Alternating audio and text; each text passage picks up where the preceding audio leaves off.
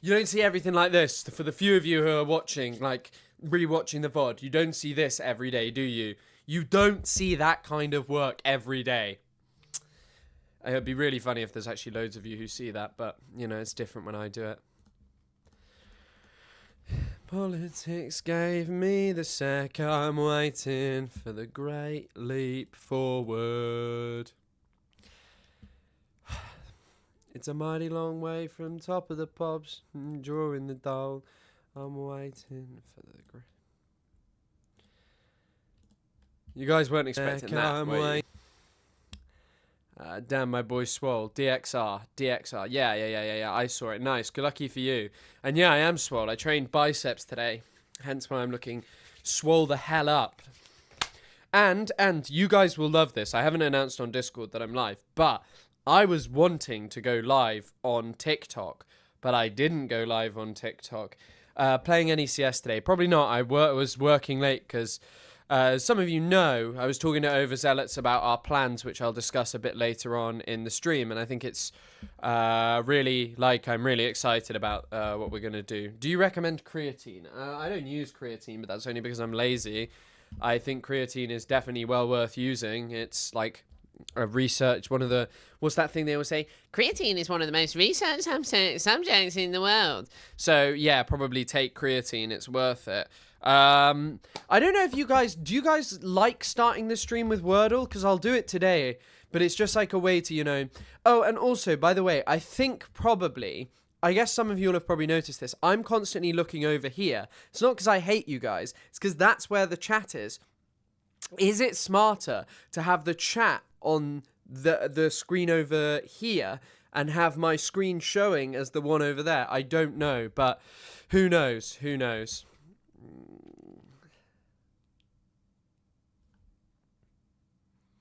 The internet is broken today. Someone broke the internet today. Kim Kardashian released new pictures that broke the internet.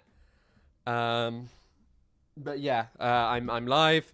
We're streaming, and I should be doing an announcement, but I'll do it when I'm done with the slop stuff, because we've obviously got some pretty similar, significant stuff to cover.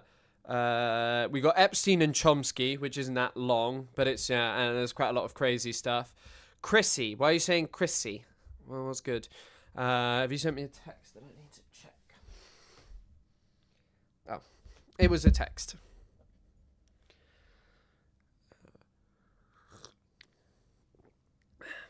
Yeah, fuck it, doing the Wordle here. And then I guess, like, I don't have, like, a load of Ethan Klein stuff, but, like, today it's at least, like, a funny thing worth covering. Because, like, by the way, I have thought about this a lot, but it is funny, like, the entire industry of just, like, hating on Hassan and making videos about Hassan is constant. So, you know what? I'm always going to use this to grow my channel, because who wouldn't? Wow, fucking hell, Meg. Thank you so much for the $20. Chris, forgive me, I've missed this as I'm a relatively new fan, but would you ever consider doing a stream on Sudan? Maybe inviting someone like Dalia Abdul Moinem. I had thought about inviting Hussam Mahjoub because he's someone that I'd like. You didn't miss a stream on Sudan. My most recent long-form video on this channel kind of taps into the Sudan stuff. Now... I was in Montreal when the Sudan thing was kind of like really everyone was focused about it. I've spoken about it before, and we're going to touch on it a bit today, but you're right, doing something with it would be a good idea. And thank you so much for the $20. Like, honestly, what an incredibly kind donation. No, I didn't mean for it to be a surprise stream at all. It's not meant to be a surprise stream. It's just how it ended up happening was...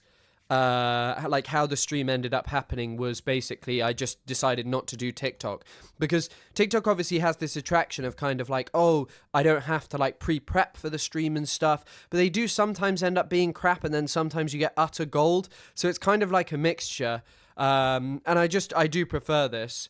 Yeah, there are a couple of people to collab with. Maybe Kovi's also a really good person. But yeah, if you have any recommendations on Sudan people, I want to do more guest related stuff. But yeah, and also, it doesn't matter if you're a new fan. Like, thank you so much for supporting and being here.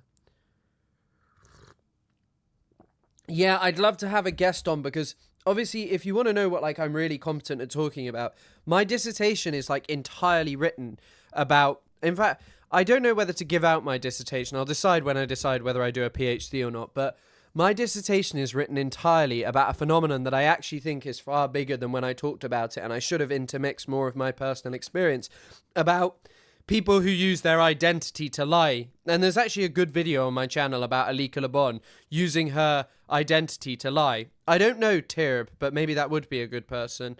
But yeah, like I spoke about the context of the UAE. You should collab with Hassan Abi. He's a smaller creator, needs more views. Something I need to work on, which I think I'm gonna get in the process of, but I always second guess myself about whether the VOD's good or whether it's crap, is pumping out more VODs out of this. And I'll hopefully get a couple of, like, grabby ones today of, like, Epstein and Chomsky, why the UN approved the plan sucks, H3's bizarre TMZ article, and the Hassan China thing is more of like a discussion, because I assume some of you in here will know more about China than me.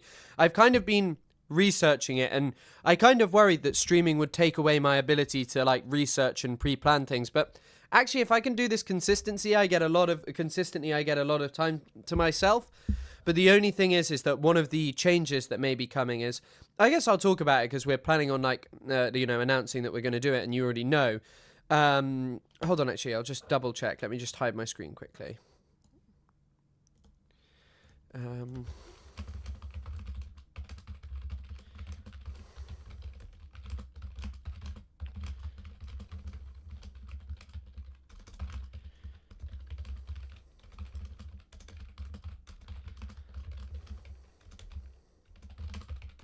Sorry about, like, kind of just hiding the screen.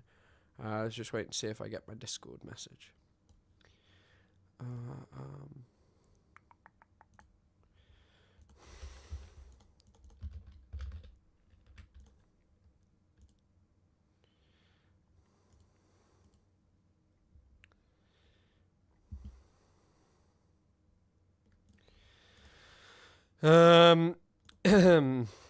But yeah, we'll talk about that. H3 has friends at TMZ. I think the answer there is no. It's just like, I mean, I think I understand it on a very base level of what it is, but yeah, it's yeah. Right, we'll start the Wordle. Weary, that's a bad idea. Wary, wary. Ouija again. Okay. Omits. Okay.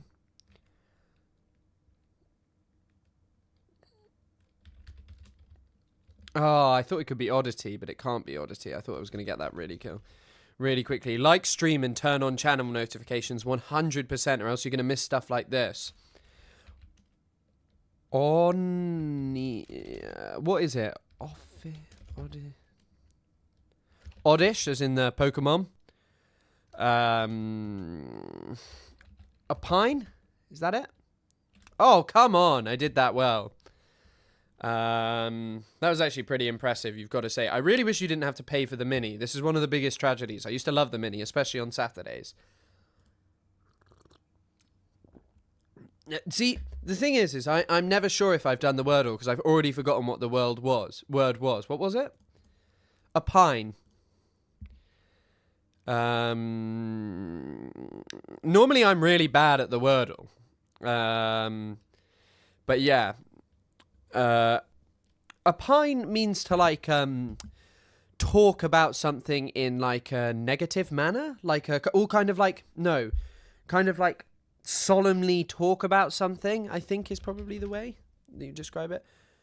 No, it just means to state one's opinions. I thought it had, like, a semi-negative connotation, but apparently it doesn't.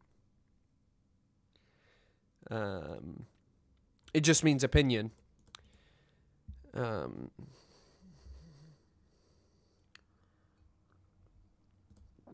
No, I think it's plum, Roma, cherry, and then there's another tomato in here. I thought it was a wistful way of talking, but it just means to give an opinion. Apparently, I thought that there was something like negative about the connotation. But yeah, it's like a fancy word for waxing poetic. Yeah. Waxing lyrical. Which is the other tomato in here? Sunspot? Is that a kind of tomato? Riot tomato? Swank tomato? Grape tomato? Is that really one? Oh my god, I never knew there was a grape tomato. What is a grape tomato?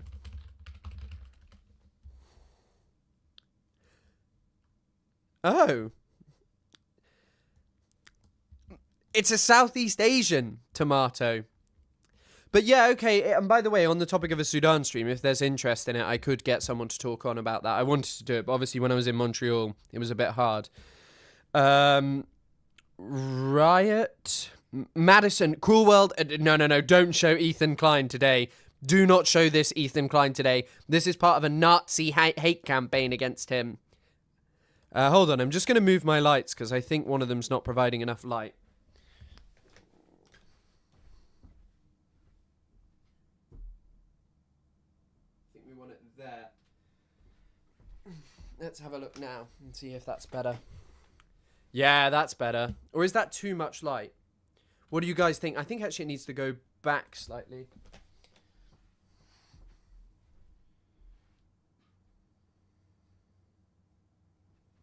Sorry, I should have done this before, but let's have a look with that. Yeah, I like it like that. I think that's good. Hi, Chris. Hello, Sophie. By the way, Sophie, I sent you an email about the clip channel that we'd spoken about previously, and if you're still interested, I'd be happy to talk about it. Joker, clown, riot, laugh. There was another one I saw. Riot, laugh, clown. Is it Joker? Like, yeah, words to describe a funny person. Yeah. I was wondering if Joker or there was like another word to describe like a clown around. I thought it was clown around, laugh about, riot. No, it's to describe someone. Madison, swank, berry, stone. Yeah, right, clever. What are these? Commonplace, parasite, sunspot. Films? Oh my god. Ending in synonyms for location. Site, spot, point, commonplace. Wow. Yeah, congratulations, some of you. You did very well. We invented the cherry tomato. iPhones, us. Computers, us. USB drive, wave. Yes, I haven't had a chance to respond. No problem, I know you've got work. Purple is always so dumb. We've had this twice in a row where it's kind of semi-complex. Also, you know that this is kind of just borrowed from a quiz show called Only Connect in the UK, which is just way harder. I don't know if there's like a link between the two, but yeah. It's not actually incredibly convoluted. It's just it's genuinely quite clever. I think that one. But they've had the twice the same day in a row. Yeah, thanks for helping me get the thing. I'm impressed with my Wordle performance because I've been doing bad on the Wordle whenever I do it live. Maybe this is an indication that I'm growing in my intelligence. I think I want the chat slightly bigger. No, I don't. And also, I'm going to talk with Henry about, or someone, if any, about stream improvements, because there's a couple we need. We need a better chat. And I also want to get you, like, membership stuff to, like, make it much more specific, you know, to, like, show that it's not just, like, a little fucking star, like, offer you something, you know, and then also, like, give you emotes. Because I can turn myself into emotes, right? Because you guys have been very good on the Discord at making, like, emotes out of me, so probably should be taking those. And I also have some funny photos which I can use from, like, you know, when I'm doing things. Okay, right. We've got a couple of, like, Trump meme clips to start with. Some amazing... We've got some actually all-time Trump quotes recently. Today, actually, really. Yeah, I'm actually very interested by, like, these quotes. Sorry, I've kind of fucked up. I've got two sets of tabs open. I also have messed up in terms of the stream document, but we move. Right. So first of all, we had this, where Trump. I don't know if I'm assuming you've all seen this. And then we have a brilliant Trump thing of. Start recording. Okay, I will set up the emotes. Yeah. The Labubu Chris is so good. One of you's going to have to send me a JPEG of that. So we had this crazy Trump thing today. Hello, everybody. How are you? Can you turn that down, please? Too much. Okay? Mr. President, what did Jeffrey Epstein mean in his emails when he said you knew about the girls? I know nothing about that. They would have announced that a long time ago. It's really, what did he mean when he spent... He's admitted that he knew about the girls in the context of what Epstein said. Like, he's also, by the way, privately admitted that he knew about the girls because, you know, he said, oh, Jeffrey Epstein likes them young in a very old interview. But also, like, he has said the thing about Ghislaine. He told her to stop poaching women. All the time with Bill Clinton, with the president of Harvard, who you know, who that is, Summers, Larry Summers, whatever his name is, and all of the other people that he spent time with. Jeffrey Epstein and I had a very bad relationship for many years. I mean, it's not a lie there. It's not a lie at all. Like, you know, he is... they did have a bad relationship. The emails seem to shed light on certain things to do with their relationship. But yeah. But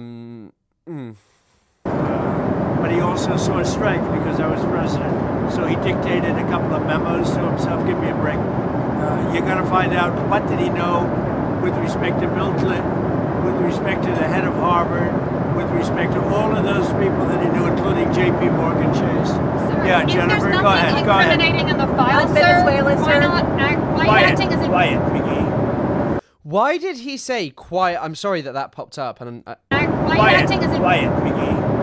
Yeah, the quiet piggy thing. The most interesting part about this is it's crazy to hear Donald Trump talk about the Epstein files and say this. Like, just to say this here of, you know, oh, quiet piggy in the context of Jeffrey Epstein, you know, a case of misogyny and someone who was undeniably a misogynist. And Jeffrey Epstein, in many ways, like Jimmy Savile, is an outlier in terms of sexual abusers, in terms of the scale and access to and proximity to power that he had. But also, in many ways, there are threads that run between Jeffrey Epstein, the grooming gangs in the UK, Jimmy Savile, and the vast majority of sexual abusers, which is they targeted women who were generally on the margins of society. Epstein used his philanthropy as a means to get access to young women. And so it is something that reeks of misogyny. And just hearing Trump tell a woman to quiet piggy, I heard someone say that it was so shocking that they thought he was talking to a reporter called Peggy. But apparently there's not even that chance. He was literally just someone calling a female reporter Piggy and just demeaning her in that kind of way, you know? I don't... hello, Silent Side. Hello, everyone who's here. Thank you all for dropping in. Palestine has exposed the colonial project of the depraved oligarchs. I mean, always colonialism has been very depraved and has had, like, a very sexual element to it. This is written about by Frazier... Franklin Frazier, I think his name is, and Franz Fanon are both very good on this topic. But always... like racist colonial projects have always had this racial element. There was a reason that lynching always focused on, you know, black men's genitalia and claims that they'd attacked white women. But yeah, Trump is really on a mad one.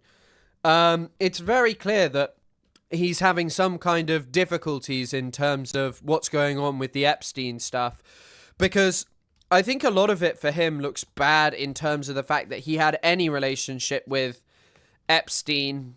But yeah, I mean, he also had... I don't know why he was doing this. I've watched some of it, but there's crazy stuff going on. Yesterday, he produced this, which is, in my opinion, an all-timer Trump quote. It's beautiful, hard work, and happy families sitting down to a really great meal. Because no matter who you are, everyone loves something at McDonald's. There's always something to have. I like the fish.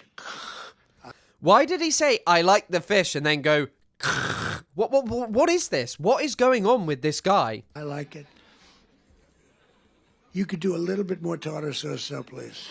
Seriously. I hate when I say, do you have any tartar sauce? Do you understand that? Yes, I have. He understands that. Doing honest, beautiful, hard work and happy. Yeah, I hate it. Does Trump not know that McDonald's is BDS? Does he not know that it's BDS? Also, isn't the E. Franklin Frazier, yes, I believe that's his name. E. Franklin Frazier was like one of those people who turned out to be a little disappointing in later life and had some bizarre things to say about stuff. Also, I don't know, is my camera not as central as it normally is? Because I had to fuck around with it earlier because I was putting the cover on it. But yeah, isn't fish just the worst thing? On my way from getting deported from where? I'm sorry to hear about that, Ari Kitsuragi. Nice to drop in. Are you? That's like quite a big thing to drop. Be family sitting. But yeah, also choosing the fish is crazy. The fish is one of the worst things on the McDonald's menu, in my understanding. I've never had McDonald's fish, and I don't eat McDonald's anymore. I haven't eaten McDonald's since some point in 2023. I don't know when it was, but yeah, since October the 7th, I've not eaten it. But that is definitely an all-timer quote. But we have another unbelievable quote, which is,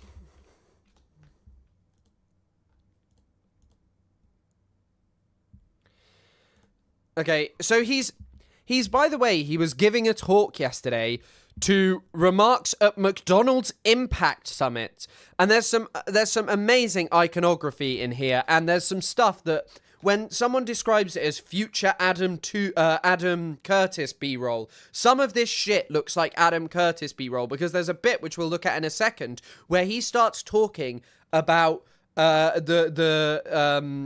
bombing Iran. Very insane stuff in front of obviously the Golden Arches.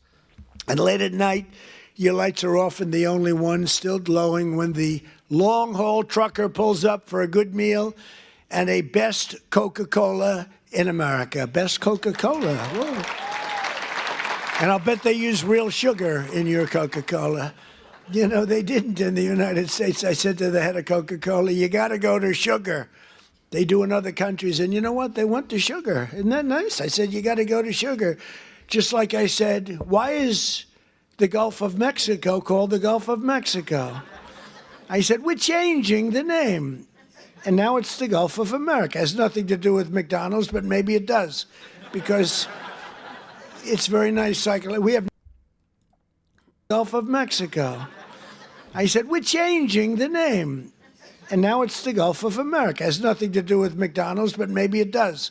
Because I like how he went to do like a crazy thing to himself there, but apparently his voice is bad because he's shouting at people. That's his excuse for why his voice sounds raspy. But I love how he just did it for himself to say, like, I am off the boil. He forgot what point he was making, which, you know, I regularly do when I'm live, but yeah, just describing it as the Gulf of America. It's like how they want to change. Trump heard something about the Gulf of... he wants to change it to the Arabian Gulf as well. And it's like, it has always been called the Persian Gulf. It doesn't actually really change how much influence Iran has over it, but he just wants to change it because some people around him told him.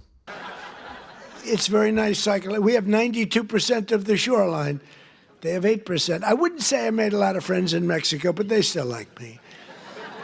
Wasn't that a good change? Seriously, wasn't that beautiful? And it was done in an instant. You know, it's like, normally you think a thing like that would take years. This took like 10 minutes. I asked somebody, good lawyers in my office, I said, would I be able to change the Gulf of Mexico? Is that possible to the Gulf? Sir, it's been that way for 350 years. You know, they were here 100 years before us. Oh, Jesus Christ, right, that's enough of listening to him talk about that topic. Certainly quite something. Just the guy is fully off the boil. Like, I don't know what is going on with this man. Well, I do. He's very old, and he's declined so much in recent years. There's also a bit where he's talking about IQ tests at the McDonald's summit. 7%. Let me tell you, you should have suffered a little while through Kamala. The good news is she had no clue. You just wonder. I want to give an IQ test to Kamala and Biden. Who do you think wins? But they were destroying your businesses. But I have better than that, though. As you know, in my first time, I also stopped a mortal threat to the franchise business model by terminating Obama's infamous joint employer rule. You see it? He stopped a mortal threat. Thank you, Donald Trump, for your real constituency, McDonald's franchise owners. But the best part is where he talks about bombing Iran, which, as I say, is future Adam Curtis B-roll.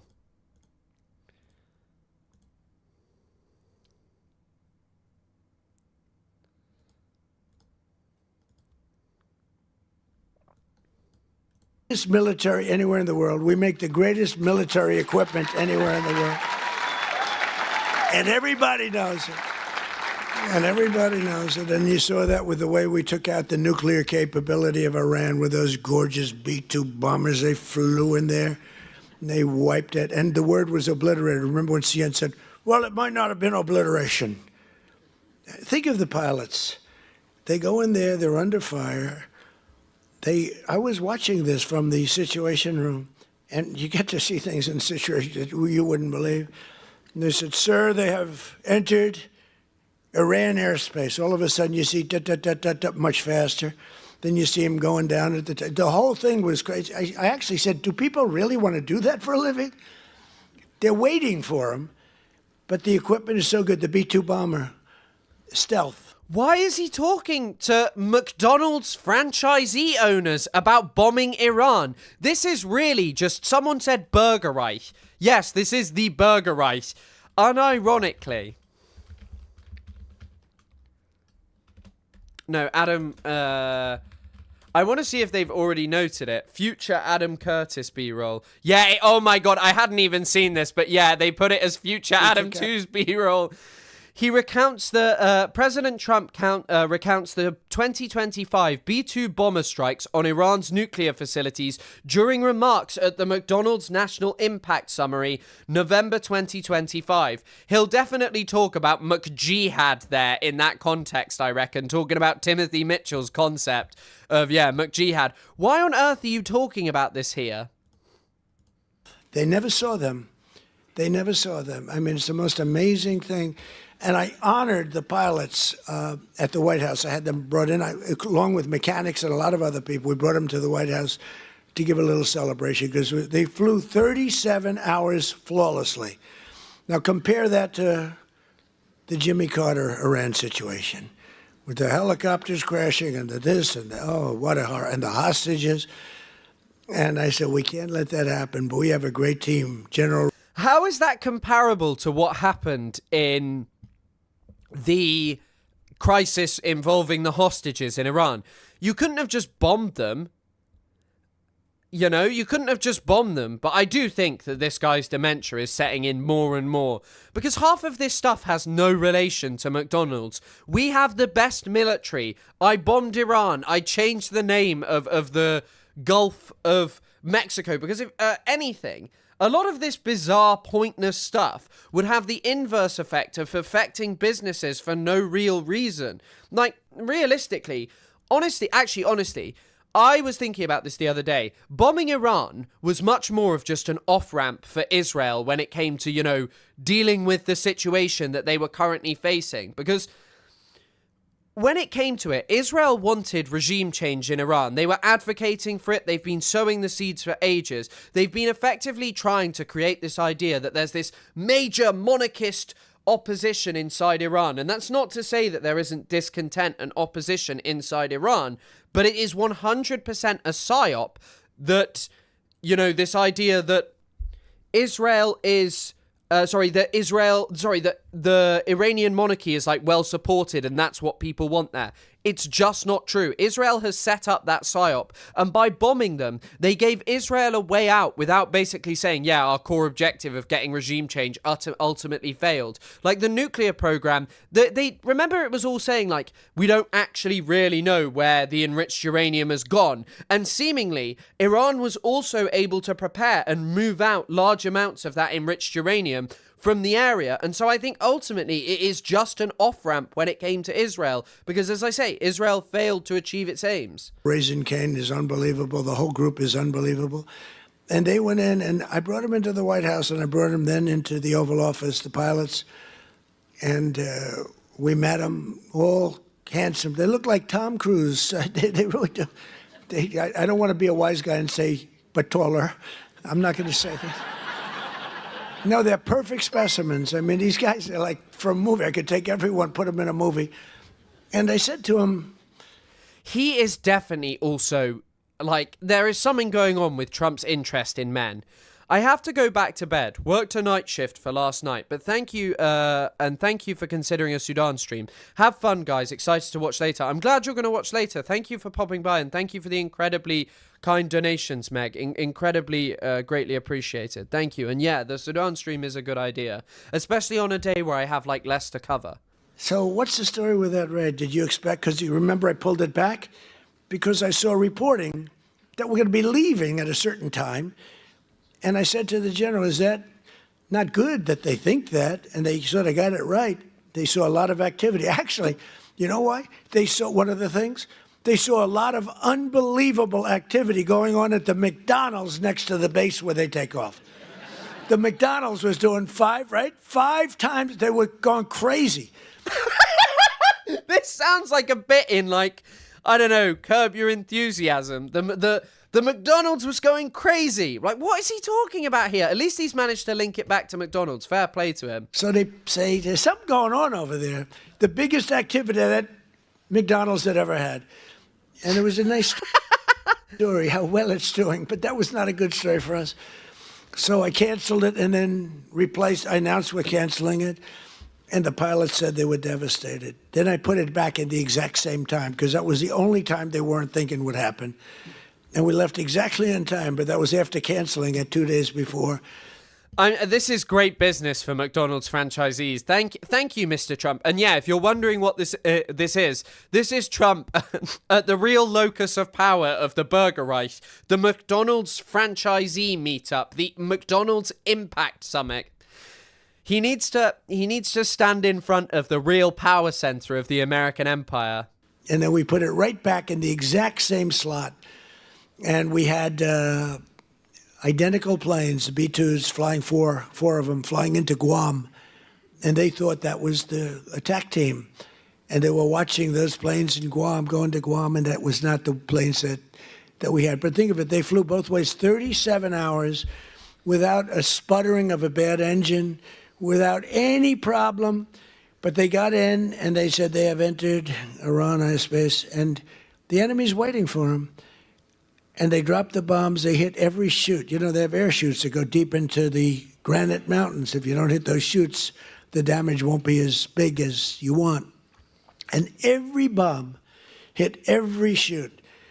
And then we hit them with rockets from a submarine that was quite a distance away, 30 of them.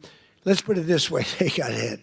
And it totally took out the nuclear capability. And I said to these guys when they came in to the office, I said, do you guys like doing this stuff?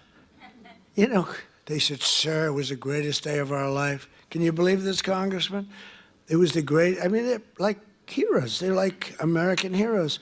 Who the hell wants to sit, you know, those ships are very big, but they're very small when you're up way high going. What is he talking about? This is just deranged. Like, okay, yes, there are lots of bloodthirsty Americans. Thank you, Mr. Trump. This is a Ronald McDonald approved message. The real Kaiser of the Burger Reich, Ronald McDonald, has bequeathed his power to Donald Trump today.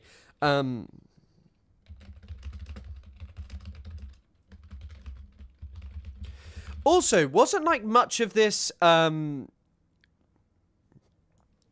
Biden discussed plans to strike Iranian nuclear sites if Tehran speeds towards bomb. That was from the 2nd of January 2025. Yeah, here we go. Fucking having to open the Times of Israel. Oh, fucking hell. These Israeli newspapers and like pro-Israel outlets, it's very obvious how bad they're doing. because I don't know if you can see this, but it suggests here, cardiologist reveals if you drink olive oil every day, new diet discovery. Thanks for the advert. US-Israeli militaries jointly drilled Iran strike during Biden administration report, like claiming that this was like a major Trump plan and claiming that it was entirely the result of, your thinking and your amazing pilots. It's just not true. This is what they wanted to do under the Biden administration. Very fast. And he said it was the greatest day of our life. And they told me something that I didn't know. They said that, sir, do you know we waited 22 years for this, our predecessors and us. We would practice this run for 22 years. I didn't know that. For 22 years, we had a practice. We'd do it 3 times a year. We would practice this exact run. And then when you canceled it, because I canceled when they heard that we were coming, we were devastated. I said, now if I were a flyer and they canceled, I'd be extremely happy. Well, we're canceled, so let's forget it. But we were devastated. So I said, this is something you really love, right? Yes, sir. We were so honored. This was the greatest day of our life. I mean, it's really great. We just have incredible people in this country. It's an amazing story. And they hit, and then they said, skedaddle, the word skedaddle. And that plane went psh, like this. You know, when it drops a bomb, it goes down very steeply because that gives it a better angle and, more speed for the bomb. Thank you for explaining how planes work, Mr. Trump. Very, very heavy bombs. And they go, boom. And as soon as those things, the one pilot, the first one said, skedaddle. And that thing just turned in its side.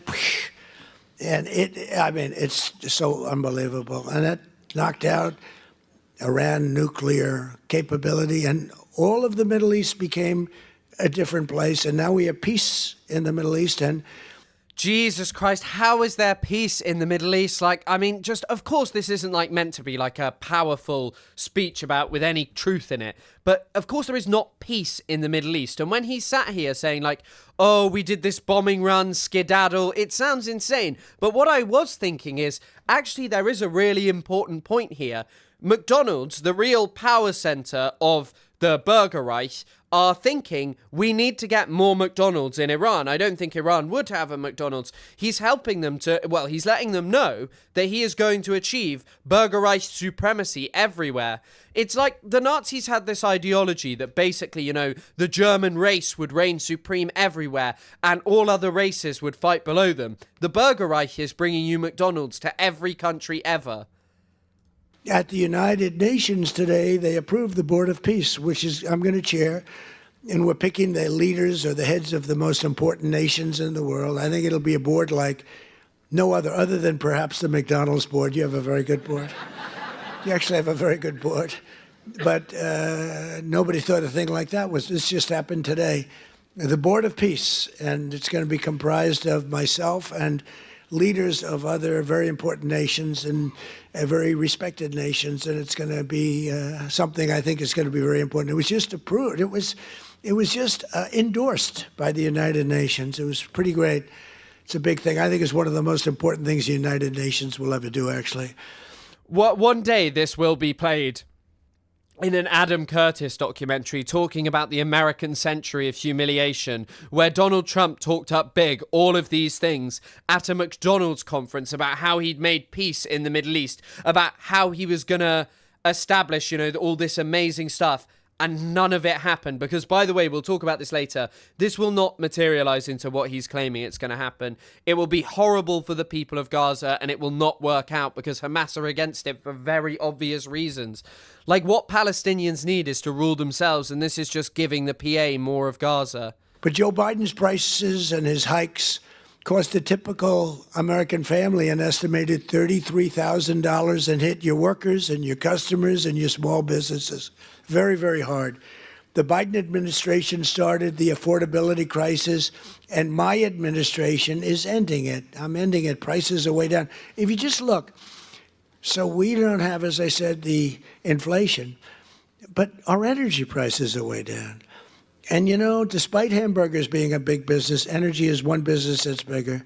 When you get Jesus Christ. Okay, that is enough of listening to this. These are the ramblings of a madman. Despite hamburgers being a big business, energy is bigger. It is really amazing to think that this man possesses the most power in the entire world. There's one final amazing clip from this, which is him talking about water. Interesting. I should have. Wait, actually, I'll Demonstration started.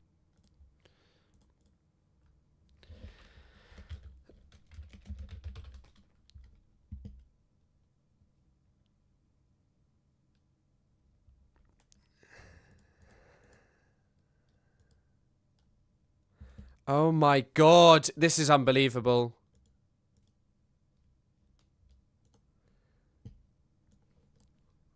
I've been in plenty of McDonald's that clean beautifully.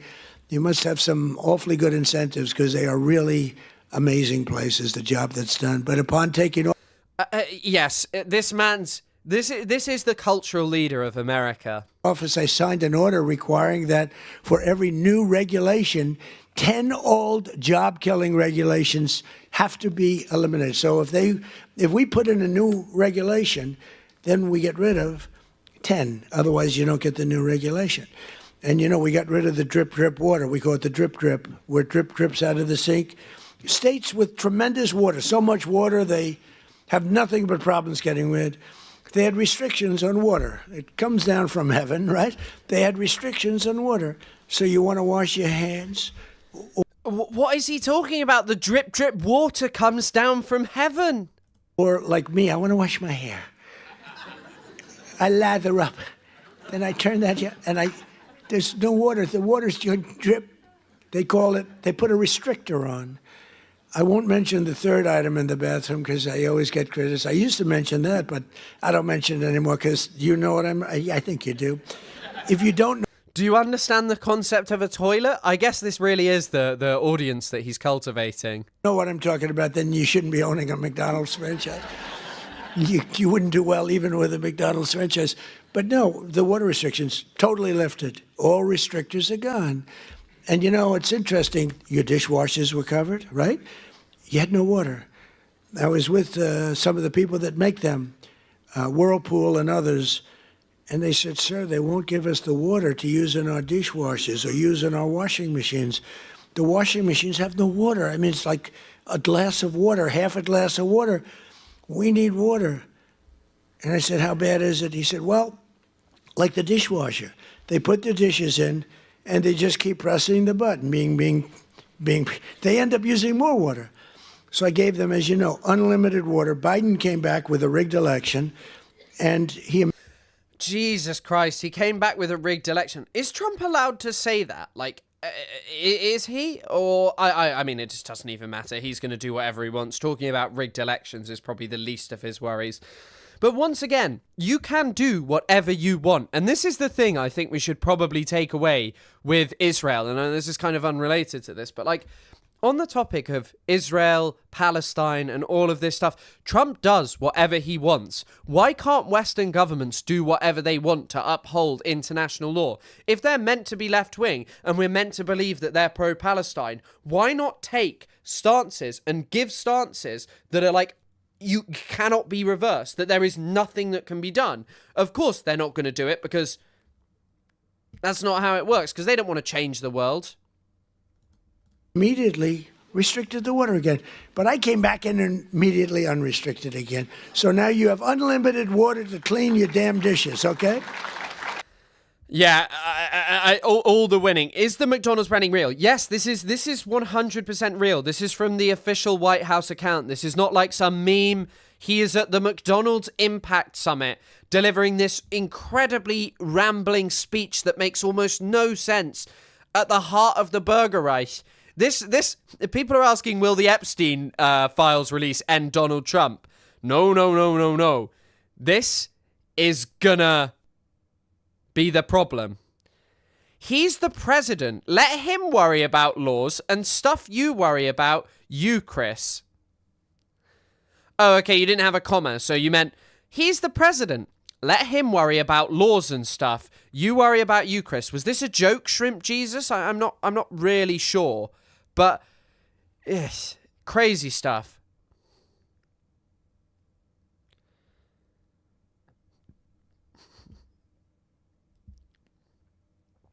Yeah, eventually he started talking to them about how he's given them unlimited water for their dishwashers. Was this a big concern of McDonald's? I genuinely don't know. We also have, on like the final slop thing, we have Epstein's discussing with an associate about Avatar, which is crazy. So, from Jeffrey Epstein to Peggy Segal, my Wall Street 2 story. Terrific. Oh wait, here you go. Sorry, this is actually the first one from Peggy Segal. Wrote this for the February issue of Avenue magazine. Thought it would amuse you. Tell me what you think of it. XOXO, Peggy. From Epstein to Peggy Segal. My Wall Street 2 story. Terrific. I want to hear more about the trip. Then we have a very long message. Will call you later. I am sick as a dog with a cold. I am supposed to go to Dr. Magnani this morning. Sorry, you might not be able to see this. I'll move the chat away. I'm supposed to go to Dr. Magnani this morning for a cleaning. If you get a cleaning with a cold, does it make it worse or just infect the dental hygienist? Had a great lunch for Woody Harrelson and Ben Foster for The Messenger at Monkey Bar yesterday and hung with Clooney at the New York Film Critics Awards last night. Tonight is the National Board of Review, and I am thinking of staying in bed till the show time. Have a party for Clooney Wednesday night. Graydon is hosting at Monkey Bar that we are working on. I have to fly to LA Jan 14th and I am worried. One, I have emailed 3 doctors this morning. Will call later. Matty keeps saying she is going to show me how to email photos. Will try to do today and call. I think I got sick in economy class from Lamu, Nairobi, Amsterdam, Newark, from all those wannabe terrorists breathing on me in the planes. Amazing stuff that this is just who Jeffrey Epstein was emailing. Whilst he was hanging around with Noam Chomsky and all these other people, he was also just a degenerate racist with all these other people. I mean, this is who's emailing him. I think in the planes. Did you see Avatar? I do not have a DVD because it is 3D, but also it would have been released not in 3D. Was it only released in 3D? The white American Marines are wiped out by black people painted blue. It's going to be the highest grossing film in world. Is in a few weeks beating out Titanic and will win Oscar for Best Picture. She is very upset by black people being painted blue. She's an American publicist. We'll show you her. This lady. She was like a significant publicist. Oh. She organised an event at Epstein's mansion whose guests included notable people such as Andrew Mountbatten Windsor, George Stephanopoulos, Katie Couric, and Chelsea Handler. But yeah, she's just basically a media mogul, is who she is. So amazing stuff is happening in the Burger Rice. This is the pinnacle of culture. And then Epstein gives an amazing response. He clearly does not like this woman much. Sorry you are sick. Go slow. No cleaning. Stay in bed. Sorry. And that's it. That's the end of the end of the conversation. He has nothing else to say to this lady. Amazing stuff. Amazing stuff. The racist lady who is upset about black people painted blue. Although in my understanding, there is like a kernel of truth in that it's basically like, you know, like in terms of what it is, the film is like allegedly about South Sudanese people. But yeah, she got left on red by Jeffrey Epstein. Amazing things are happening. The Trump ballroom is going to be the new Epstein Island. I doubt it'll have as much class. There'll probably just be big painted McDonald's flags all over the place. Notable people, particularly liberal folks. Those people totally go hog wild. I'm okay, Mosen, thank you. How about yourself? It is anti-colonialist. What's anti-colonialist? Oh, Avatar. Yes. Avatar's anti-colonialist. Hence why Jeffrey Epstein's friend, who couldn't even spell Avatar, by the way. Did you see Avatar? I do not have DVD because it is 3D. Got okayed. Yeah, got K'd by Jeffrey Epstein. I thought you were like using a euphemism for kill there. My uncle did some of the CG in Avatar. Crazy. I mean, a very successful film. I don't really remember it. My strongest memory of seeing Avatar when I was very young was that this guy took a phone call during the middle of Avatar, just spoke really loudly on the phone, and then just got up and left the film midway. The link to the donation is in the Discord, so the link is there. I can put the link in, but the Discord is pinned. But yeah, I can link it, the specific donation.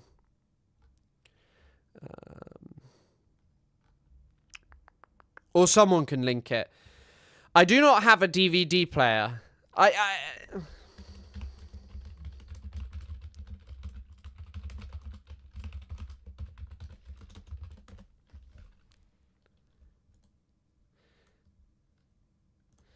I mean, r/Avatar are telling me a lot of amazing stuff.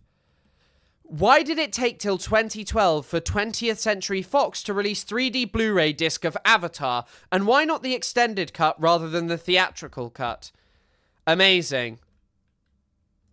Oh, wow, we're learning more about the Avatar lore. They had an exclusive deal with Panasonic TV. Buying the 3D TVs at the time awarded you with Avatar 3D copy. Years later, they finally made it available to the public to purchase separately. But yeah, I wish it was the extended cut. I remember Avatar, but nothing of the story. Isn't it that, like, the US Marine has to, like, connect to the neural network? And then once you connect to the neural network, you're like kind of, you know, just, yeah, like that's it, that you can then go and be with the blue people. And then he's told to like go defeat the blue people, and he doesn't defeat the blue people. I'm not quite sure. But yeah, I feel like that's a big part of the plot. Right. Right, we'll do the TMZ article now.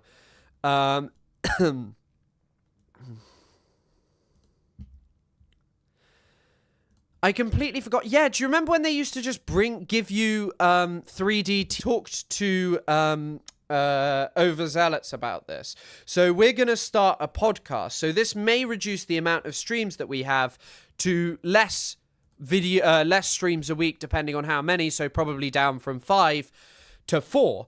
But the podcast will probably be like a current event kind of thing, and maybe also talking about like a deep dive into stuff in some weeks, and kind of doing like different stuff. And there's going to be a separate channel for it. And yeah, we're going to start basically, which we'll announce like properly after this. But one of the things that we're going to do is we're going to like do like a competition with a prize for basically anyone who comes up with the best name, of like a giveaway sort of thing of the name for the podcast to like. But yeah, do you all have an editor? Isaac is going to edit it. That's Overzealot's name, Isaac. But Isaac is going to edit it. He said he's happy to do it. So maybe at some point, if the podcast like is a continuous thing for a very long amount of time. But what I assume we'll do is we'll have like guests on, people that we know, people to talk about different stuff. Do you have a Nintendo Wii? Yeah, I have a Nintendo Wii. But yeah, we're gonna do it. We're gonna do this kind of stuff.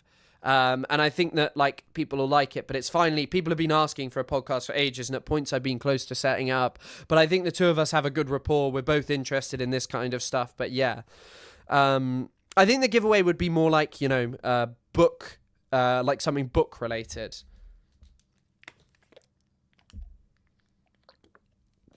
Like vouchers for some book related organization, maybe Verso or something. But yeah, Serving Cunge should be the name. Well, then it kind of makes it seem like a weird thing involving overzealots sort of serving me something, but you know, it's a good name.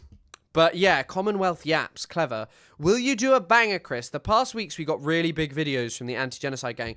What do you mean? You want me to make another video? I've been more focused on streaming, I'll be honest. Yeah, I did think about the name Overcuns, which is like but I mean, I just don't think it's like a very appealing, like wider name, but who knows?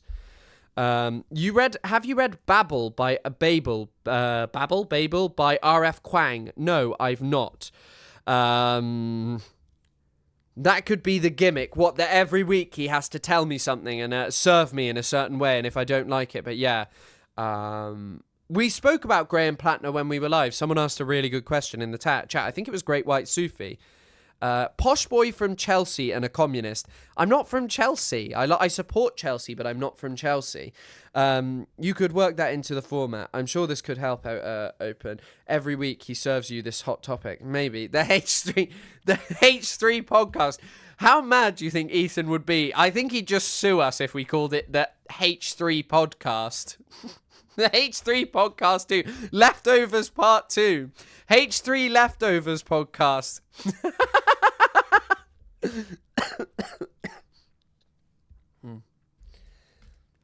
On His Majesty's podcast. But yeah, right. Let's get into this TMZ article.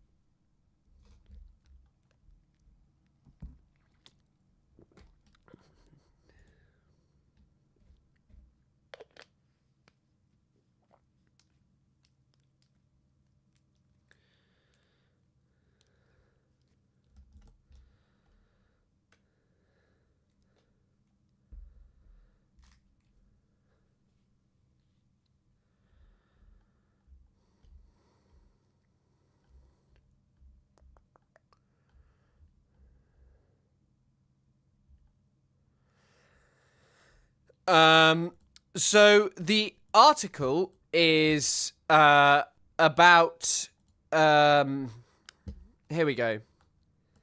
TMZ, boneheaded threats won't stop me. Human skulls in mail, bogus CPS calls. This is from H3 Podcast, He Declined. Also, what is wrong with this title?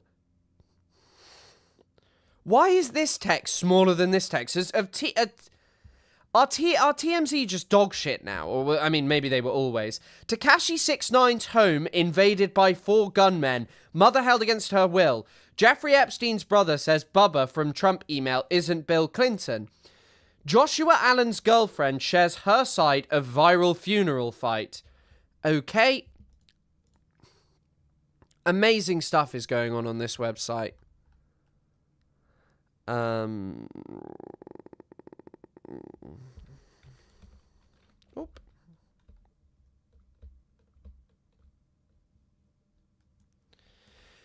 H3 podcast host Hila Klein says she's dealing with all sorts of vile threats simply for being Jewish, and she says someone even sent her 2 human skulls in the mail. The co-host of the comedy podcast tells TMZ she fears for her safety after 2 human skulls showed up at her office and the cops were called to her home over bogus claims that her children were living in filth. This is really just bad reporting. Like, what is going here? What is going on here? Like, CPS aren't cops. Like, what's going on here?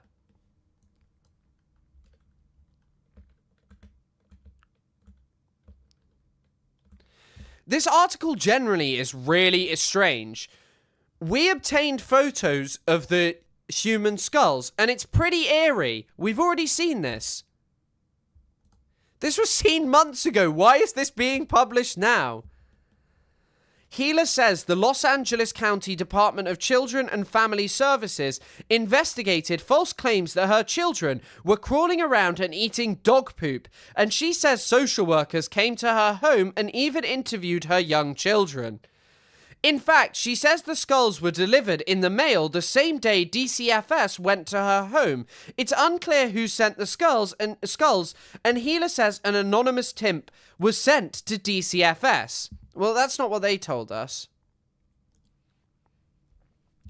Apparently, also, is this just AI?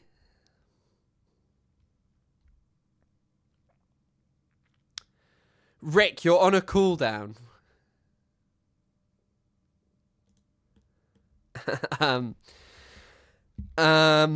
They shouldn't have been eating... I mean, yeah, I think when you've said, like, oh, they're putting everything in their mouth and there's a prehistory of, your dog shitting everywhere. Also, why is TMZ so hard to pronounce? Why am I seeing here, under my name, hot galleries? What are the hot galleries? What is this? Why is just TMZ, like, pornography? How much did they... This is, by the way, it says it's written by TMZ staff, which probably means it's written by interns at TMZ, but it doesn't even look like it's interns. It literally looks like a ChatGPT article.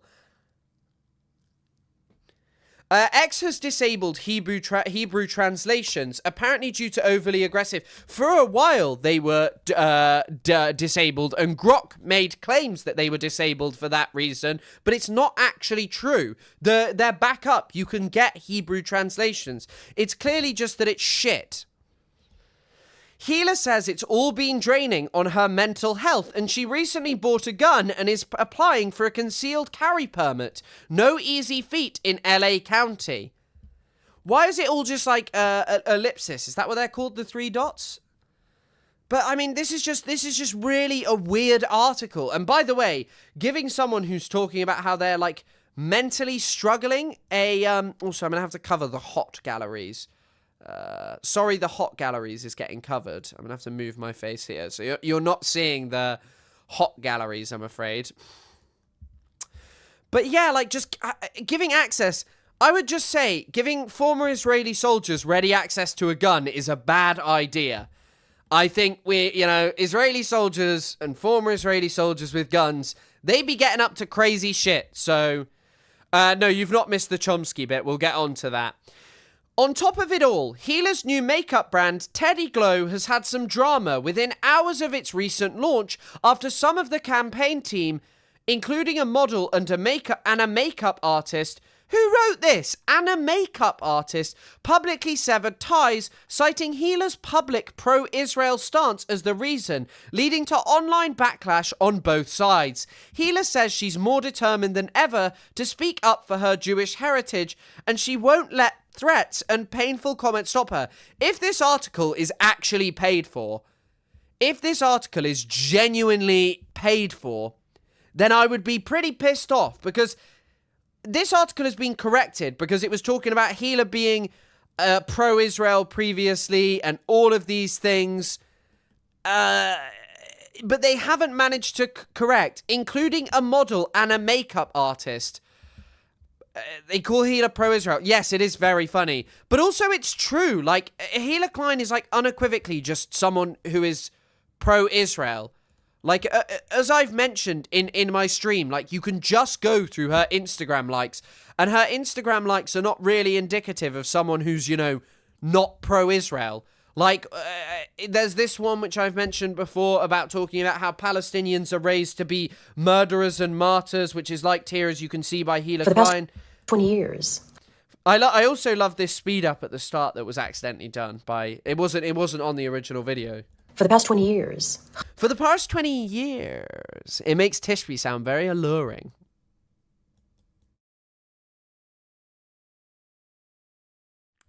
And she certainly is alluring. I think that's all what we've got to say. Joe Mama. Chris, how you keeping? Chrissy, my boy, how you keeping?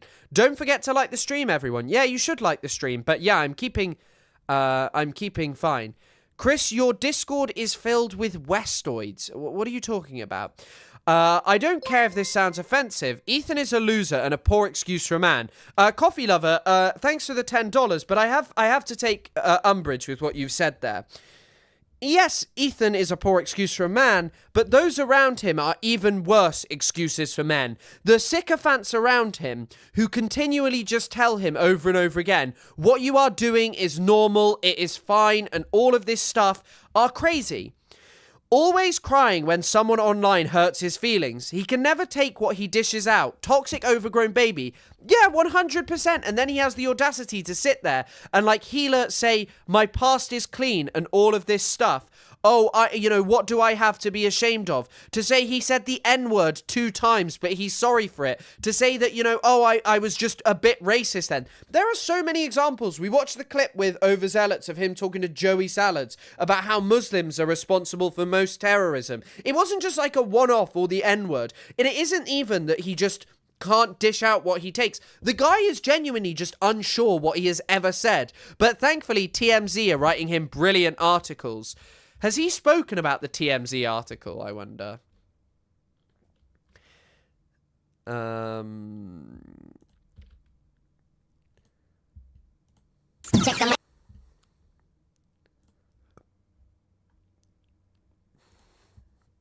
Should I call it TMZ, y'all?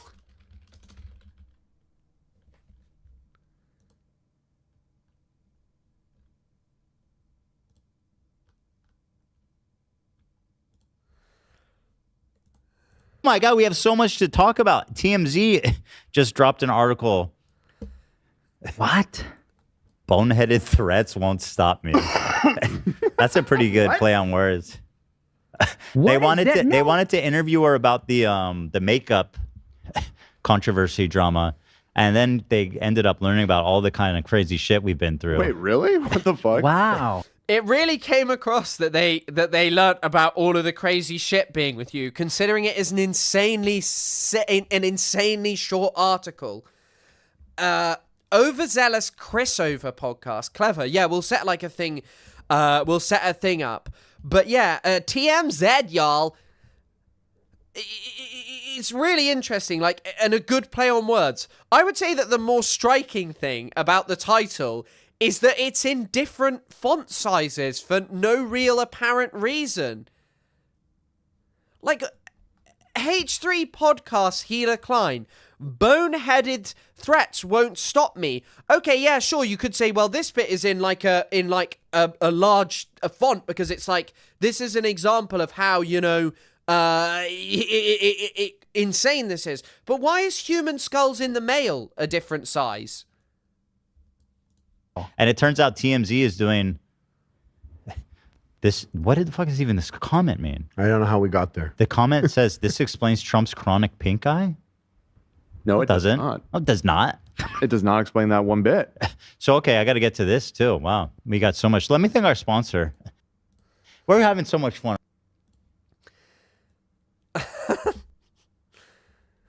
I would also be pretty pissed because the article called Healer pro-Israel. Learning about all the kind of crazy shit.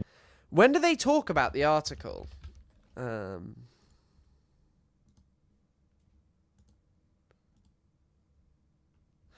think that's sort of it. I think that's like sort of the end of it. But Jesus Christ, amazing stuff. He did have one other amazing quote in here, which is he compared Dan Bilzerian to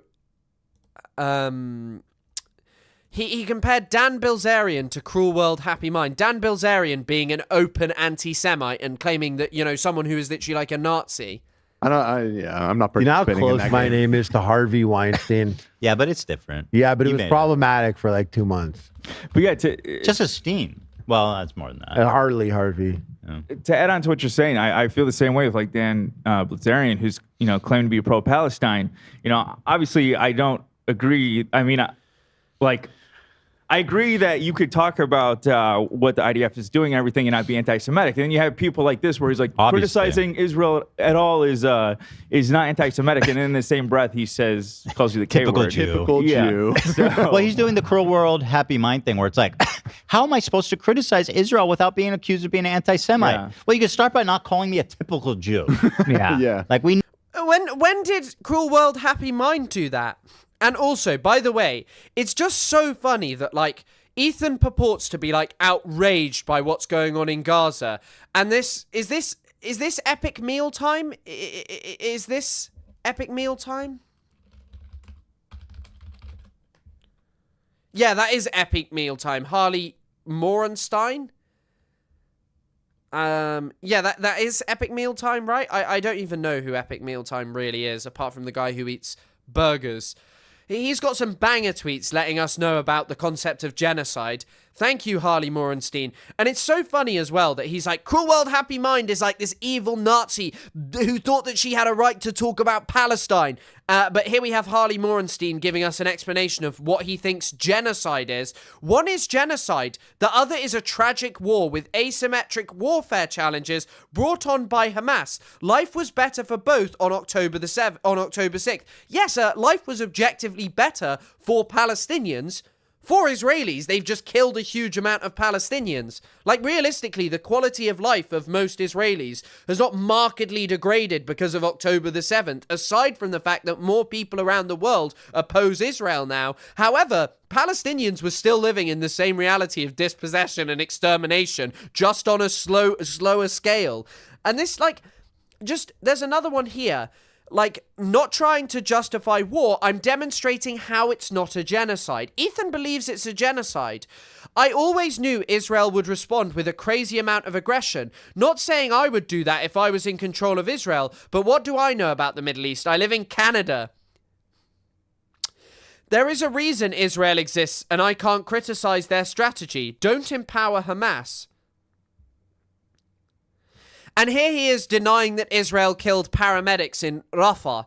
It's just, isn't it just weird that constantly the people who are around Ethan and stuff just tend to be Zionists?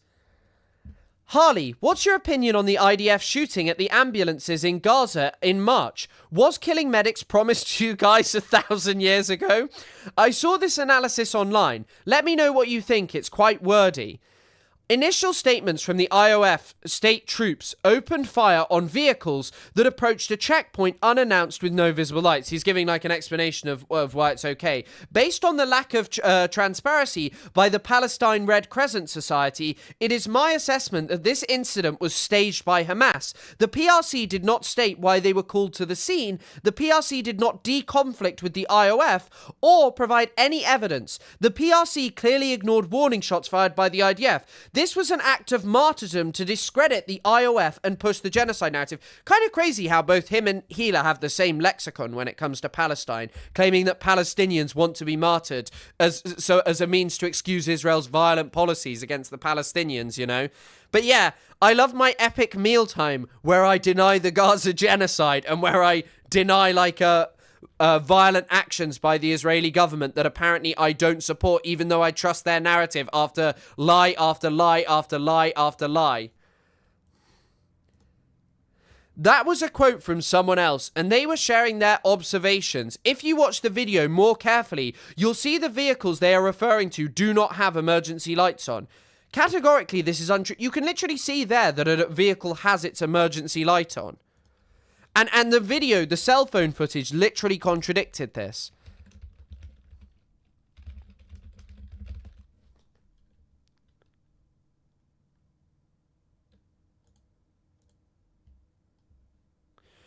He's got some banger posts.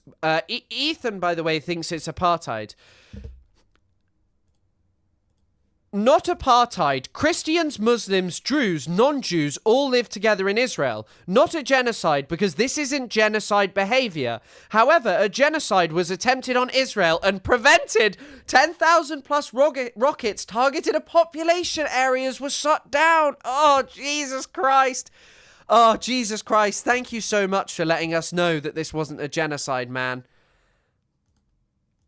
Harley Morenstein was part of a transphobic music video. What music video are you talking about? Perhaps the language needs to be expanded. Doesn't make sense. Hold on. Doesn't make sense to group this with other genocides happening today. I don't recall 1,000 trucks of life-saving aid ever being involved in a genocide at any point in history. Israel limited aid flow into Gaza over and over again. This is just undeniable fact. Not apartheid. 25% of Israel is non-Jew, Muslim, Christian, Arabic, Druze, etc. There is an Arabic Muslim Supreme Court judge. On October 6th, kids in Gaza with diseases got treated in Israeli hospitals. By the way, this is also just such a fucking stupid oversimplification. There is an article about Israeli medical apartheid which talks about how through the permit system, Israel Israel was preventing Palestinians from traveling outside of Palestine to go and get life-saving aid, even in places like the West Bank. And one of the ways in which they do this is someone who needed to go and get life-saving aid wouldn't be able to do it. Oh my God. Not occupation. 75% of the landmass that was Palestine is physically in Jordan. Do you call Jordan a colonial nation? Do you say Egypt is apartheid because of the wall they built between Gaza? What are you talking about, man? Like, why do you think Egypt built that wall? Egypt is happy with the Israeli occupation.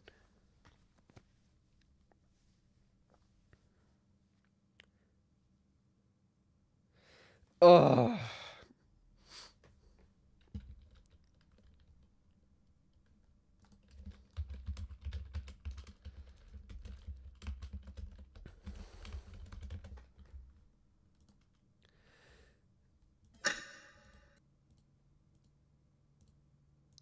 I mean, I've opened this video and I don't want to listen to this. I don't want to listen to this. Where is he? Oh, there he is.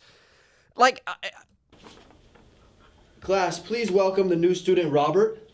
Welcome, Robert. Well, thanks for the warm welcome, Teach. I like how they're just mocking BLM and like Ethan regularly claims that he has like this awesome pro-Palestine audience.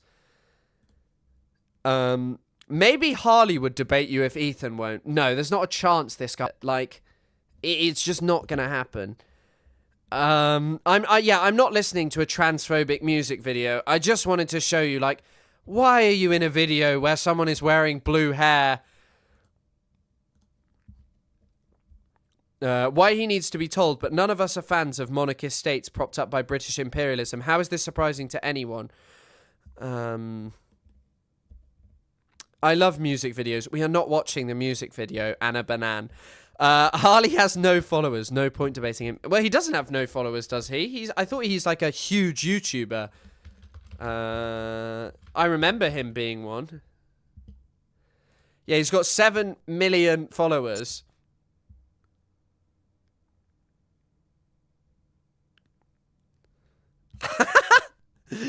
I like his thumbnails.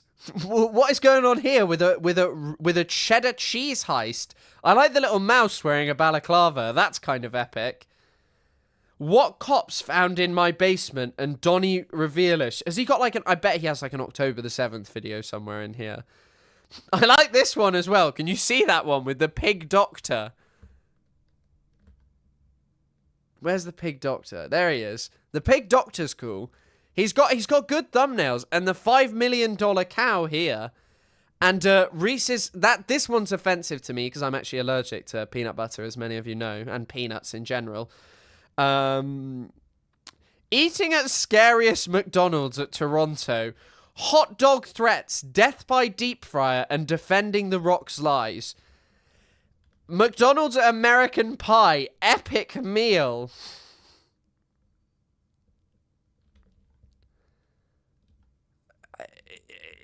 Brilliant. Apparently I've watched this one. When did I watch Canada's most famous sandwich, Hogmas? What? Guys, I've been exposed as a secret fan of him. Is he painting Warhammer? Do you think he's eating the paints or something? I'm actually interested in this. With Goblin from the Binge Eater podcast. Turkey Tom. Margaritaville. My 70-pound boxing transformation. Natty or Not. Flats versus drumsticks. And rare popsicles. This is really, really high-octane, interesting stuff that you're engaging with here. Bro's a fan. Indeed he is, and apparently I really enjoyed the Hogmas sandwich. He's got some amazing tweets. This is the kind of guy, alongside Lonabox, who I want to be analysing Palestine. I'm painting Warhammer. Now, painting Warhammer's cool. Like, shout out for that. I've got, like, some terribly painted Warhammer from when I was a kid. Who's John Morrison? I don't know who any of these people are. I know this guy because when I was... Obviously, as you guys saw, I'm a really big Epic Mealtimes fan when it comes to the Hogmas video. He is friendly with Sam Hyde. Yeah, I mean, Sam Hyde's an interesting guy. Like, Sam Hyde is just a Nazi. Like, I mean, isn't he, like, openly a Nazi? And by the way, Sam Hyde, Hamside I almost just called him. There's a video of Sam Hyde, like, actually being really anti-Semitic about Ben Shapiro. But, like, Ethan never, ever has the smoke for someone like that. The smoke is always reserved for, you know, other people. I used to love this channel in middle school. So too bad he became a freak who defends IOF shooting at ambulances. 100%. What army did you field? Tyranids. Only know John Pork. Yeah, that's why I watched the video. Super Semitic. Sam Hyde was banned from Content Clash for being a Nazi. Yeah, it's as I say, it's crazy that Ethan never maintains the smoke for, you know, actual Nazis unless they are against Israel massively. I don't know actually what Sam Hyde's opinions are about Israel, because that's not also really true. Because he had the smoke for the what's his name guy yesterday.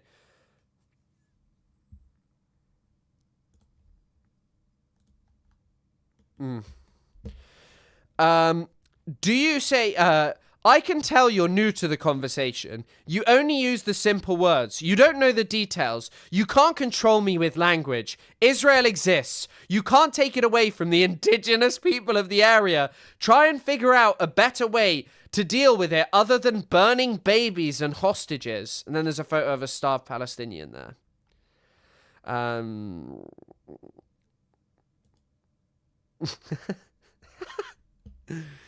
Oh, Jesus.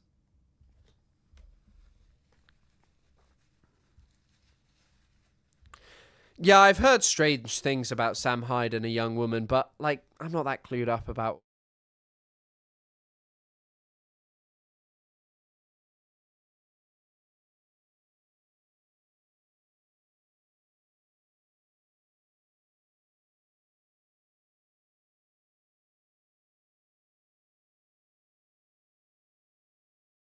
I knew you couldn't hear me. I was blowing my nose. And yeah, you can't control this guy by mentioning genocide or Israel committing war crimes. This shock collar has been the perfect litmus test to expose which streamers are liars and cannot be trusted. Bro, I would say that, like, allegedly lying about a shock collar, which I don't think Hassan did, by the way, is less significant than lying about the Gaza genocide, but I don't know, maybe it's not that. Maybe, as it turns out, actually lying about the Gaza genocide is something which is just not bad these days. Because, yeah, and once again, why is it that, like, Ethan just never seems to know about this kind of stuff?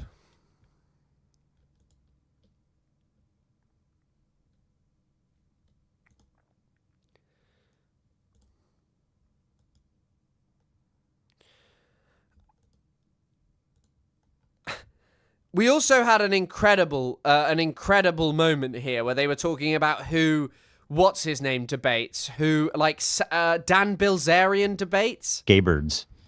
Ceremonial swords. Awesome Jew. Listen, bro, I don't know who you are, but... You gotta stop lying so much, though. You really gotta stop lying. You really fucking it up for us, brother. Embarrassing us, dude. You know what really 50 frustrates in an hour? I feel like it really frustrates me when I see people trying to represent the Israeli or Jewish side of things on these online debates, because they always draft these like hysterical ultra-Zionist fucking maniacs who just are so unconvincing. They look insane. They are insane, right? And they're just like justifying unjustifiable things. They're It's amazing, because this is the same guy who justified bombing a hospital. However, I will say that looking at this guy's Twitter, this awesome Jew character's Twitter, he looks like he's doing some interesting schizo posting. Declassified CIA documents confirmed that Hitler escaped Germany and fled to Argentina after World War II. Why has this fact remained largely unknown? He then also posted a link to FBI documents, but... what does it say? A friend stated that during the latter part of... let's have a look at his evidence of this. A friend stated that during the latter part of September 1995, a Philip Citroen, former German SS trooper, stated to him confidentially that Hitler is still alive. Citroen claimed to have contacted Hitler about once a month in Colombia on his trip from Maracaibo, I don't know, to that country as an employee of the KNSM, Royal Dutch Shipping Company, in Maracaibo, I don't know how you say it. Citroen indicated to Melodies 3's a friend that he took a picture with Hitler not too long ago, but did not show the photograph.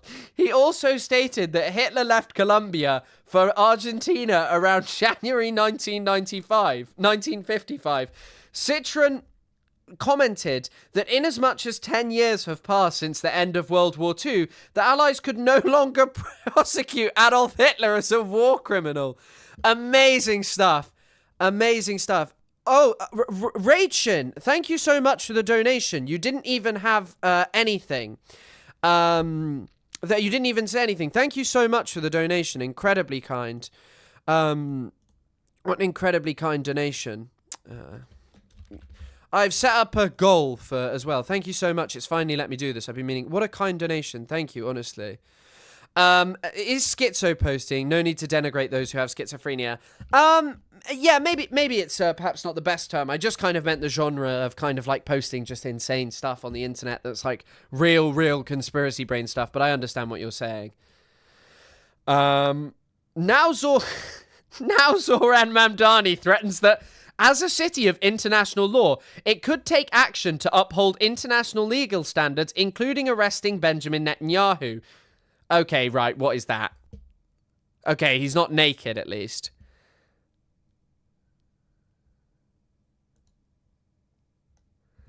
This guy, okay, I'm not going to read any more of this guy's account, but he does have an amazing post here. I welcome this type of anti-Semitism. The final stage of anti-Semitism is realizing that we should all operate like Jewish people. I'm not even going to read it as it's written. They keep everything in their own communities. They're about the bag and don't glorify being poor like conservatives. High verbal IQ and amazing communication skills. Imagine if you started operating like that. How much better off you and your people would be. It's cope not to respect it. Amazing stuff. Reese the Bruh, chief executive of the Sabre Sups cash generator. He's the chief executive cash generator of Sabre Sups. But luckily, sorry, this is some real bizarre stuff going on here.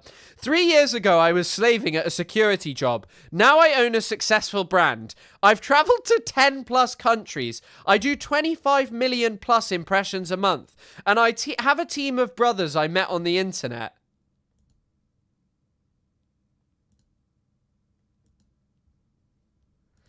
I do not believe 12-hour overnight shifts fighting home 12-hour overnight shifts fighting homeless people, being depressed. That was life as a security guard.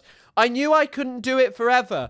Found out about online money around that time, specifically copywriting, so I bought some courses and books. I quit. This is the guy. Jesus Christ, this is bizarre posting. Yeah, okay, we'll use the term bizarre posting. And I know that this is rage bait, but I am very interested. Also, I am sorry to Noah Sampson, but there a little bit of me when Noah Sampson has a beard and stuff and his hair was dyed blonde. He had a bit of grey. He looked a little bit like Graham Plattner, is all I'm saying. So, I'm sorry to Noah Sampson. I don't think you have any association, and I think, Noah, you're actually way more handsome than Mr. Plattner, but I don't know. I actually, looking at it now, I don't see it, and this guy actually kind of looks more like him. I learnt about online money. This is what a cash generator looks like, and it's certainly... One of the indications of a struggling life in modern capitalist society is fighting homeless people. I am really surprised that he did not include, like, fighting homeless people as being a lesson in terms of in terms of this. And it's not a stray. I think Noah's great. I think Noah's great. Noah, please. I quit my job. I had no clients and barely any knowledge. All I had was $5,000 in saving. So I used $1,000 on a flight and $1,000 on an apartment. And I moved to Thailand. Everybody thought it was stupid. My mum didn't understand. But son, you'd have a good job, son. Didn't matter to me. I felt like I was free for the first time in my life, in a foreign country with no boss, but the clock was ticking. I only had 3K left, no cash flow, back against the wall. This guy has learned his lesson from fighting against the homeless as a means to shape his identity. I hope you're all enjoying this random tangent looking at this guy's post.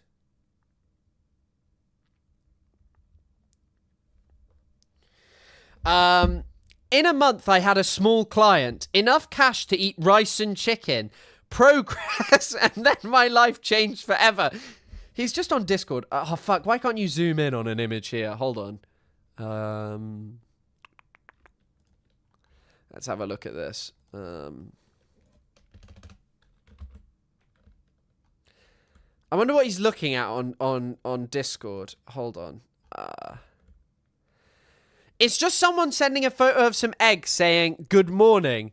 You took it out of context. It's a dangerous thing, but honestly, fucking helpful. True pride. This one up here, this top one, says, "True pride." You guys are going to love the way that I'm, like, examining this. I'm looking at a really zoomed in Google document here.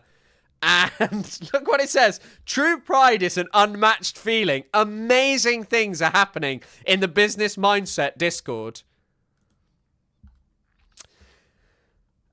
I joined twitter.com. It's actually called x.com. Initially, I just wanted to see what was going on in the online business space. I was a lurker, but I started commenting, and people liked what I was saying.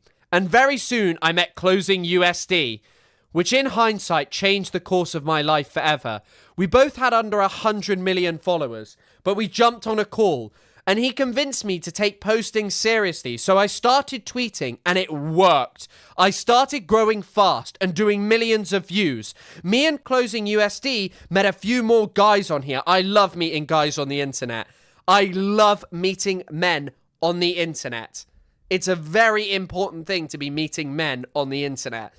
If you guys are not meeting men on the internet, then I don't know what you should be doing.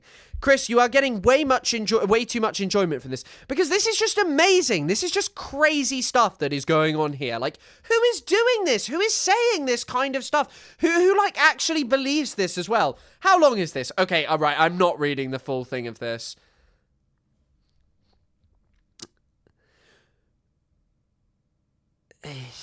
Jesus Christ. He just also really reminds me of some of the most idiotic people that I've encountered on the internet. Like, just really, really ridiculously stupid people who are like, how to... Ollie Dobson strongly reminds me of this. Ollie Dobson, one of my favourite content creators in the world, who just talks about, like, why you should quit your 9 to 5 and become a men's coach. And it's just like...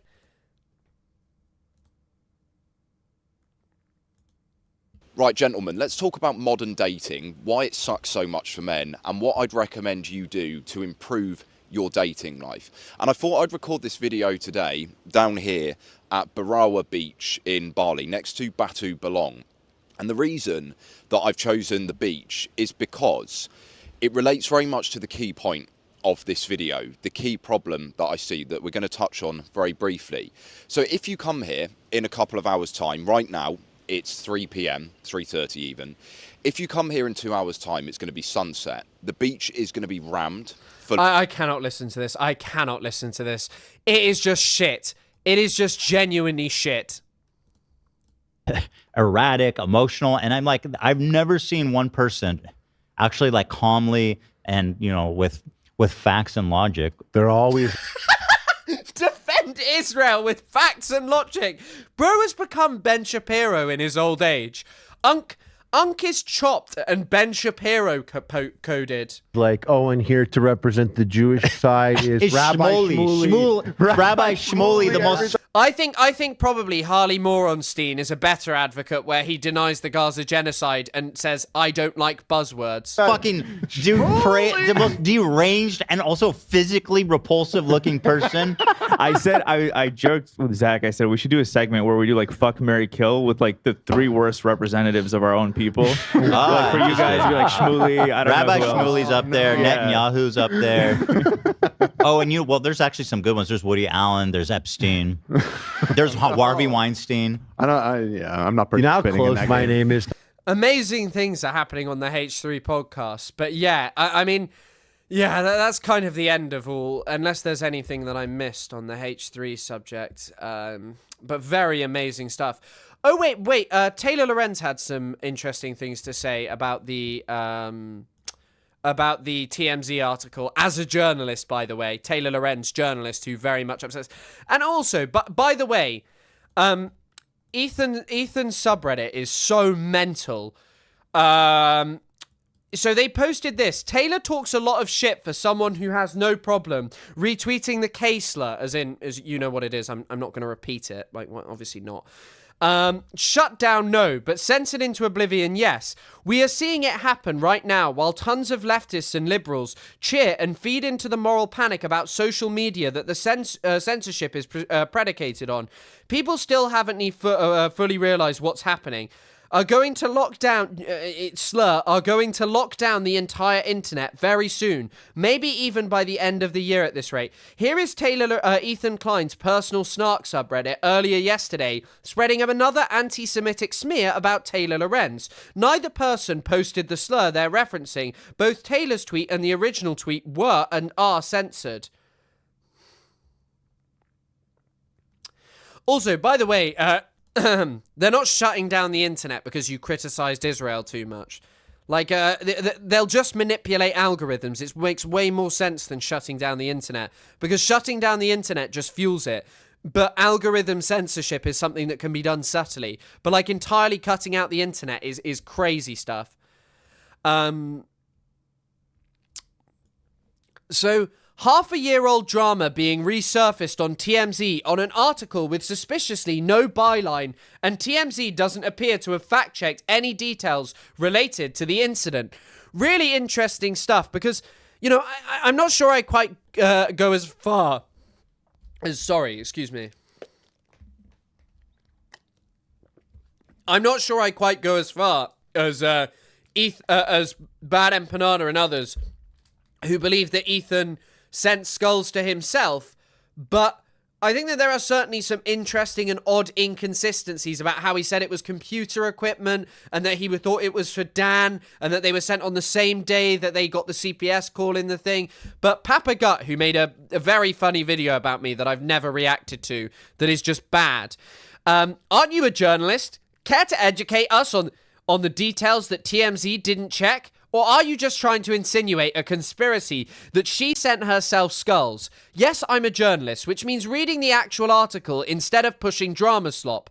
TMZ did not get a comment from Skulls Unlimited, and it's completely unknown who sent the skulls to the client's home address or what the motivation was. These were extremely expensive prop skulls, not something someone would send casually. I doubt Healer would send them to herself, but we have no idea who actually sent them or why, and it's incredibly irresponsible to speculate based on zero information from the vendor. Someone is claiming here that the skulls can only be sent to medical facilities and research facilities, which is probably not true. Seemingly you can just buy private skulls. I remember someone was talking about it. It's just like generally a very shitty industry. And I feel like just imagine dying and then just ending up on the H3 podcasts. It's not a good thing. It would not be a good thing. I think I'd be very upset if I died and my skull ended up on the H3 podcast.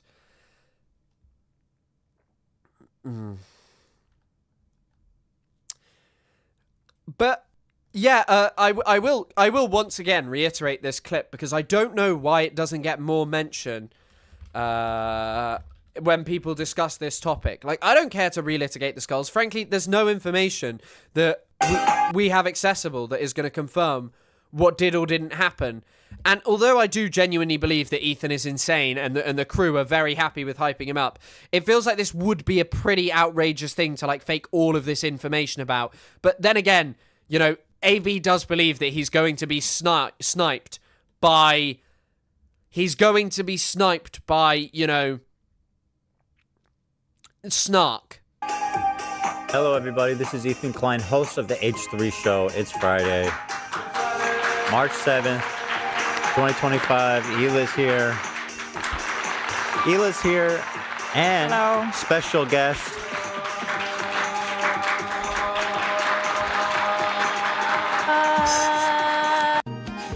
I think you're muted.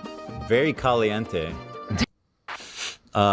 Listen, in our long career of being influencers in the public sphere, we've been swatted several times. People say, "Hey, I killed my wife and kids, and I'm in the closet, and I'm gonna kill myself." And I put bombs around the house. It's usually something like that, and then the helicopters come, fire trucks come, police come. I remember it happened where they went around the perimeter of our house and Shredder got out. It was so scary. That part was so scary. We weren't there at the time. We've also had the FBI come to our house, actually, at this point, several times. One of them being to tell us not to open any packages until further notice. Yeah. Those were all, I'm pretty sure, from more like on the right side of anti-Semitism, Nazi-adjacent types of shit. And we knew that because one of the guys who doxed us, I was getting letters from the Department of Justice for like an entire year updating me on this guy's case. Yeah. Who's a member of, what's happening? It's fixing my camera, I think. It just seems really, really, really interesting that he mentioned specifically in this podcast, like, apparently this was pre the skulls. I don't really know. Seemingly it was pre the skulls. Who fucking knows? But either way, that he mentions here, he was like, the FBI have told us don't open packages that are like, you know, you don't know what they are. And this one said Skulls Unlimited, because Taylor Lorenz tweeted something.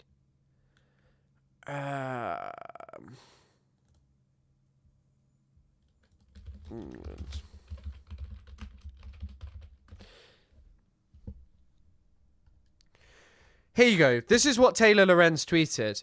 As annoying as it is when Ethan Klein blatantly lies about me, I've seen people saying that he also lied about receiving skulls. I want to debunk this because he did in fact receive skulls. They shared photos of the packages they received with me when I was attempting to help them. I just feel like he's previously stated here that the FBI have told him do not open packages. Like, look, you know, if I'm getting packages, and also he says here that he was pretty sure that they were from a neo-Nazi, and that's when he talked to the FBI about the skulls, and he's mentioned the FBI in the context of the skulls in this, and so I think that is an interesting point which just isn't discussed. Trump is meeting MBS right now. Is he? Is there a video? MBS. Are they fucking? Or what's going on? An Epstein friendship meetup? But yeah, okay. That is enough Ethan Klein for the day. We're gonna stop that now because now we have another very interesting topic to get into, which is Noam Chomsky's relationship with Jeffrey Epstein. Now, this isn't something that necessarily was like fully unknown in terms of Chomsky's relationship with Jeffrey Epstein. Hassan has a really old video about this. Noam Chomsky hung out with Epstein, soy face. This is old Hassan Piker content, but yeah, it's pretty disappointing in terms of what it is, because Noam Chomsky is someone, you know, who I've read multiple books of. And I think is someone who is, you know, an inspiration to many, but unfortunately, he's also a really, really disappointing figure. Like, this is really, really fucking disappointing. And the extent to which this was going on is really horrifying, and I think it's it bears mentioning and it bears discussing what really happened with Chomsky and Epstein. And I think the first thing to go into is this, which is not necessarily majorly new information. This is his letter of recommendation, I believe, when Epstein was in prison. So we'll just read through this. I'm not going to do an impression of Noam Chomsky's voice. I was just thinking about it then, but it's just like, I met Jeffrey Epstein half a dozen times. I met Jeffrey Epstein half a dozen years ago. We have been in regular contact since, with many long and often in-depth conversations about a wide range of topics, including our own specialities and professional work, but a host of others where we have shared interests. It has been a most valuable experience for me. Like, by the way, this is a crazy way to start a letter about Jeffrey Epstein, as ostensibly, like, you know, as someone who is, like, you know, a leftist, an anti-capitalist figure. It feels pretty crazy, you know. Burp Reynolds, thanks for the $2. Thanks so much from these streams. Sending love from Philly. Thank you for your support and everyone who's watching and stuff. It's really helping, and it's making this much more possible. Well, to do, like, full time. And you'll know I'm, like, pulling away from other socials because I am in really... Like, I was kind of worried when I got back from Canada that I wouldn't be, like, loving this as much because I hadn't felt this desire to stream. But yeah. And I'll mention one more thing about Ethan. The tics are a product of his neglected mental health. Yes, look at the fact of, like, where Ethan's tics are at their worst. It's clear, and they've worsened over the time with stress and all of this stuff. But much of that is self-inflicted by having people around him. By having people around him who are sycophants. But yeah, anyway. What did he talk to Epstein about their professions? Jeffrey Epstein was a wealth manager. Like, was he just talking about how you hide money from people? And Chomsky was like, bro, that is sick as fuck.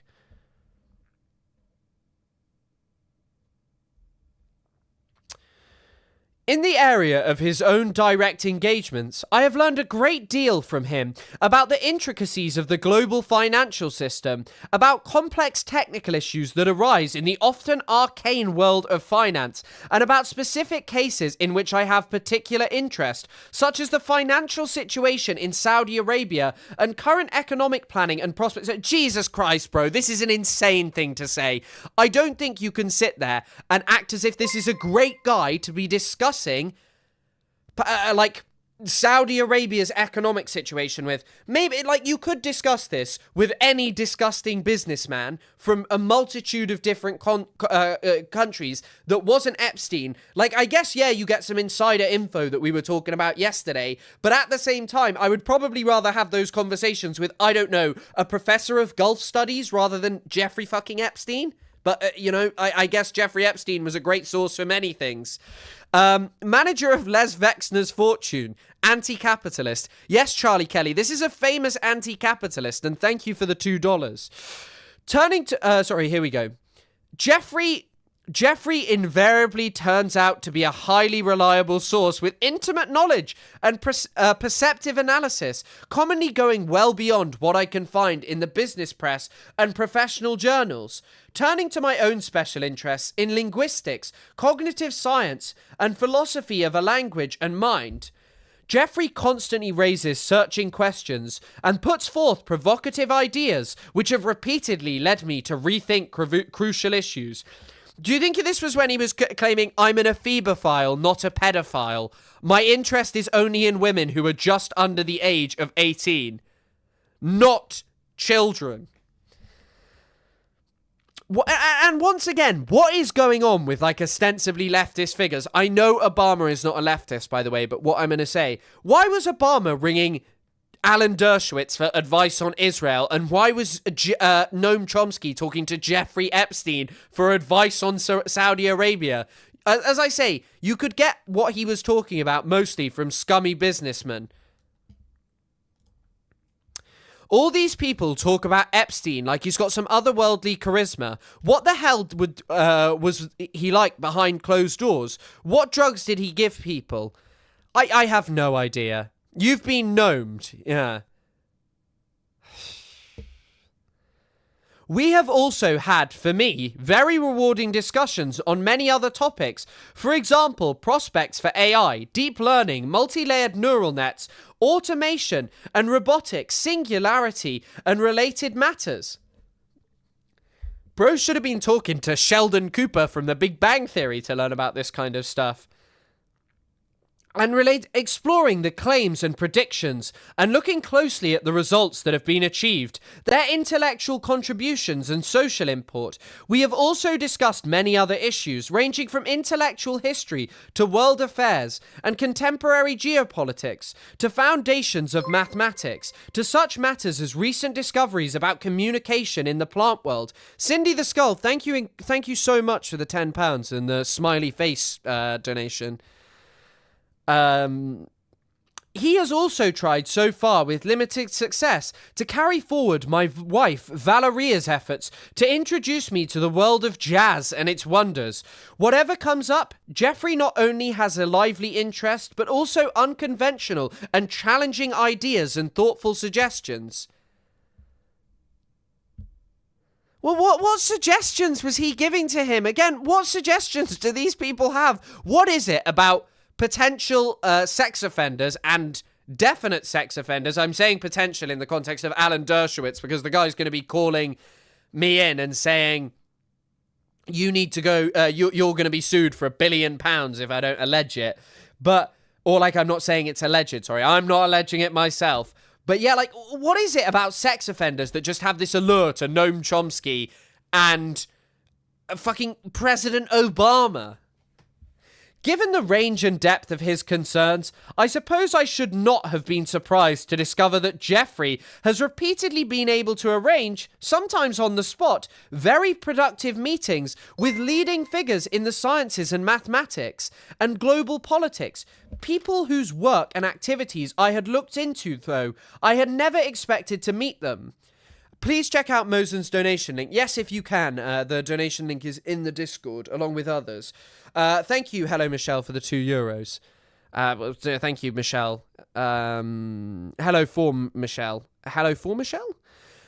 Sex offenders, plural. Yes, these people were communicating with sex offenders a lot. I'm a jazz head, and I'm so mad about hearing about this. Alan Dershowitz is a big, ugly pedophile, alleges commentator in the chat.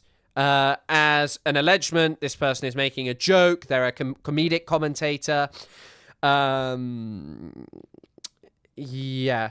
It's about very productive meetings, global politics, who's to meet them. Once when we were discussing the Oslo agreements, Jeffrey picked up the phone and called the Norwegian diplomat who supervised them, leading to a lively interchange.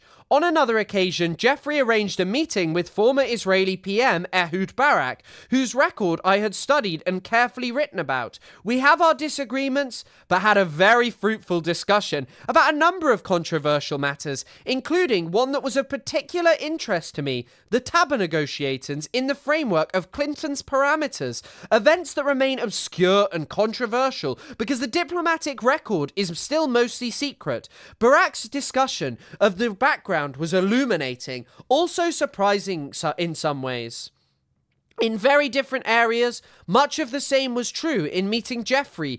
In meetings Jeffrey arranged with evolutionary biologists, neuroscientists, mathematicians and computer scientists. Several of them exchanged in exciting work at the limit... Sorry, I'll move my cameras away. Several of them exchanged in exciting work at the limits of understanding in their fields. Do you think he got to meet Peter Thiel and he was like, this guy is fucking crazy. I have never in my life as a linguist met one guy who is so fucking drugged up as Peter Thiel and yet an incredibly successful businessman. I am all in for this guy. He was probably amazed by some of Epstein's connections, but yeah. And yeah, we had our disagreements. Like, yeah, one has to wonder what said disagreements want. More lively interchanges, in which Jeffrey was once again an active participant, often had an effective gadfly. The impact of Jeffrey's limitless curiosity, extensive knowledge, penetrating insights. Bro, why are you saying penetrating insights about someone who is a sex offender? Without a trace of... and thoughtful appraisals is only heightened by his easy informality, without a trace of pretentiousness. He quickly became a highly valued friend and a regular source of intellectual exchange and stimulation. Calling him a highly valued friend is crazy. This is just a crazy letter of recommendation to be writing for Jeffrey Epstein. I'm sorry. It was well known that Jeffrey Epstein was a pedophile. If you spent time with him, you would have heard the rumors. It's the same thing with Jimmy Savile. Most people knew about the things about him. But this isn't really where the Noam Chomsky Epstein stuff ends. That's not necessarily something that is that new. The writing of, a really happy thing.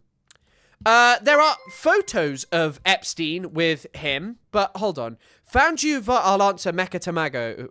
US, thanks for the $5. Found you via Hassan. Hello from the US. Tell Andrew to put the chips in the bag. Put the chips in the bag, bro. Thank you so much again, and thank you for everyone who supports. That's not what I wanted to show. I was going to show you my stream plan, which is just Hassan talking about his trip to China. Oh no! You're going to see that I was going to talk about that. If I'm to strike anything from the record today, by the way, it'll be that. Oh, here we go. So, here we have another amazing commentary from Noam Chomsky about his discussions with Jeffrey Epstein. So Noam Chomsky sent a message to Jeffrey Epstein saying, "Good photos, thanks, good memories." The photo is of a very aged Noam Chomsky and Ehud Barak. And that's apparently a good memory? I thought they were having heated discussions? What is going on with Noam Chomsky? What are these two doing together? What was so awesome about him? We have others about him talking to Epstein. Motherfucker. Hold on. I just need to hide my screen quickly. Noam Chomo is brutal. Here we go. Right. So we have him discussing. Here we have one of said amazing conversations between the two of them. So, from Noam Chomsky to Jeffrey E. Vacation. Neat indeed. I'm writing about the Iran deal. So far have only sent a paragraph in response to requests below. On Iran, as usual... okay, wait, I probably need to hide some stuff here so we can see it. Yeah, I'll move my camera up. I really need to sort out some stream stuff. And again, thank you all. Well, I cannot reiterate enough that this is, really exciting that I'm able to do this. On Iran, as usual, I'm a gloomy contrarian. I'm glad the treaty was signed, and it's kind of fun to watch the Republican lunatics shrieking hysterically as they try to kill it as they may. And Israeli hypocrisy has gone well beyond being comical. But in fact, the whole thing is farcical, in my opinion. In the US, Iran is the greatest threat to world peace, intoned constantly from on high in the media everywhere. There is also such a thing as world opinion, as measured by such ultra-radicals as Gallup.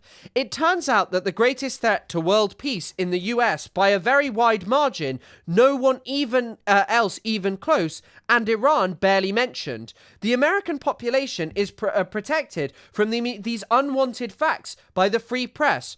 Not reported. What?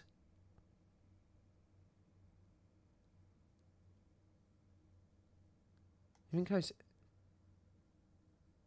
What? I don't know what he's even saying there. This is not very well written. There is an organization called US Intelligence. They brief Congress regularly on international security situation, all quite public. On Iran, I should say. On Iran, they point out that it has very limited military power, even by regional standards. A small fraction of Saudi Arabia, for example. Its strategic doctrine is defensive. A big if, it has plans for nuclear weapons. That would be part of its deterrent strategy. By the way, that's also what the axis of resistance technically is, but it also requires quite offensive policies in places like Syria. You literally read it wrong. That's the joke. I'm saying it's Iran, because that's how they say it. I know it's Iran. It's Iran. سلام من از ایرانم من ایرانیم من در ایران زندگی میکنم این خیلی خیلی خوب است. Now, who would be opposed to Iran having a deterrent strategy? Answer is clear. The rogue states that rampage violently in the region and don't want any impediment. The US and Israel, also lesser ones like the UK and France. Why the UK catching strays in here? I thought the UK was good, right? One simple way to reduce the threat of nuclear weapons would be to establish a nuclear weapons-free zone in the region, as has been done elsewhere over US objections. That's been advocated by the Arab states for 20 years, with very wide global support, including Iran. It comes up regularly at the 5-year review meetings of the Non-Proliferation Treaty at the UN. Again, a few months ago, when again it was blocked by the US to protect its Israeli client, which has a huge nuclear weapons arsenal and wants to keep it. This is all pretty good analysis. Oh, thank you. Yeah, I must have just read it wrong. Sorry. Again, the population is protected from such facts by the free press, though in this case there are some fringe exceptions, and of course the arms control literature. Same with the rest of the litany. Reading the US and UK press is like living in some lunatic asylum. I'm wondering whether to write about it again. Have done so repeatedly. It's like talking to a wall. Iran has an awful government, though by the standards of such US allies as Saudi Arabia, it's practically haven. Yeah, by the way, that is categorically true. Saudi Arabia has a weaker democracy than Iran. Nevertheless, better to have the treaty than not, given the nature of the asylum. No. I really find it amusing. So wait, he forwarded this to Ehud Barak. Hi, Jeff. I really find it amusing. I don't agree with everything he says, but it is fascinating. Bibi, as in Benjamin Netanyahu, one has to assume. Sorry, I'll move my camera. Bibi is making historic mistakes, as he likes to blame others, both vis-a-vis Obama, as well as in regard to the American Jewry, and causes direct damage to Israel. Noam is so sharp and focused. Really impressive. I did not fully understand how the fallacy he seeks in the attitude to the ants example is related to big data illusions, an area, deep learning, I spent some time recently trying to better penetrate. Why are these guys always talking about better penetrating things? By the way, the series of cubic differences should look 7193761, not 21. We greatly enjoyed staying in 60-second. We plan to be back in late August for several weeks, having some speeches to make. Will you still be in NM? Where do you think NM is? If positive, we might come over for a few days. Please let us know. Best from Nilly as well. Regards, EB, Ehud Barak. So there's Ehud Barak talking about his stay and what he thinks about these kind of things. And yes, the term Jewry does sound like a slur. It doesn't really sound like the correct terms.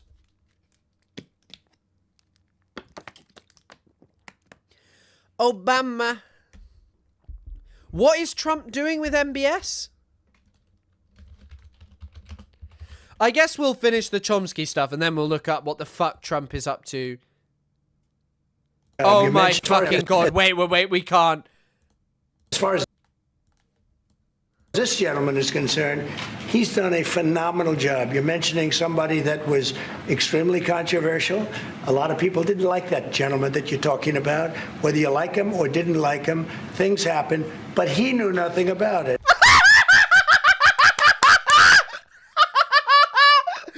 Amazing things are happening in the White House. Whether you like him or not, this gentleman knew nothing about it. Amazing things are happening. And we can leave it at that. You don't have to embarrass our guest by asking a question like that. As far as this gentleman is concerned, he's done a phenomenal job. You're mentioning somebody that was... Why is he saying that? What? Oh my lord, amazing things are happening. Just, yeah, watching Mohammed bin Salman kind of just sit there and be like, Business in Saudi Arabia while you're president, is that a conflict of interest? President. Oh, there seems to be more of this exchange. From the Tennessee Holler, real journalism alert. ABC Mary Kay Bruce. Mr. President, for your family to be doing business in Saudi Arabia while you're president, is that a conflict of interest? And Your Royal Highness, the U.S. intelligence concluded that you orchestrated the brutal murder of a journalist. 9/11 families are furious that you are here in the Oval Office. Why should Americans trust you? And the same to you, Mr. President. Now, who are you with? I'm with ABC News, sir. You're with who? ABC News, sir. Fake news. ABC fake. He killed the journalist. Like, he killed Khashoggi. He killed Khashoggi. It's also so funny that so many of these people are just sat here like, who pretend like this is like a Trump issue, though. What was Biden doing with these dictators? He has a slightly colder policy towards the UAE and isn't cutting so many family deals, but... Fake news, one of the worst in the business, but I'll answer your question. I have nothing to do with the family business. I have left, and when I've devoted 100% of my energy. What my family does is fine. They do business all over. They've done very little with Saudi Arabia, actually. I'm sure they could do a lot.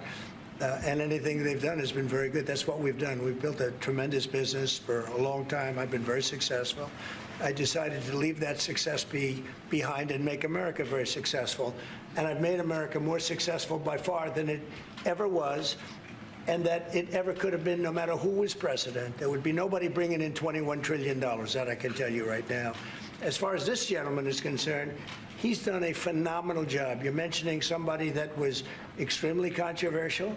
A lot of people... I feel like in the same breath mentioning a phenomenal job and then talking about the killing of a journalist is amazing stuff. There is crazy things happening right now between Trump and MBS.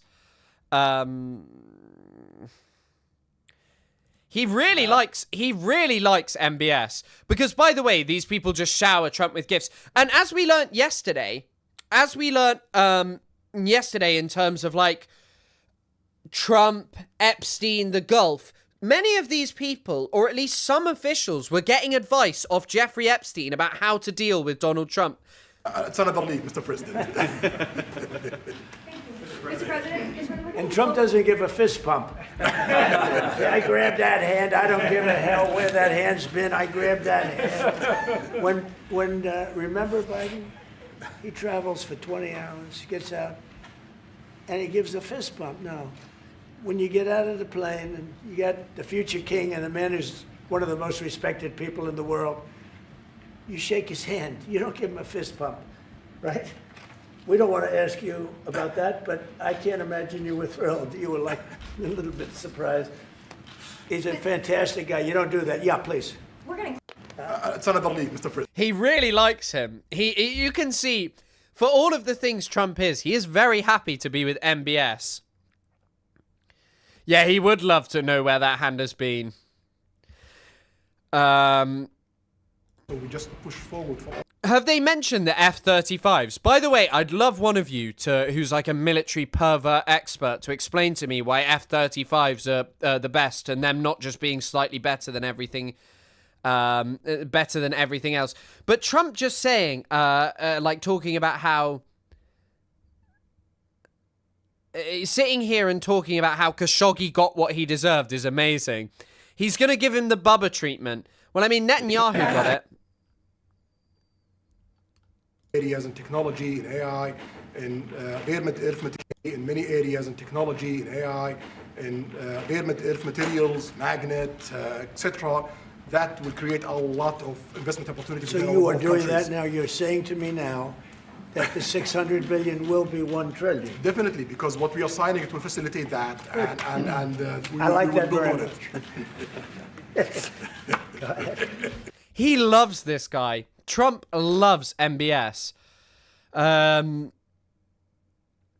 You're with a future king, a man who is respected, a man who doesn't have to be doing this. That doesn't have to be doing this, really. I don't have to be doing it either. And yet we're sitting here taking questions. We didn't say, oh, you can't talk about this. And there's never been transparency like this, even in his country. But there's never been, in our country, that's been acknowledged. But we didn't put restrictions. And I'm saying it's sort of wonderful to be taking questions from all over the world. Everybody's here. This is just a small group representative of Are there any other bangers? Because... Oh, okay. Okay, this is what I wanted to hear. Yeah. By the way, this is actually significant. Like, I asked one of you military perverts, and here's the answers we got. F-35s have the most modern stealth and weaponry. It's the way they talk to each other and coordinate, too, which makes them so deadly. Now, also, something that one of my friends said, who's a bit of a military pervert, is they've never actually faced against sophisticated air defense, right? Like, has an F-35 ever been against really sophisticated air defense? But I know that they're, like, the best in the world, like, real cutting edge. And that's why I know, like, most of us here are not military perverts, and most of us don't care. But this is actually quite a major shift, because F-35s were kind of promised to the United Arab Emirates during the Abraham Accords, but they never materialized there. They never actually happened. They never became a thing in terms of, like, the UAE getting them. But historically, all weaponry has always been supplied to Israel, especially aircraft technology, and not the rest of the region, because of the idea that Israel would like always be able to dominate the air in any kind of confrontation. So perhaps what we're going to see is the Abraham Accords. You are going to sell 35 F-35 jets. You are planning. You said you are planning to sell the F-35 jets to Saudi Arabia. Yeah. Is it part of the security agreement? And how you assess the defense partnership between Saudi Arabia and the United States? And the question was... Well, no, I just said it, though. I mean, we're going to sell them F-35s. That's the end of the question, I guess. Is it part of the security agreement or no? No, we're going to have a deal. They're going to purchase F-35s. They're buying them from Lockheed, and it's a great plane. We make, by the way, the best military equipment. You saw that during the Iran little skirmish. We make... He's a funny guy. Are these the same ones that are being used by the Israeli military? And by the way, I'm sorry to detract from the Noam Chomsky stuff, but we will get back and finish that. It's just, this is obviously big news. And I know, like, I am not a military pervert at all. And I'm glad that there are some of you who can, like, shore up, because in my understanding, it was like stealth and that kind of stuff, which people had talked about. And someone saying Su-57 is better in terms of maneuverability and anti-aircraft dodging once spotted. Interesting stuff. But yeah, like, this is actually, like, relatively significant, even if we don't care about this. And if so, how does that allow for the qualitative military edge for Israel? And then I want to ask you, because you brought up the plight of the Palestinians, are you aware of relocation flights to South Africa that are taking place right now? Which flights? There are relocation flights that are taking place. Some Palestinians are being charged up to $2,000 I'm not going to South Africa for the G20 because I think their policies on the extermination of people are unacceptable. Amazing in the same breath to answer a question about Israel and just say, I'm upset by South African extermination of people. Like, bro, you sell them the bombs. So I'm not going, so I won't refer to anything having to do with South Africa. South Africa has behaved extremely badly. But I will say that when you look at the F-35 and you're asking me, is it the same? I think it's going to be pretty similar, yeah. You know, how will that this is a great ally, and Israel's a great ally. And I know they'd like you to get planes of reduced caliber. I don't think that makes you too happy. They've been a great ally. Israel's been a great ally. And we're looking at that exactly right now. But as far as I'm concerned, I think they are both at a level where they should get top of the line. Yes, please. Amazing stuff as well, because obviously Saudi Arabia has been doing... Saudi Arabia has led a heinous bombardment campaign. And actually, you know what? I mentioned in the context of Israel, in the same breath as talking to Mohammed bin Salman, an authoritarian ruler responsible for the bombardment of Yemen, the killing of hundreds of thousands of people. Now we have him saying Palestinians are doing very actually. Syria. And will you visit Damascus? Are you from Syria? No, but Where are you from? I'm from Palestine. Oh. Making a lot of progress, huh? Very good. Well, they like me. The Palestinians like me. I do. It is just horrible to hear MBS sitting there and laughing with Donald Trump about Palestinians doing very well. The Palestinians are doing very well, actually. I think we're working very closely with a lot of people to make everybody happy, including Israel, the Palestinians, and everybody. It's very interesting. And will you? Palestinians are doing very well. Anyone that... So we've got MBS talking about Khashoggi now. It's really painful to hear, anyone that been losing his life for, no real purpose or not in a legal way. And it's been painful for us in Saudi Arabia. We've did all the right steps of investigation, etc. in Saudi Arabia, and we've improved our system to be sure that nothing happened like that, and it's painful and it's a huge mistake, and we are doing our best that this doesn't happen again. Mr. President, this side, Mr. Thank you, Mr. President. I just want to reiterate this. Urgent action from 2009. A Saudi Arabian man was beheaded and crucified.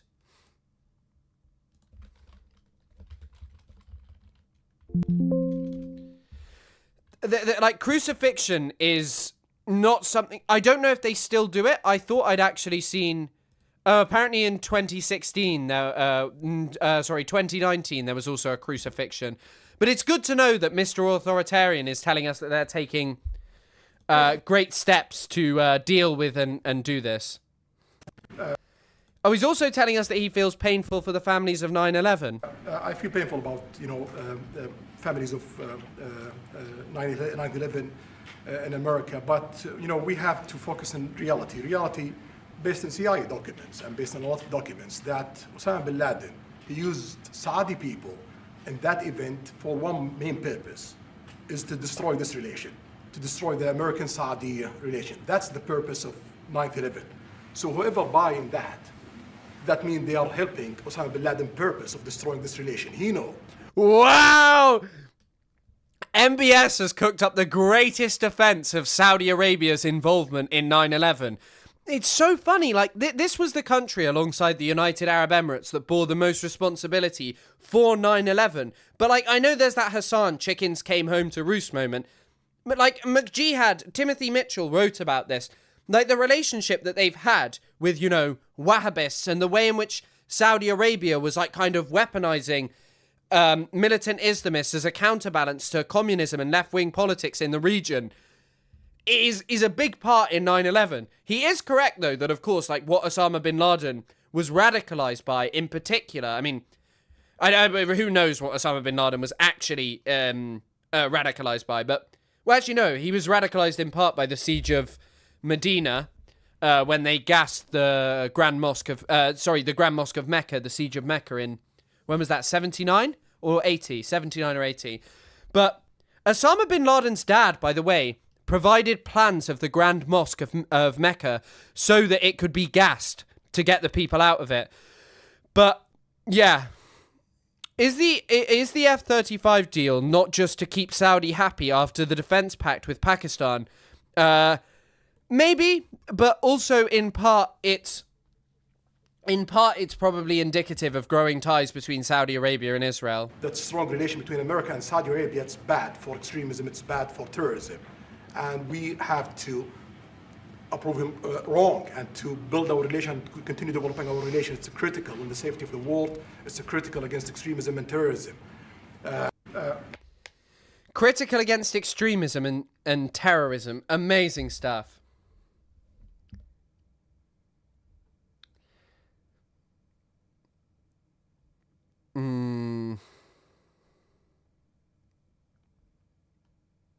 Questions, but I want to just... So, just in wrapping up, we'll take a couple of questions, but I want to just tell you what an honor it is to be your friend, and I very much appreciate the investment of now $1 trillion, okay? I'm glad you got that out. I didn't want to be the one to tell them, but that's great news. You keep increasing, Mr. President. I know. Each time the opportunities are just increasing more. It's so funny that MBS is just like smiling and laughing. I think he knows that they're not giving $1 trillion. I think that this is just completely untrue. Chris, can you say burgers? Thank you for the $2, Trimos, but I don't dance for anyone. But I do like saying burgers. Burgers! Welcome to the Burger Reich. Welcome to the Burger Reich, Mr. MBS. Just yesterday, I was telling Ronald. I just want to thank you. We've been really good friends. Just the attack. Nobody let us do it until you came along, and I let them do it because it was the right thing to do. You can't have a nuclear Iran. And so we put you in a very good position. But I just want to say it's an honor to be your friend, and it's an honor that you're here. And if you'd like to say a few words, but thank you very much. Well, thank you, Mr. President. This relation, and they China got the construction deal to rebuild Israel, nothing for Palestinians. What do you mean, to deal to rebuild Israel? What are you talking about? Props to the ABC America, lol. Fuck, what happened the closed door deal with Qatar and the $400 billion gift? I don't even know what's happening there. I don't even know what is happening. There is so much going on with this fucking shit. We use tariffs to bring money in, and you're going to see the results in a year when these plants open up. What is he even talking about?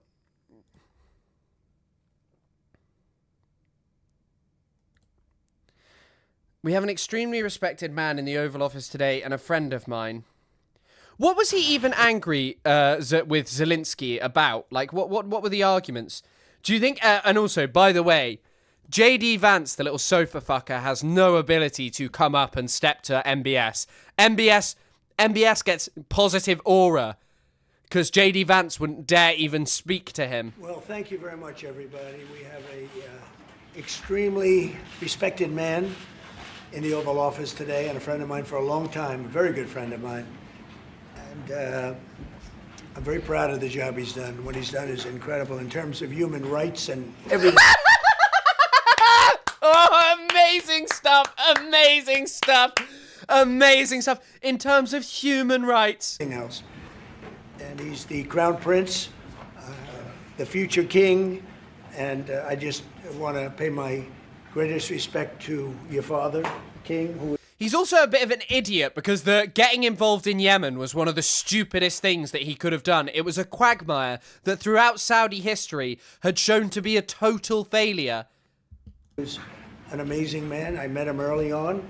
He greeted me at the airport at an age that was pretty high up there, and it was about 117 degrees, and he was standing on the red carpet as I came out of the plane, and he's amazing. Well, thank you.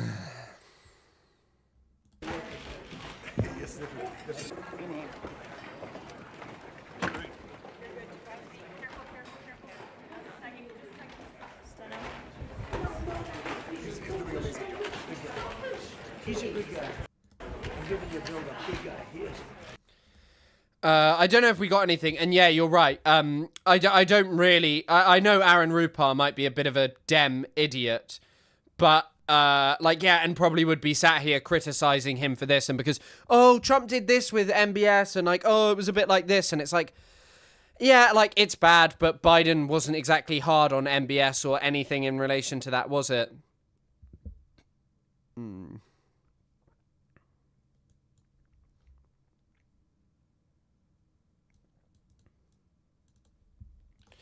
There's apparently Trump calling someone a terrible reporter. Let me see if I can find that.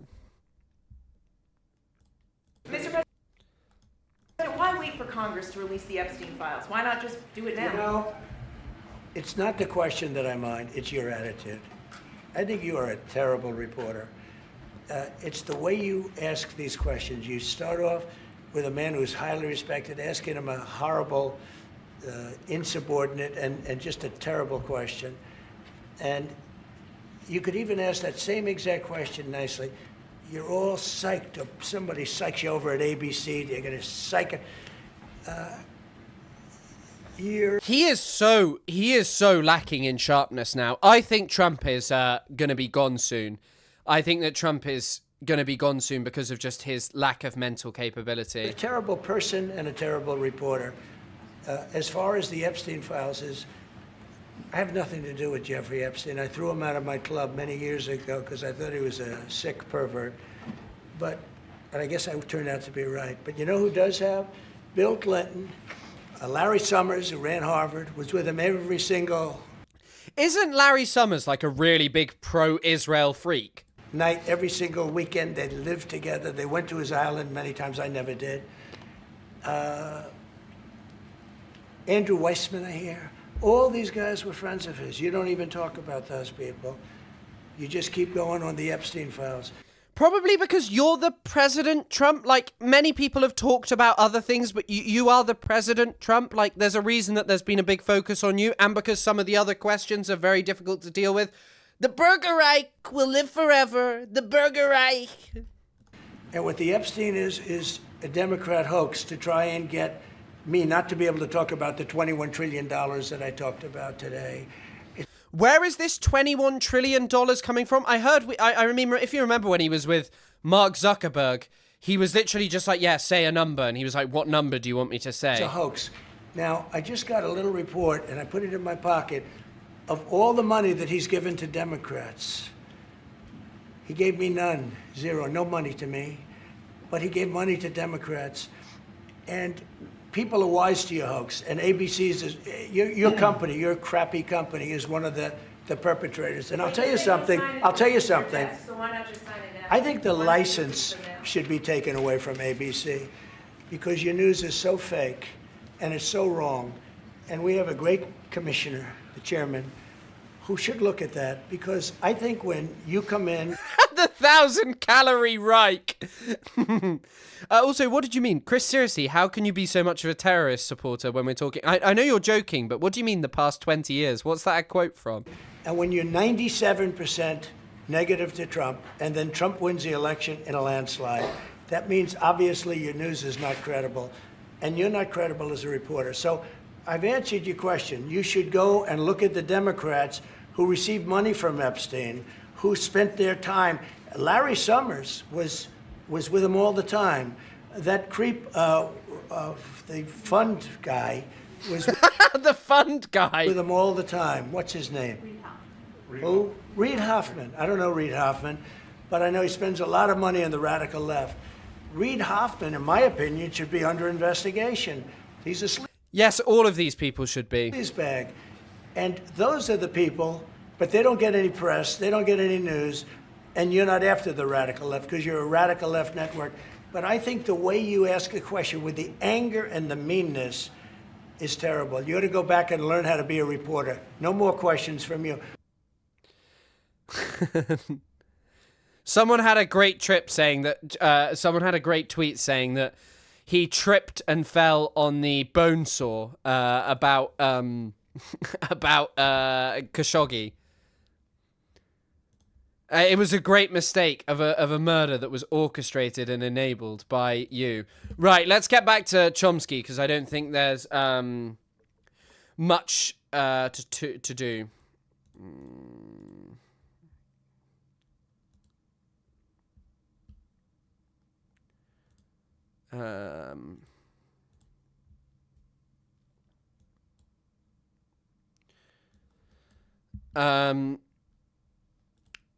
So here we have, I'm going to have to move the chat, sorry. So here we have Ehud Barak sending an email to Jeffrey Epstein, CCing in Noam Chomsky. And here's Jeffrey. Ehud Noam. Ehud Noam Ehud, as in he's like introducing them. Would 3 p.m. work on the 16th in Cambridge? We could do Institute, One Brattle, Private ETC, or anyone else. You guys choose. To be fair, I guess we have to give Chomsky some more credit because one of the reasons that he may have been so friendly with Jeffrey Epstein is because of Jeffrey Epstein's incredible ability to type so fucking badly. He was a linguist after all, Mr. Chomsky, and he was probably interested. How do sex offenders type? Maybe why he maintained a friendship with Woody Allen too. I don't know. It's worth looking into and thinking about. Hi, Jeff. 3 p.m. would work for me. Choose either place and let me know. Looking forward. Best, Ehud Barak. You know it's good when you're emailing Ehud Barak. That's how you know you made it. People think it's when you make your first milli. Oh, aye.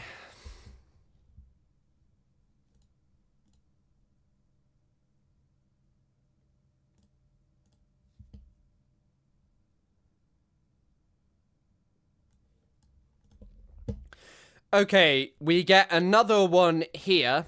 Okay, right. To Noam Chomsky from Jeffrey Epstein. What was the highlight? Caribbean is close to Brazil. If you wanted, you are always welcome. And Valeria can meet you there. To Noam Chomsky. Then we have Noam Chomsky wrote, highlight, a chance to spend some free time alone together, some good concerts, an evening in a small jazz cafe with jazz duo playing Brazilian jazz. Things like that. Still eager to make it to the Caribbean, but looks as though we'll have to wait. This is just generally like conversational shit of them just planning to meet. Brexit, Trump, Syria, Ukraine. All tribal. Amazing analysis from Jeffrey Epstein. Truly a scintillating conversation from the two of them.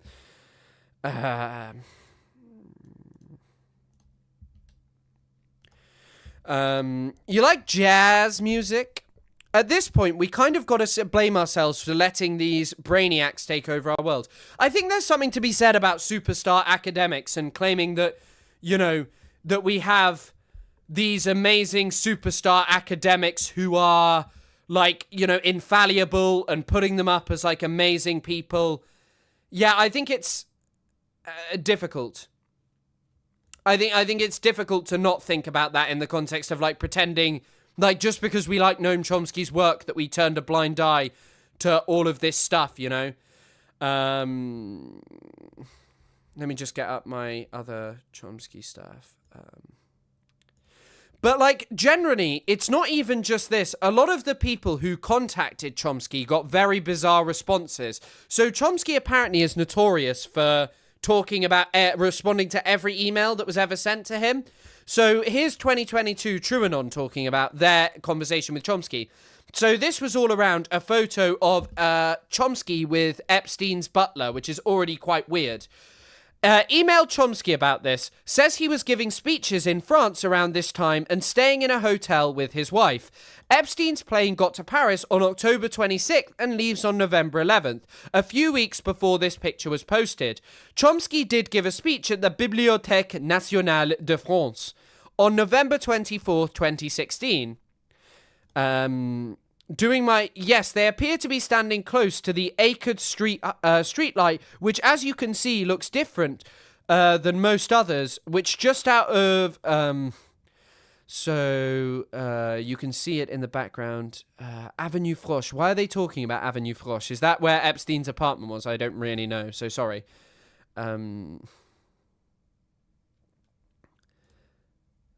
Emailed him a couple more times with follow-ups, specifically if he ever met Epstein or stayed at / went to the Paris apartment. Also wonder if other MIT people went to it too. Seems like the most obvious connection. Chomsky responded to my 2 follow-up emails asking if he met with Epstein. He said he keeps away from personal matters which aren't anyone's business, aside from stuff in print such as his meeting at Harvard with Ehud Barak arranged by Jeffrey Epstein. So that's the one we got a photo of, and then we heard it's this amazing thing. Is one of their trained young Russian model pilots, I believe. Really? Apparently it's a trained Russian model pilot?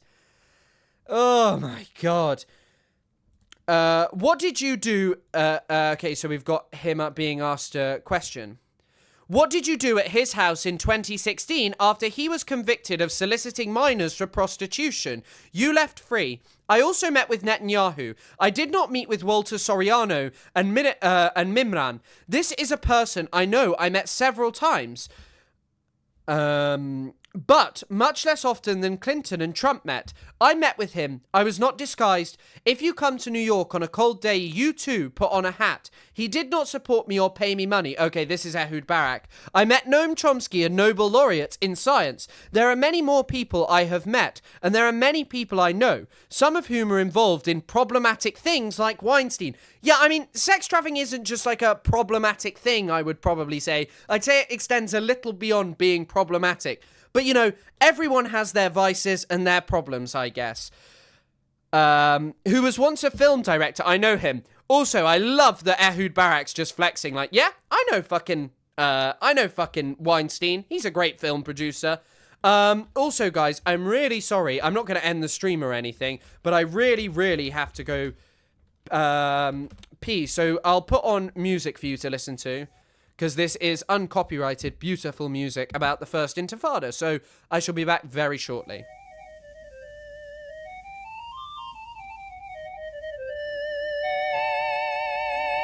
أقسم بثورتنا التي قدستها وسهرت في نيرانها سجاني. أقسم بثورتنا التي كللتها بعزيمة وبمدفع وأماني. أفديك ما فوق الفداء بثورة تلقى الثريا عندها بركاني.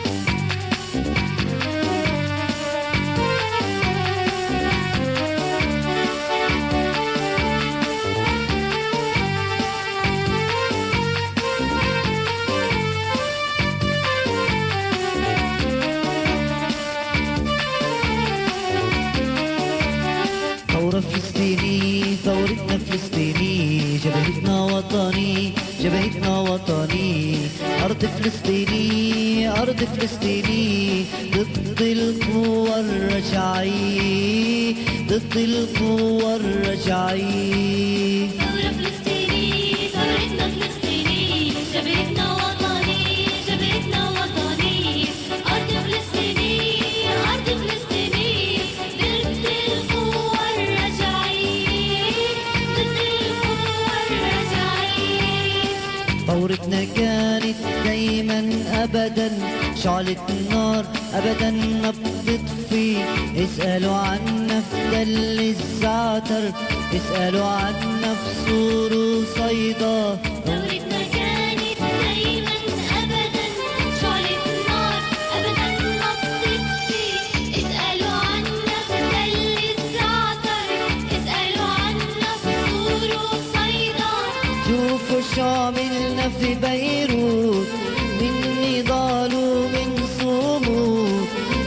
This is from the Second Intifada. It's really, really good music, by the way. The whole album's great. He was arrested by Israel for this music. I mention this every time because it's so interesting. Really good stuff. And yeah, the whole album is great. Yeah, this whole album is great. Yeah, I love Intifada, the one that's like, Intifada. That's a banger. When you need to pee, lol. Yes, bang it. Sorry, it's just like I don't normally pee on stream. Like, and I know you're all gonna be like, haha, you pee on stream, hee hee hee, cheeky buggers. But no. Let's just go back into the stuff. According to Michael Wolff, too famous Jeffrey Epstein had a framed photo. This definitely gives some context to the photo of him and the butler. It was just also, now we have more context. You have to say this was like in 2021. But realistically, people were aware of this kind of stuff. And this is one of my favorite tweets. Once again, exposing why did everyone think just like calling and messaging Epstein about random shit going on was like this awesome idea. Oh, fuck.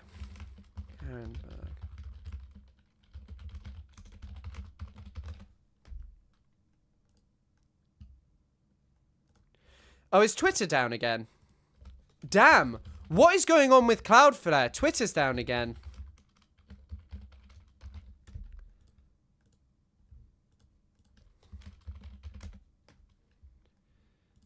Oh, that's so annoying. Fuck, that's going to kill a couple of things that I wanted.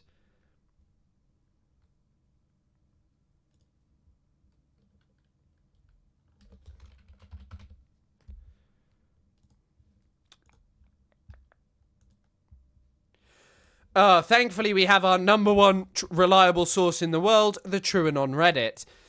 Chomsky, while visiting Lula in prison, called Epstein. Message. Chomsky called me from prison with Lula. What a world. Sorry, Chomsky called me with Lula from prison. What a world.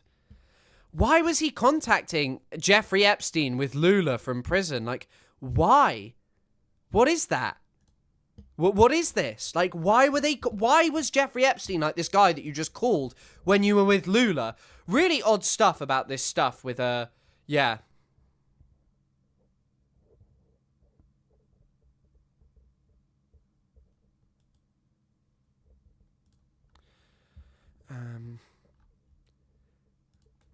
Someone is saying that this is a fake claim, but it doesn't seem to be. Glenn Greenwald says it's a fake claim, or no, I don't know. No, he doesn't say it's a fake claim. I'm not actually 100% sure.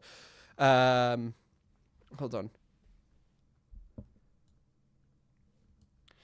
I spoke with Valeria Chomsky, wife of Noam, who says that the claim that Epstein made in his private emails that Chomsky called to Epstein while visiting Lula in prison is false. As Chomsky's wife, I participated with him in a visit to President Lula in prison on September 20th, 2018. I clarified that we had to leave our cell phones at reception and were searched by the federal prison police before the visit began. I was present throughout the visit and acted as interpreter for the conversation between President Lula and Noam Chomsky. Interesting stuff. Why was he claiming this? We don't know. But realistically, even if that's not true, we got some crazy stuff. We have a great defense here from the mouth of Noam Chomsky himself. One of the things I did want to make sure that I asked you about, a lot of these issues we've been talking about in many ways seem to fall back to a lack of accountability for especially people in power. And it really does seem like when you get to a certain level of wealth and power that you're really just not going to face the kind of consequences that ordinary people would face. And one of the cases recently that has really underscored that phenomenon in a dramatic way was the case of Jeffrey Epstein. And I only ask you because he was vaguely affiliated with MIT, where you had taught for many years, and he had donated to the Media Lab, interacted with top scientists and intellectuals. And this is after his first conviction, which the MIT Media Lab knew about. After the conviction, but also after his serving his sentence. There's a principle of Western law that once a person has served a sentence, he's the same as everybody else. It seems to be forgotten. This is just an amazing defense of Jeffrey Epstein. He served his prison time and he was reformed. It's pretty obvious that he was not reformed. Maybe he just hid that from Chomsky, but I feel like pretty hard to hide it. But sorry, but Chomsky also maintained a relationship with Woody Allen as well. Woody Allen never went to prison or was held to account for his crimes. There's some other interesting questions. Jeffrey Epstein gave, I don't know what, say $1 million to MIT. Is he the worst person who's contributed to MIT? What about in my office at MIT, when I was there, I'm not there anymore, I looked out the window of my office and I saw the David Koch Cancer Center. David Koch is surely a candidate for being one of the most extraordinary criminals in human history. I already described what he did. He was personally responsible for shifting the Republican Party from being moderately sane on, minimally sane on global warming, to being the most dangerous organization in human history, which may destroy us all. Is that serious? Seems to be pretty serious. Yeah, I feel like we got to start asking the Chomsky. Is he cooked? Is Unc cooked? Does anybody say anything about that? Well, take a look. When David Koch died a couple of months ago, the Institute president produced a laudatory encomium about how he's one of the model MIT graduates. He did such wonderful things for MIT. He even funded the basketball team. Just a perfect person. Unc is really rambling here, telling us how he funded the basketball team. And no, I don't unfortunately have a dog. Something striking, strange about all this. Well, there's certainly hypocrisy there. But were you? Hypocrisy. Sorry, go ahead. I don't know if hypocrisy is the right word. I mean, think about it. Why this obsession, but not much more significant ones? Well, the only reason why it was intriguing to me was the fact that Alexander Acosta, the labor secretary and the prosecutor who had given him what people regarded as a lenient sentence, said that he was told he belonged to intelligence. That's fair enough. But then the criminal is Acosta. Sure. Okay. He saved the basketball team. How dare you criticize Epstein? How dare you criticize Coca?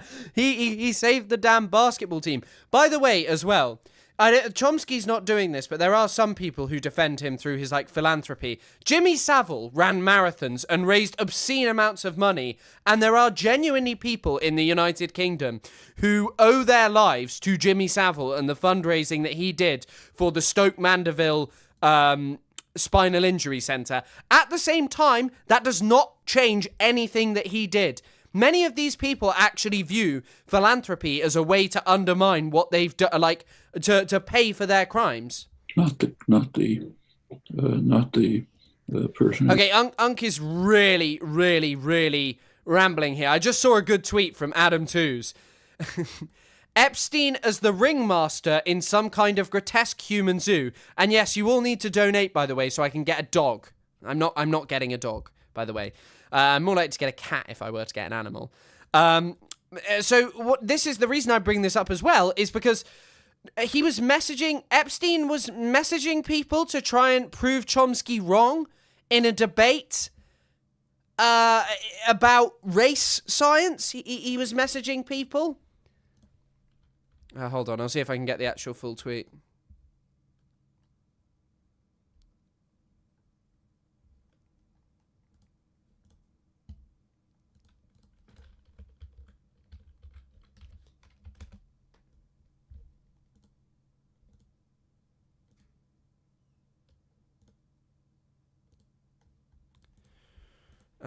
This doesn't actually seem to be the one that I'm looking for. Oh no, cognitive.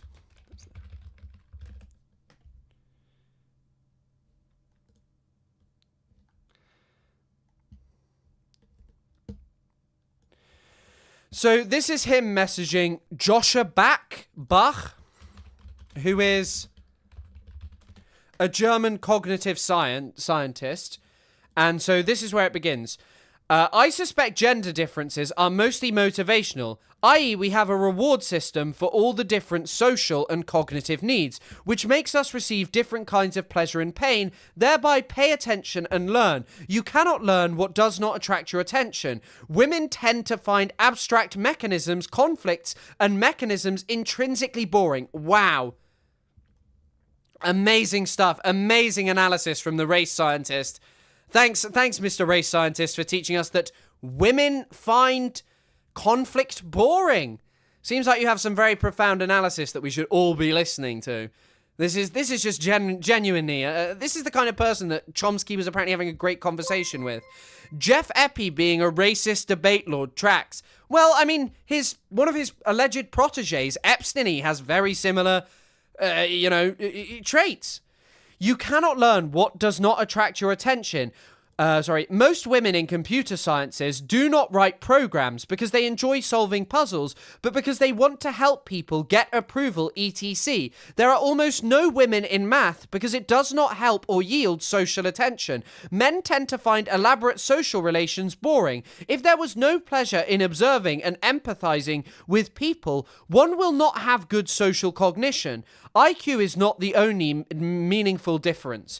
Chinese pay an inordinate amount of attention to authority. I suspect historically the authorities tended to kill them a lot if they did not. Jews tend to be intellectually independent and anti-authoritarian. What even is this analysis? Also, thank you, by the way, for the $5, Silent Scythe. The first computer code was written by a woman. I didn't know that. I also, by the way, I this stuff is just idiotic. But it is surprising, how stupid people in cognitive science are. Because Jews tend to be intellectually independent and anti-authoritarian. What? There is a huge amount of social conditioning which contributes to Jewish people being pro-authoritarian regime. For a cat, love from Poland. Thank you, world's worst girl. I wouldn't put yourself down like that. I think we might have the world's worst girl, which is Ghislaine. But yeah, thank you for the 25 Polish. Don't know what the currency's called. Polish zloty? Is that what it's called? Don't know. Anyway, but yeah, sorry. Most Jewish people are socially conditioned to support a genocidal authoritarian state. Like, what is this? How is this serious analysis? How is this guy a professor? Like, I'm sorry, it just shows you the importance of social conditioning. It's like all of this crap. Sorry, excuse me. About trying to understand women through, like, their biology and these kind of stuff, and ignoring we have lived in a capitalist, misogynistic society for our entire, misogynist pretty much from the very inception of our society. Not necessarily every place, if Sinead O'Connor is to be believed, because apparently God was to be God was to be worshipped as a woman, or they used to worship God as a woman. Don't know enough about that. But yeah, like, this kind of stuff is just rubbish. It is utter rubbish. Yes, he's a professor. He's this guy, Joshua Bach. He's a German cognitive scientist, AI researcher, and philosopher known for his work on cognitive architecture, AI, mental representation, emotion, social modeling, multi-agent systems. Is chopped. That's why he's writing to Jeffrey Epstein about this crap. In ways that are, which might make them creative and inventive in ways that are hard to find in Asia. What? That's just, it's also just, like, so denigrating and fucking stupid. Like, the amount of art and creative things that have come out of Asia is, like, truly unbelievable. Think about how captured Western society is by, like, anime over the last 20, 30 years. Like, that's a creation coming out of Asia, right? Like, in my understanding. Someone of you might tell me otherwise. But also, Asia is such a broad place. Like, Iranian cinema constitutes something from Asia. There's zero science behind psychology. I don't think I'm necessarily so fussed about the scientific element. I'm not sure that science is necessarily the answer to everything. And I think that, yeah, I'm not going to disregard science here, but, like, I think in terms of... Bro is writing Orientalist theory, lol. Yes. And I think that there's merit to, like, discussing this. And there are plenty of people who I think who created brilliant analysis without, like, necessarily a huge scientific backing. Like Jacques Lacan. Slavoj Žižek isn't necessarily the most scientific guy in the world, and whatever he is now, once upon a time he was writing very good work, especially The Sublime Object of Ideology. People like Mari Ruti, who wrote one of my favorite, probably the best book I read this year, although I've not actually read enough books, way too many fucking articles this year, but Mari Ruti wrote Penis Envy and Other Bad Feelings, which is genuinely like a fantastic book. And I'm sure that there's other books by Ruti that are fantastic, but if you listen to her talk as well, she's amazing.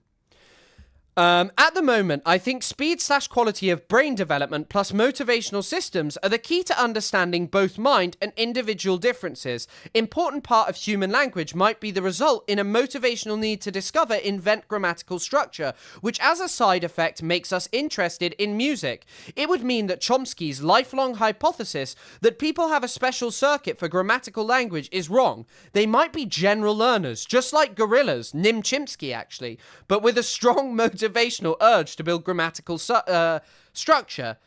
Yeah, I've had enough of reading this race science, but there's not actually much left. There are only a few ways in which a natural language can work. That is much easier to wire into a brain than a specific circuit.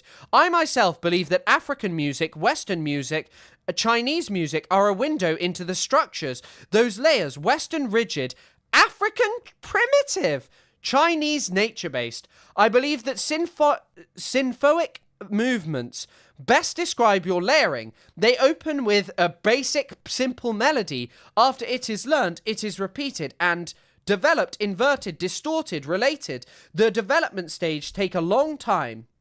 Then there is a recapitulation of the whole and its interactions. African music has lots of beats and little development. No accident. It mirrors their learning process. Interesting questions if music somehow indicative of genetically defined prefs, but I am not sure. Frantz Fanon, who was from Martinique, and like his colonial theory, and other people like, I guess Martinique is not in Africa, it's in the Caribbean. But, you know, there are many people who produce brilliant work. Ami Césaire? Where was Ami Césaire from? He was also from Martinique. But there are so many different people who've produced such beautiful analysis from different parts of the world and just denigrating them. Mahmoud Mamdani is an African guy who is doing fantastic work around this. But of course, apparently Africans are primitive learners.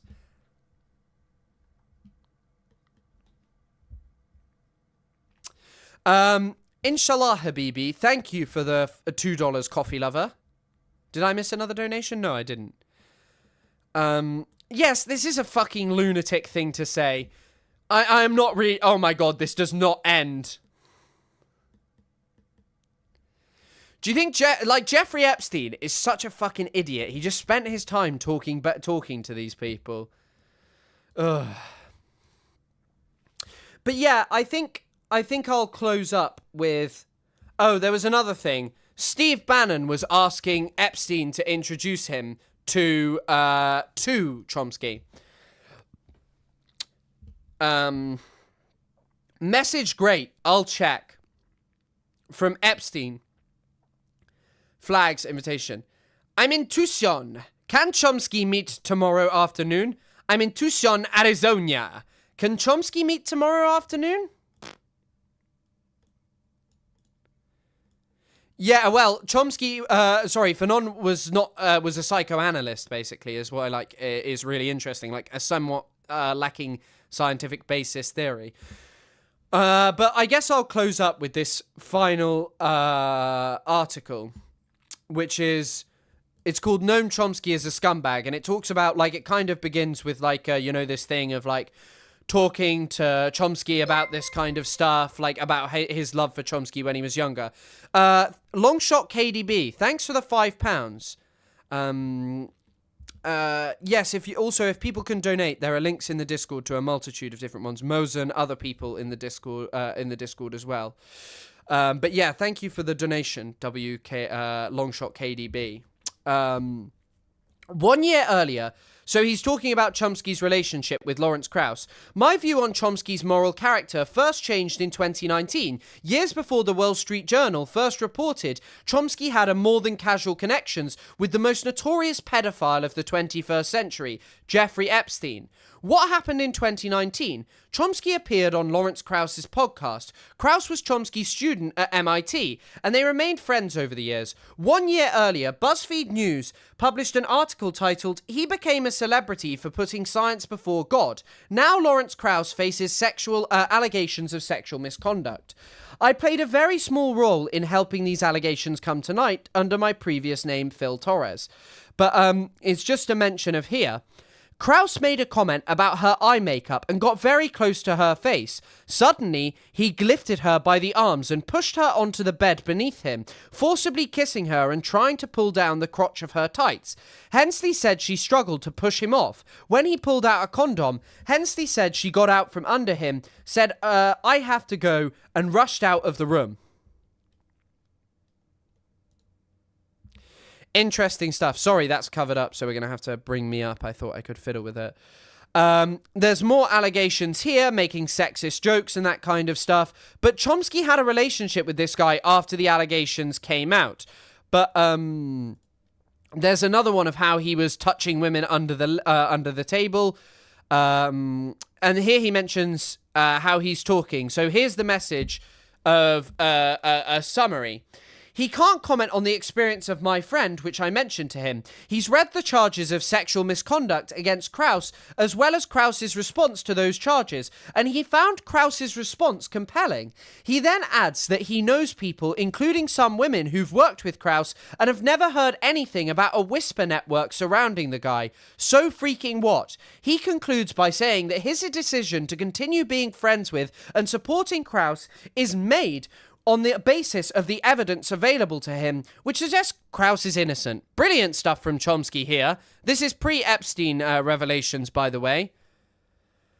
This is ridiculous. I shared the BuzzFeed article in my Medium piece, but Chomsky wouldn't update his opinion on Krauss. I also noted in my response to Chomsky that his excuse for remaining friends with Krauss, the last sentence above, reminds me of Krauss's excuse for being friends with Epstein, after the latter pled guilty to soliciting prostitution for a minor, for which Epstein received a shockingly lenient sentence. I feel like I forget how insane this is. Epstein got 13 months in prison, in a minimum security prison, and he was allowed to leave during the day 6 days a week. So he spent 1 full day in prison. Here's what Krauss said about Epstein. As a scientist, I always had to judge things on empirical evidence, and he always has women ages 19 to 23 around him, but I've never seen anything else. So as a scientist, my presumption is that whatever the problems were, I would believe him over other people. I don't feel tarnished in any way by my relationship with Jeffrey. I feel raised by it. That is an insane statement. And also, by the way, it mentions here that this looks very similar to what charges Chomsky said in his email to me. As it happens, the recent dump of emails released by House Democrats shows that Krauss actually contacted Epstein for advice on how to deal with sexual misconduct allegations. One email specifically references the BuzzFeed article quoted above after the authors reached out to Krauss for comment before it had been published. On dodging such allegations, Epstein told Krauss just days after the BuzzFeed article came out, break the charges into ludicrous ogling jokes. Wow. A science journalist wrote, by my count, there are 65 documents with emails between Krauss and Epstein. In many of them, Krauss seems to ask Epstein for advice about the allegations of sexual misconduct leveled against him.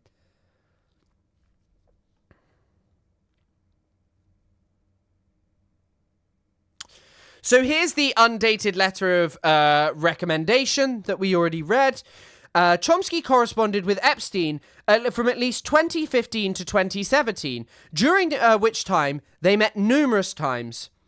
In March 2015, the Wall Street Journal reported Epstein had scheduled a gathering with Mr. Chomsky and Harvard University professor Martin Novak, and other academics. According to the documents, Mr. Chomsky said they had several meetings at Mr. Novak's research institute, to discuss neuroscience and other topics. Chomsky had dinner with Epstein at an Epstein's Manhattan townhouse in 2015. On a different occasion that year, Chomsky and his wife flew with Epstein to have dinner with Woody Allen and Sunyi Previn, the adopted daughter of Allen's ex-girlfriend Mia Farrow, who Allen is now married to. Previn was a young child when Farrow and Allen were dating. Farrow ended their relationship when she found out that Allen was sleeping with her adopted daughter. Accusations that Allen had molested Dylan Farrow had been public for decades at this point, and in fact, Dylan published a 2014 article just the previous year about Allen's abuse in the New York Times.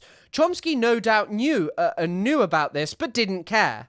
When asked about his night out with Epstein, Chomsky said, "If there was a flight, which I doubt, it would have been from Boston to New York, 30 minutes. I'm unaware of the principle that requires that I inform you about an evening spent with a great artist." Fucking hell. I mean, like, talking about Woody Allen and just being like, yeah, he was a great artist. Amazing stuff from Noam Chomsky. Really disappointing shit. I'm unaware, As someone noted on X, pretty wild that part of Chomsky's defense for flying on Epstein's plane is that it was to an evening spent with a great artist. That artist being Woody Allen. We see some more of his photos. We see the photo of Epstein with Chomsky. PBS reports that in 2015, Epstein told Chomsky to only fly to Greece if he feels well, joking he previously had to send a plane for another lefty friend to see a doctor in New York. In the same exchange, Epstein wrote, "You are of course welcome to use my apartment in New York with your new leisure time, or visit New Mexico again." The following year, Epstein wrote Chomsky and his Brazilian wife, "Caribbean is close to Brazil if you wanted." We actually read that. Chomsky wrote back, "Still eager to make it to the Caribbean, but it looks as though we'll have to wait." So far as I can tell, this was probably a reference to Epstein's private island, which I don't think Chomsky ever visited. On yet another occasion in 2018, Epstein wrote to someone that Chomsky had arranged a meeting between the two and former President Lula. This is the one that we heard that apparently isn't true. And there we have a Hassan Abi, Chinaman. By the way, I don't actually think I'm going to cover Hassan Abi China. I'll do that in another stream because it's going to be too long. And the more important thing is the UN-sponsored plan, which was actually a fucking ball ache earlier because I couldn't get to it because obviously the Cloudflare issues. Chinaman. Sorry, I just accidentally played that again. But yeah, talking about the photo with Epstein's butler. When the Wall Street Journal asked Chomsky in 2023 about his friendship with Epstein, Chomsky said, first response is that it is none of your business, or anyone's. Second is that I knew him and we met occasionally. What was known about Epstein was that he had been convicted of a crime and had served his sentence according to US laws and norms that yields a clean slate. That is the most incredible defense of Jeffrey Epstein that I've ever heard. Jeffrey Epstein was actually rehabilitated, apparently, according to Chomsky. He'd served his fucking time. Had he? Had Jeffrey Epstein served his time? Chinaman, with a space between the words, just to be clear. Well, that was done in the style of George Galloway in one of my favourite clips ever.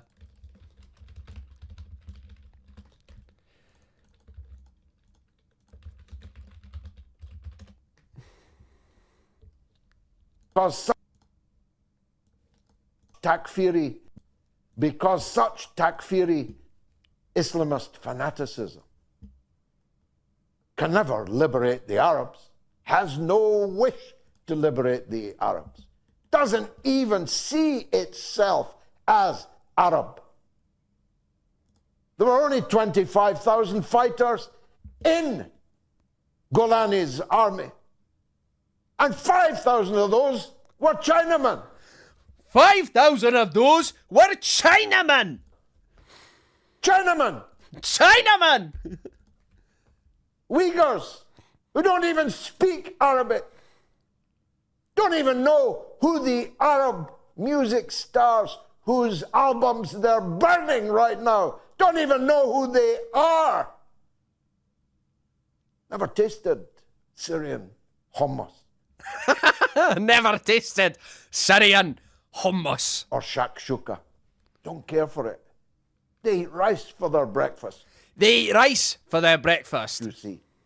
5,000 out of 25,000 are Chinamen. Because such... It's amazing stuff. They've never had shakshuka for breakfast. To the shameless Navarra, I am a Scotsman, in fact half an Irishman. My neighbour is an Englishman. Many of the invaders of Syria were Turkoman. Is Hassan a Turkoman invading China right now? Hassan Abi reverses George Galloway take? I don't know. Might be worth looking into. My 3 Southeast Asian children eat rice for breakfast. My 2 Syrian children eat hummus. Much more importantly, they, like all Syrians, have no wish to be ruled by Afghans, Turkmen, Albanians, Uzbeks, or Chinamen. Eat it up. #Syria. Hi, George. I was going to do a Scottish accent, but I don't think I'm not so sure that Jun Han is him. Hi, George. I am not particularly politically correct. In fact, I love the Monty Python song, I Like Chinese, which is very racist but funny and kind of true. But I'm curious. Do you like Chinese people? Do you dislike Chinese people? Are you using the word Chinaman as a derogatory term? Somebody asks me if I dislike Chinese people. Jesus wept. If Hamas can be takfired, can be expelled from the religion, excommunicated by a group of Chinamen. I love the way he says it. Chinaman. From Xinjiang, Turkomen, Albania. Turkomen from LA. Indian restaurant waiters from Cardiff. What is he talking about? Indian restaurant waiters from Cardiff can expel Hamas from their deen. which can smell Hamas from their deen. Part of that, do you not understand? It's not about supporting the Ba'ath Party in Syria. As a matter of fact, I was persona non grata there for decades. I was with Iraq, of course. Yeah, by the way, fuck George Galloway indeed. Everyone I know who's Kurdish hates this guy. Because George Galloway was like a big proponent of Saddam Hussein. Not that he was a pacifist, that he defines himself.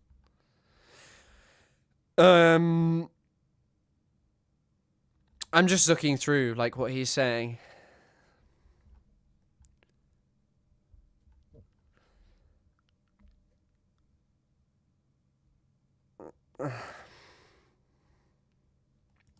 Amazing stuff from him. But yeah, sorry, we'll get back to this. We'll go through this kind of stuff. Galloway cat clip. That's from Big Brother. Oh my God, I'm pretty sure.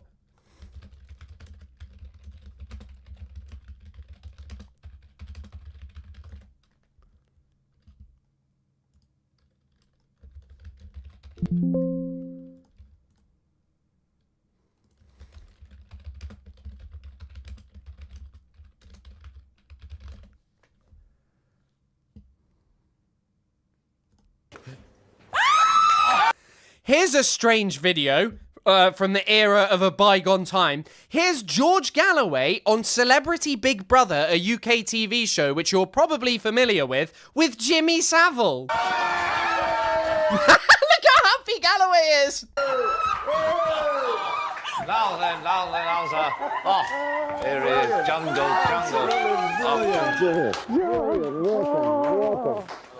Welcome. That's fantastic. By the way, the whole time Jimmy Savile was there, he was just being incredibly inappropriate. That is from a real bygone era. Jimmy Savile and George Galloway on Big Brother. It's okay. No, don't be frightened. Come on,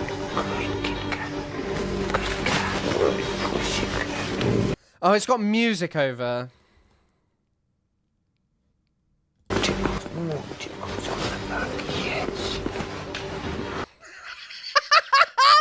is this? Oh, right, that is enough of that. We are not watching a full clip of George Galloway pretending to be a cat. That is not happening. Just the oddest thing in the world. Jimmy Savile, George Galloway on Celebrity Big Brother, including George Galloway pretending to be a cat. Amazing things are happening in the United Kingdom. And they say that refugees made our country decline. It was when they stopped doing Big Brother like that, with the man who fought off the Chinaman from Syria, who ate shakshuka for breakfast. Who don't eat shakshuka for breakfast. And the Uyghurs of China have come to take over Syria. Takfiris. So here's Chomsky, to get back to a more serious topic, talking about the Harvard Crimson, talking about this. Like all of those in Cambridge who met and knew him, we knew that he had been convicted and served time, which means that he re-enters society under prevailing norms, which, it is true, are rejected by the far right in the US and sometimes by unscrupulous employers. I've had no pause about close friends who spent many years in prison and were released. That's quite normal in free societies. Well, it depends what they were in prison for, because if your friend's in prison for being a pedophile, I'm not sure that he's someone that you should be friends with. When pressed about whether he regrets associating with the notorious child sex trafficker, Chomsky wrote, I've met all sorts of people, including major war criminals. I don't regret having met any of them. On the scale of things, yes, probably a war criminal is worse than a sex offender. I would just say that generally maintaining relationships with them is weird. And once again, the glowing letter of recommendation where Epstein is described as a glowing friend. Did Epstein actually pay his debt to society, as Chomsky claims? This is Chomsky's main excuse for palling around with the sex pest. But as noted above, Epstein received an outrageously light sentence, the victims of which are apparently more than 1,000, were absolutely denied justice, which there are more than 1,000, were absolutely denied justice. When Chomsky was asked about Epstein's light sentence, he said that Epstein shouldn't be blamed for that. The prosecutor should. Amazing stuff there. Third, even if Epstein had paid his debt to society, from a legal perspective, which he didn't, so what? Pedophilia, child sex trafficking, rape, and CSAM, etc. are moral crimes. This is definitely getting demonetized. That aren't exactly easily forgivable, because such crimes reveal a profoundly rotten moral character. But yeah, this is a good article, and it kind of just I won't read the rest because we've done a lot on Chomsky, and it's really disappointing. It's really disappointing. Like, his judgment of character is insane. Like, I don't really understand why you would maintain a relationship with Jeffrey Epstein. I don't understand why you would say that you had like a great time of like being friends around him, call him a great friend, because whatever he is, like, surely you must have the ability to, surely you must have the ability to say he wasn't a good guy. And yeah, there's a link to the article. Right, we'll finish up with one final bit. I'll just check if there's any other, like, unfolding news right now. Obviously, we were derailed a bit by the MBS stuff.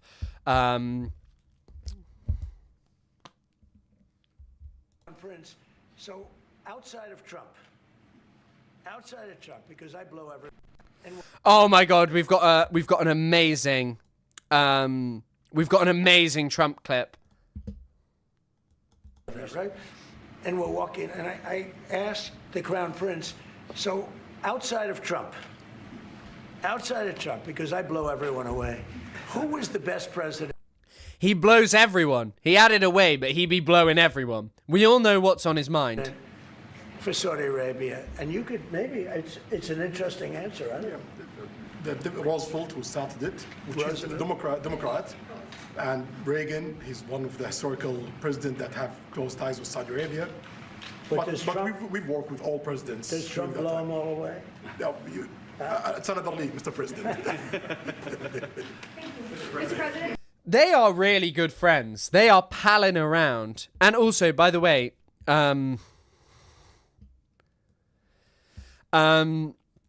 hey guys, Chris Kunzler and I are starting a podcast. We're aiming to drop a new episode every week, covering current events and doing deep dives into historical topics. We still need a name, so we're open to your suggestions. Whoever comes up with the best one will get a $100 Verso Books gift card. So obviously don't send them in here, but we'll set up a forum through which you can send them. Yeah, I saw the unfortunate bit where it actually said away, but that's unfortunate because it doesn't say that. Blow everyone. Who was the best? Because I blow everyone. But yeah, suggest away. Someone went for Zeal and the Cuns. Interesting. You can suggest them over there if you want to. Floppers would be better. But yeah, I hope you're all excited about that. I think it's like a great forum to go through. I'm really, really, really looking forward to doing this and pursuing this venture. I think we have like, good chemistry. I think it's fun. I think it's like interesting, and I think we'll be able to talk about topics well. It may cut down the streams to 4 a week instead of 5, but I don't think any of you would be fussed if you were getting like a long form deep dive into stuff. Like, to me, that sounds like fantastic. The Ethan Klein History podcast, hate-free podcast, fantastic, very clever. Leftovers hate-free, classic. The Red Scare, you're just giving other people's names, but clever. Globalize the floppy farder. How about Leftovers? Yeah, I'll dress up as Hassan Piker every week, or maybe I'll dress up as Ethan Klein. Yeah, I really, really liked Bad Empanada's video about... I've not finished it, and I'm sorry, I don't really want to watch a 2-hour video. We might do Overzealots at some point. I guess kind of the thing is that, like, streaming is, like, a lot of time, and it's a big investment, but if we were doing, like, longer streams, because we're going to push 4 hours today, but if we're talking about getting up to 5-6 hour streams, yeah, First guest, Hassan. I don't think Hassan will be the first guest. I assume there'll be no first guest. Well, no, you're like asking for the first guest. I was going to say, there'll be no first guest on the first episode. I think that maybe the first, some of the first guests start. Second guest, Ethan Klein. Third guest, Hila Klein. Fourth guest, Harley Morenstein. Fifth guest, Lonerbox. 100th guest after he potentially beats the allegations or serves his time for his crimes. We strike up a strong relationship with destiny. The rest is politics. Amazing. The good empanada. Get bad empanada. I'm sure bad empanada would do it maybe, but I don't know what his feelings are towards me. It would be interesting. I was talking about things we could talk about. I guess in busy news weeks, we do a topic that I cover a bit on stream, but don't go as in depth on. Fifth guest, AB, you're making great suggestions here. Sixth guest, Dan Swerdlove. And then for our 100th episode, the guest that we should get on is...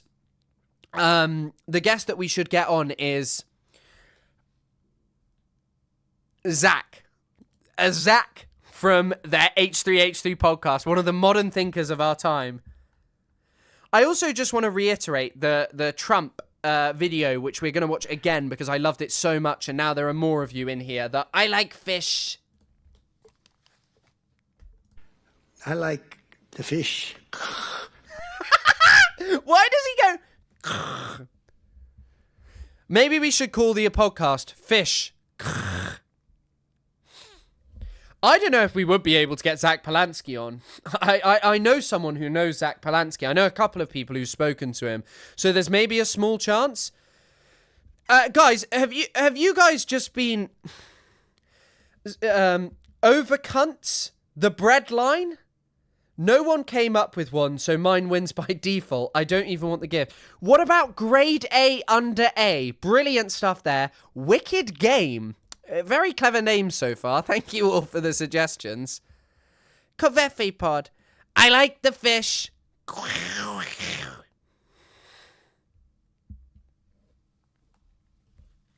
Zealous Cunts. Yeah, but I don't think a podcast named Zealous Cunts is a great idea for branding. I'm not going to lie. Probably even just got demonetized for even saying that.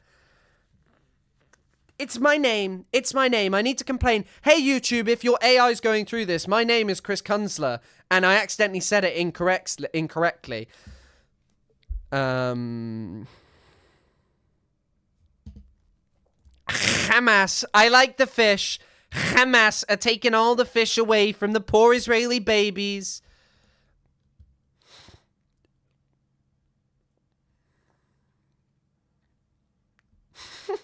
Someone also had a good comment. What is the goal of the H3 show? To give you Thanksgiving with your angry uncle twice a week? Not a hole I need filled in my life. Well, if your angry uncle was also deranged, then yeah. One of the wettest we've ever seen in terms of water.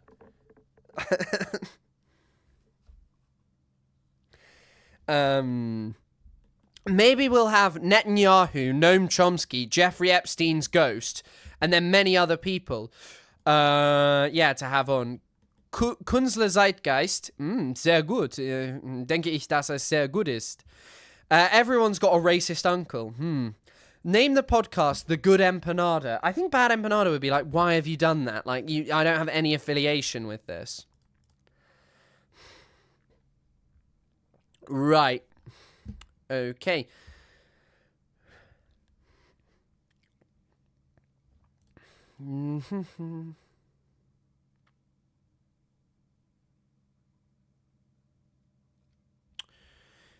The US vote begins to release more Epstein files, so that's ongoing right now, so it remains to be seen what's happening.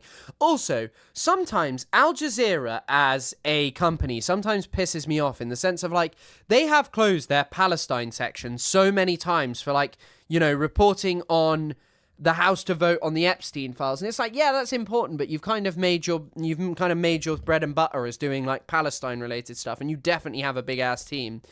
The Zealots. I like Kunzler gesagt. That's actually quite clever. Get Roman Polanski on. Yeah, Zach Polanski and Roman Polanski. We'll have a double feature, won't we? You should have on Matt from Bad Hasbara. Maybe that would be a good idea, yeah. See you in Valhalla. I'd love to see you talk to the Tabernacle. I think Tabernacle follows me, maybe? It might be a good idea. No, Tabernacle doesn't follow me, but it may be a good idea.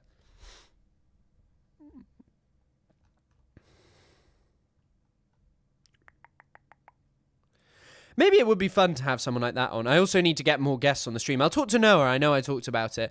I'll try and talk to Ilan as well. I don't think I got a response out of Ilan. I'll check actually my email. But he might not respond. He's so busy anyway. He might just say, no, I can't do it.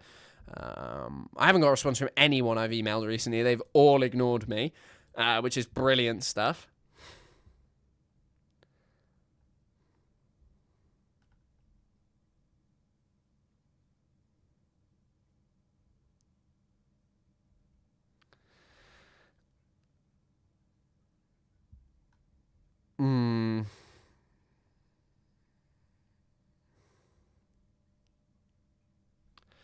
I also really want to do a deep dive into weird AI Israeli accounts, because look at this one, man. Come on. What is that? My Madcat 047. Palestinian is the most famous identity theft. Be curious. Facts are very interesting. Palestine is Judea renamed by the Romans. In 1798, a philosopher named Immanuel Kant referred to Jews as Palestinians. In 1936, a Palestinian Jew, Franz Krauss, created a famous poster to promote Jewish tourism to the land of Israel. Visit Palestine was written on the poster. What is she implying here? I mean, this is definitely not a woman as well. There were many Jewish organizations like the Palestine Post, Palestine Electric Company, and the Palestine Symphony Orchestra. You can Google and research everything. In 1948, after the establishment of Israel, Palestinian Jews started calling themselves Israelis. Arabs obviously called themselves Arabs and rejected the term Palestinian because it referred to Jews, so no one actually called themselves Palestinians from 1948 to 1964. In 1964, a genius Arafat and master's manipulator KGB decided that Arabs should start calling themselves Palestinians, but only temporarily until they destroy and occupy Israel and murder all Jews. Amazing things are happening over on Twitter.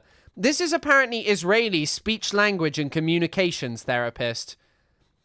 Palestinian state was already established. It's called Jordan. Wow. I really want to get involved with looking into these accounts. Slop time. No slop today. Israel GPT. You know those scenes of like when you'd like watch a film and it was like some guy hacking and they'd like hunch over the keyboard and it would show stuff on the screen and they just like tap the keys and it would like be password complete and it was just going through a console on a computer. That's how like Israeli GPT works. They're just sat there like typing in, generate picture of me as woman with lion. Do it now. And also, by the way, talking about identity theft, when your identity is like, and probably not even an Israeli. Amazing thing, but yes, amazing things have happened. But right, we should probably talk about what one of the most serious things that I've really wanted to talk about. We've managed nearly 4 hours of streaming. And also, by the way, thank you for all of the donations and support. Like, genuinely, that is what makes doing this possible, because you know it's like, yeah, it's difficult because sometimes the videos are getting demonetized, not always, but sometimes, unfortunately. I was having one where I was getting demonetized for showing an AP news video. Right, so here's Trump's 20-point Gaza plan in full. So this is apparently what's being implemented. I'll see if I can get UN resolution 2803.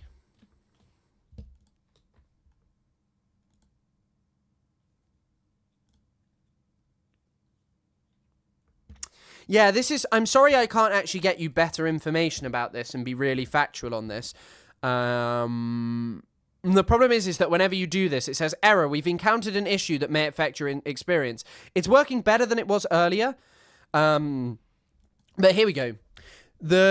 Right. The Security Council today endorsed the United States-backed comprehensive plan to end the Gaza conflict, welcomed its establishment of the Board of Peace, and authorized the board and member states working with it to establish a temporary international stabilization force in Gaza.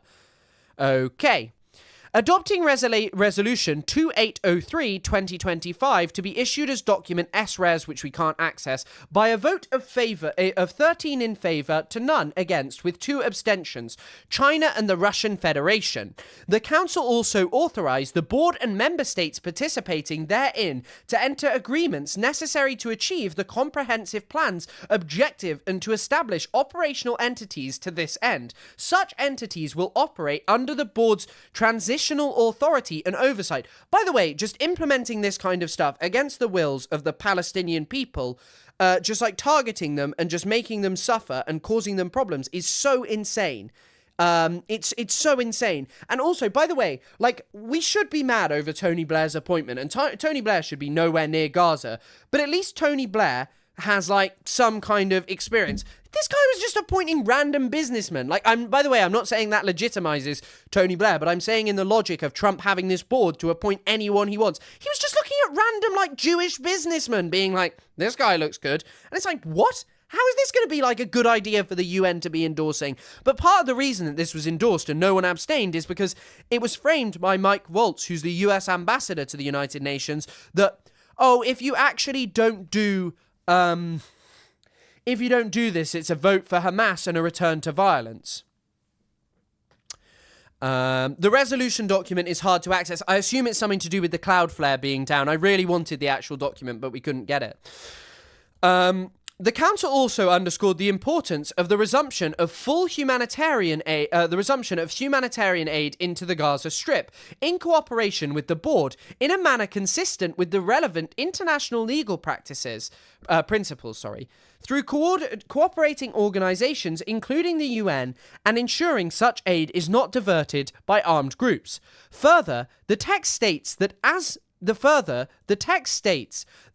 force establishes control and stability, the IOF, will withdraw from the Gaza Strip based on standards, milestones, and timeframes linked to demilitarization that will be agreed between specific parties. By the way, huge problem here. Hamas have said we're not demilitarizing. They've linked it to the fact that they've said we won't demilitarize until Palestinian state is established.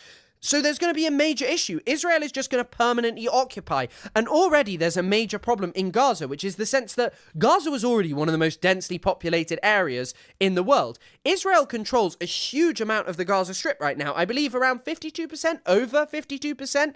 So huge problem there. Gaza is hugely densely populated. You have all of these militias and gangs running around, what's going to happen? Are you going to integrate Yasser Abu Shabab into the Gaza police security forces?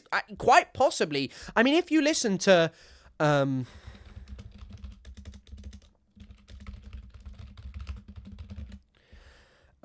just want to see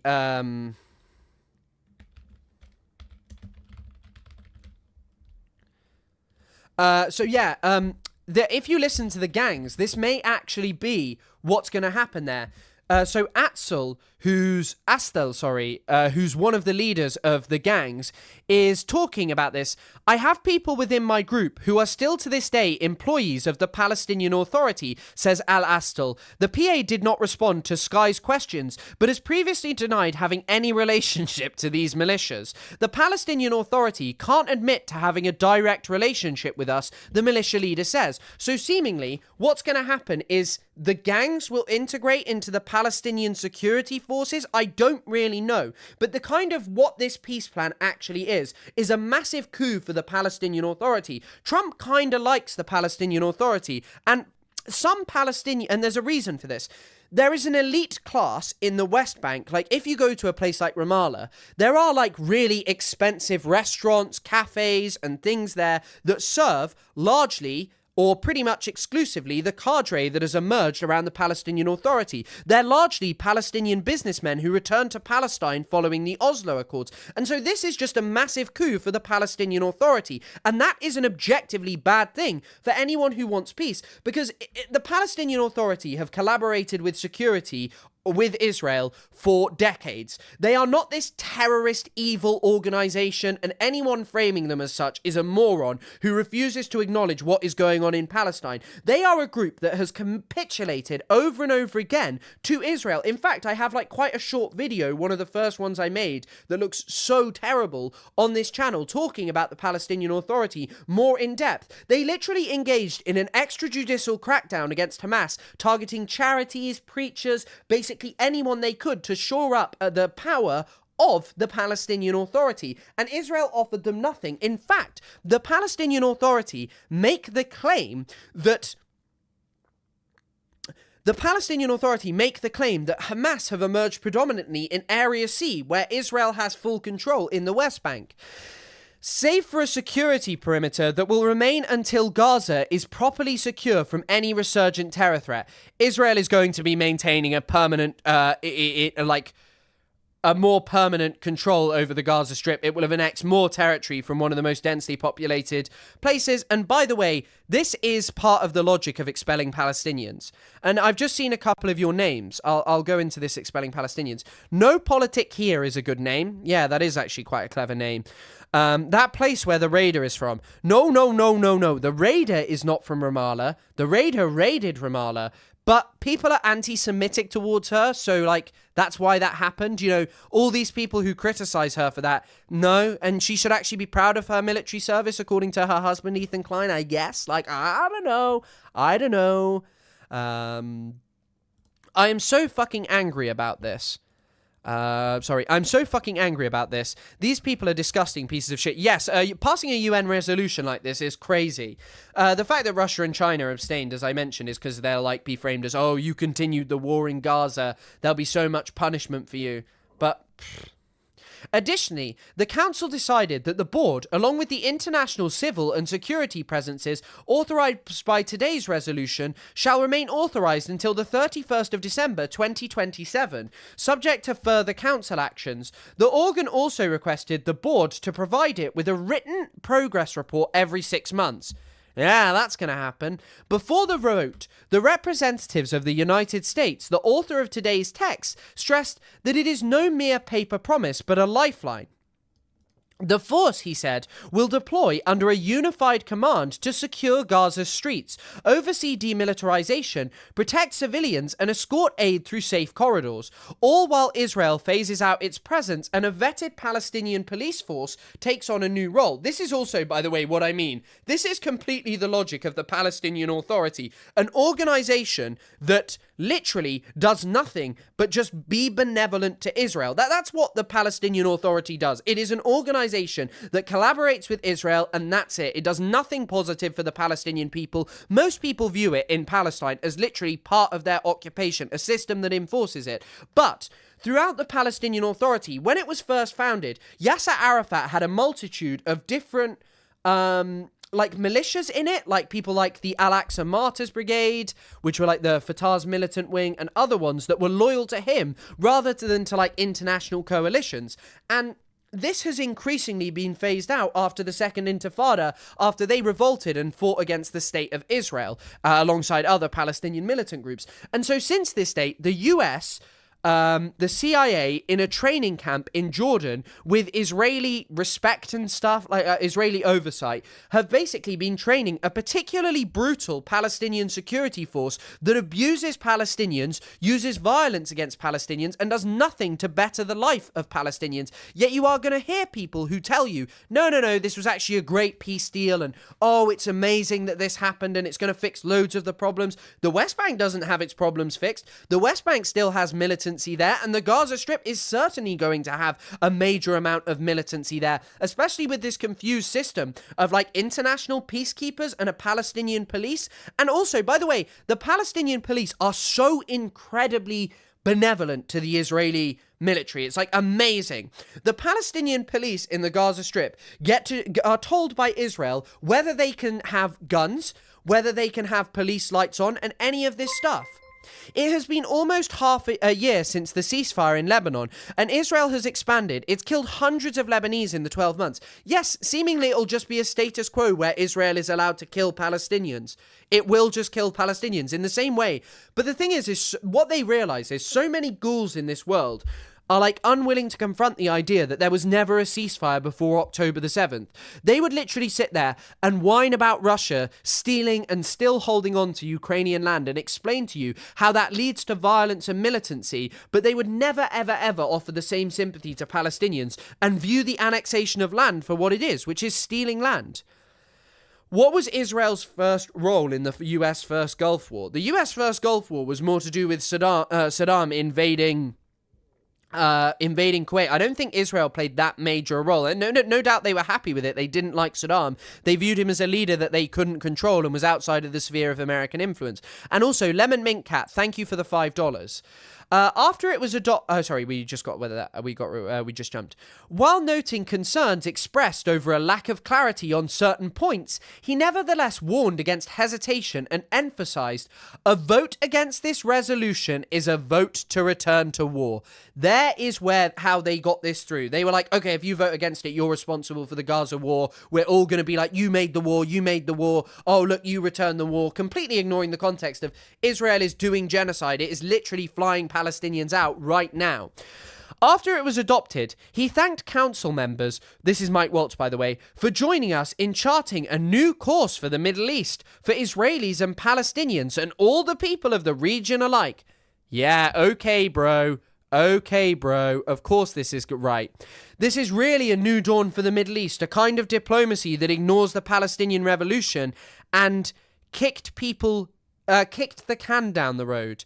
If Ethan came up with a good podcast name, would you give him the gift card? Of course I would. Ethan needs to educate himself, and there's some great works on Verso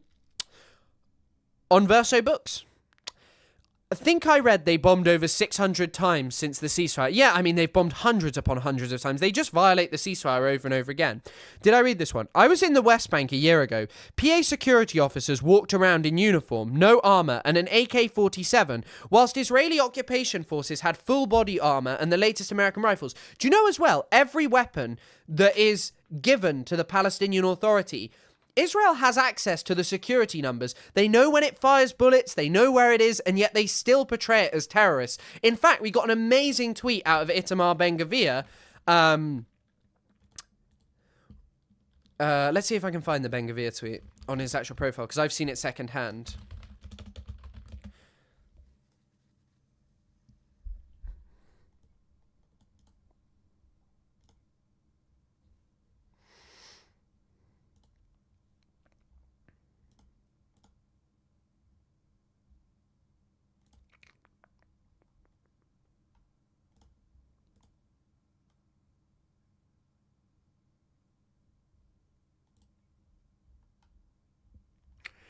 Okay, I can't find the original. Oh.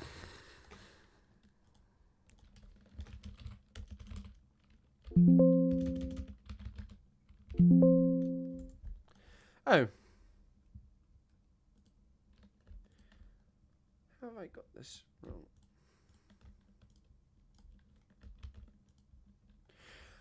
Oh, here we go. So we had some amazing statements from the Israelis, the peace-interested people, by the way, with the really great people there. Itamar Ben-Gvir called on Netanyahu to order the elimination of the Palestinian Authority, which are terrorists in every sense, and order the arrest of its president, Mahmoud Abbas, if there was any movement towards a state. And here's the defense minister letting us know, like, by the way, once again, like, how is anyone taking this seriously? And they'll take it seriously in the UK and Western governments. And do you remember when I was kind of having, like, that very heated debate with that guy where I was like, oh, how can you sit there and say, like, that the one-state solution is unimaginable when you, like, think that the two-state solution is imaginable? Let's just listen to the words of Israel Katz. Israel's policy is clear. There will be no Palestinian state, Defense Minister Israel Katz said, calling on Netanyahu to make clear that it would not happen in any form. The only real solution for Gaza is encouraging voluntary emigration. Israel's defense minister, by the way. Wow. Amazing things are happening over there. Stating that the resolution provides troop-contributing countries with a framework to move forward with the International Stabilization Force and global financial institutions with mechanisms to channel investment, he said, this is Mike Voltz once again, the former will support a region free from Hamas's grip, and the latter, Gaza's reconstruction and development. This is also one of the most heinous and horrifying things about the Gaza Strip. Sitting here and realizing that there have been Emirati Gulf officials licking their lips and waiting for what's going to happen in the Gaza Strip so they can, pay, so they can make their money. And those around Abbas are going to be loving it. Mahmoud Abbas is going to be adoring this kind of stuff. The significant figures, the guy's like 99 or however old Mahmoud Abbas is. He is a chopped unk. He is cooked. But yeah, Mahmoud Abbas is going to, and all those around him are going to be licking their lips at like, right, we're going to expand our security forces, we're going to gain more control, whilst they know undeniably that there's going to be no Palestinian state because the Israeli government doesn't want it. Yitzhak Rabin didn't want a Palestinian state. The most peace-loving Israeli politician who was gonna sign the Oslo Accords if it wasn't for the Second Intifada. And also that logic of the Second Intifada stopped the Oslo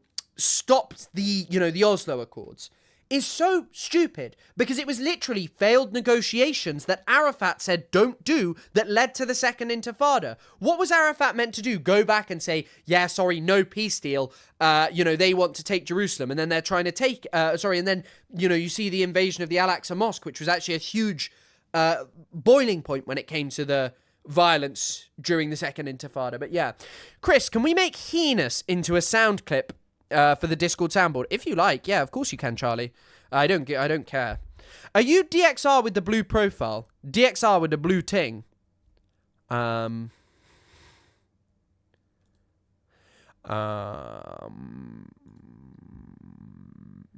They aren't letting canvas in Gaza and it's nearly winter. Of course they're not. Of course they're not. They don't want anything that allows reconstruction so Israel can maintain a state of like potentially going back to war, to genocide. Sorry, I shouldn't even say war. But like, you know what I mean? The resumption of the Gaza war as it talks about here. Sorry, it's kind of the lexicon. I am the DXR with the blue thing. Are you? So you're Irish DXR? Is that right?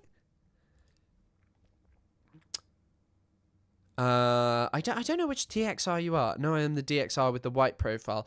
Brilliant. It's really great identifying you by you are all the same on Discord. Imagine if we lived in a world where everyone was the same color. Wow. How profound. No one would be racist. Noting public endorsement of today's text by Arab and Muslim countries, Algeria's representative expressed support for its core objectives of maintaining the ceasefire and creating conditions for Palestinians to exercise their inalienable right to self-defense and statehood. By the way, all of these countries, insane stuff to be getting up to. Insane stuff to be getting up to, basically like being like, yeah, we want statehood for the Palestinians. Then this is not the option. You should have unequivocally rejected it and said, look, Israel wants to go back to the Gaza genocide, but this plan also fits within the logic because the ceasefire is not working. And it's very obvious that like the thing you mentioned about the canvas not going in, tents not going in, all of this stuff is all part of this wider plan to encourage voluntary emigration, which is, by the way, just genocide. Like, I don't know how people can't grasp this, but I guess people are so stupid because they've never actually read and don't care to read or understand genocide beyond, I want to win a debate. I want to win a debate. Like, genocide is something much wider. And that's why, like, I am still astounded. And I'm not surprised Lonerbox he refused to watch my video I made about him. Because when you're debating, like, someone can gish gallop around. But when you have someone, aka Lonerbox, who goes, Patrick Wolf and all this work is bad because I read an article that I didn't read. I didn't even read the article. And settler colonialism's bad because I read some points about it on the internet. I've never engaged with the concept or anything, or even bothered to try. It's amazing. It is genuinely amazing. And Lonerbox claims he read Marx as well. Good for him. He's read Das Kapital when he was a child. And I'm sure that that's very influential on his life. I'd read that. Where were we? Further, he said the establishment of the force is a major development that will enable the complete withdrawal of Israeli occupying forces. The representative of the United Kingdom also noted the strong international support for the comprehensive plan and observed that today's text takes the plan forward. I'm pretty sure, by the way, Ethan and stuff laughed at the people saying that the two-state solution was kicking the can down the road. This is exactly the same. It is just kicking the can down the road. It is not addressing the serious problems of the Palestinian people. Like, it's just not. It's not dealing with anything. Oh.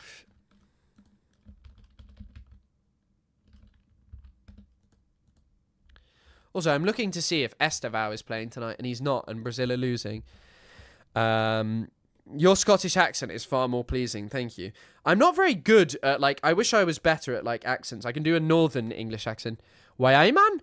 No, divin D that? Yeah, you canny do, oh, he's canny brilliant, him. Oh, it's pure mint. Military expert. No, he's not just a military expert, he's a sniper expert. Do you understand that when the Israelis are sniping kids, that they're doing it for good reason?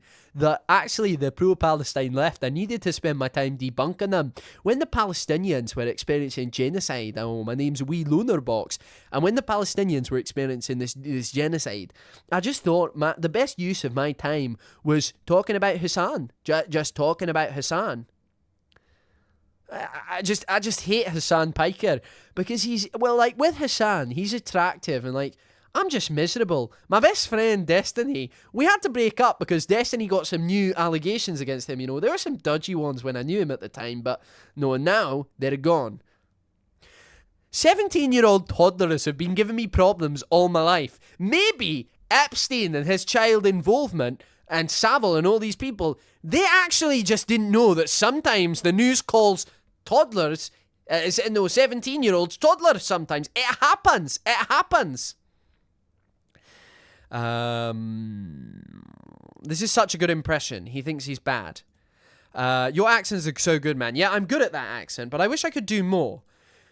My friend had I don't know if this is something of something of talking about accents, but my friend was he had this very funny thing where he was oh, if someone's oh, it's racist to do an Indian accent, just go, what are you talking about? I'm really bad at accents. That was a Welsh accent. So it's the defense. This is Epstein's cooking up with people how to defend himself from the pedophilia allegations. I'm talking about how to defend myself from the racist accent allegations. Who is that an impression of? It's not really an impression of Loner Box because do Israeli accent. I'm a model and I'm from Israel. Hey, don't touch. Free Palestine. And then Khalil, no. Enough champagne to fill denial. I'm sorry, there's a native Geordie. That was ass. Oh, sorry. Oh. Ray? No? Don't do that. Don't. Your Scottish accent sounds more like Eve Bartlow. What was I doing? I'm sorry, I'm now just kind of lost. People seem really gassed up about this Loner Box podcast. Your Scottish accent reminds me a little of James McAvoy. Doing Ned. What? Indie Nederlanden. Ben Shapiro is literally the most evil, most Israeli being on the planet. No. I don't really know who would be the most Israeli guy. I looking at Obama's records, it might be Dershowitz. Obama is a very clever man. Obama is a very clever man, which we all know. Anyone in this chat knows Obama was a very clever guy. And who did he look to ring up? Alan. He rung up Alan. Sorry, I've really got off topic of this. I will finish this up, don't worry. I just want to see if I can find this.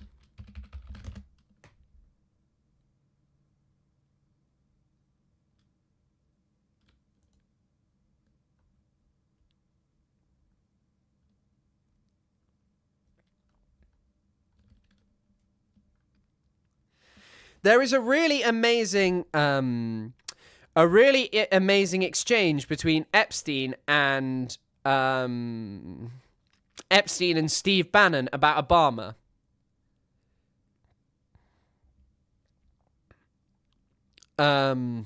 Okay, so this is from the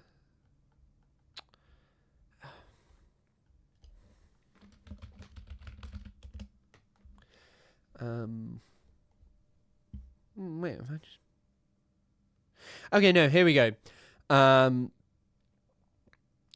So right, starting here. So this is seemingly Bannon. Excellent. Sender, no, that's Jeffrey Epstein. Sorry, these are sometimes really, really hard to read. Message 5, Europe or New York? And then here we go. Wait, I'm looking for it. Trump stays with his team and never looks down on them. Wait, here we go. This is amazing. Trump stays with his team and never looks down on them. Tried to be Obama tried to be white. Have fun. Are you on the plane?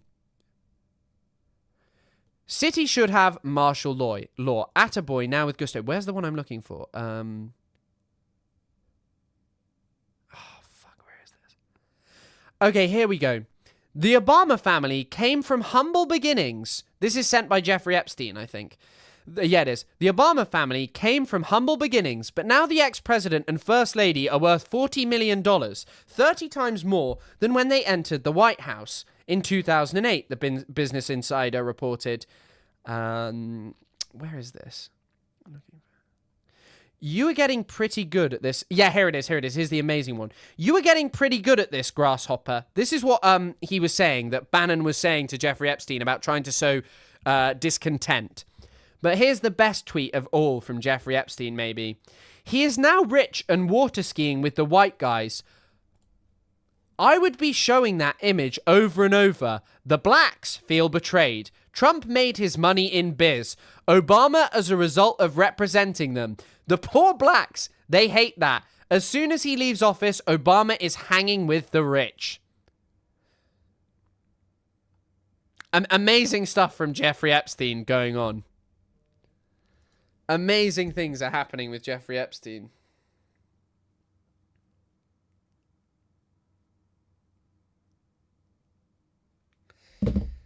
But yeah, just like listen to that. Right, we'll finish up this Security Council stuff. The representative of Korea similarly noted that the comprehensive plan is accepted by the parties and backed by key regional actors. While welcoming the resolution's major elements, the board and force and full resumption of humanitarian aid, he stressed that these must be further developed through close council engagement. Today's adoption, he urged, is not an end, but a new beginning.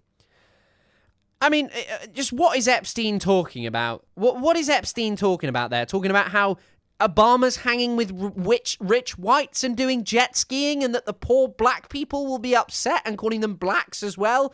Well, what is Epstein up to? Him and Bannon's emails are crazy.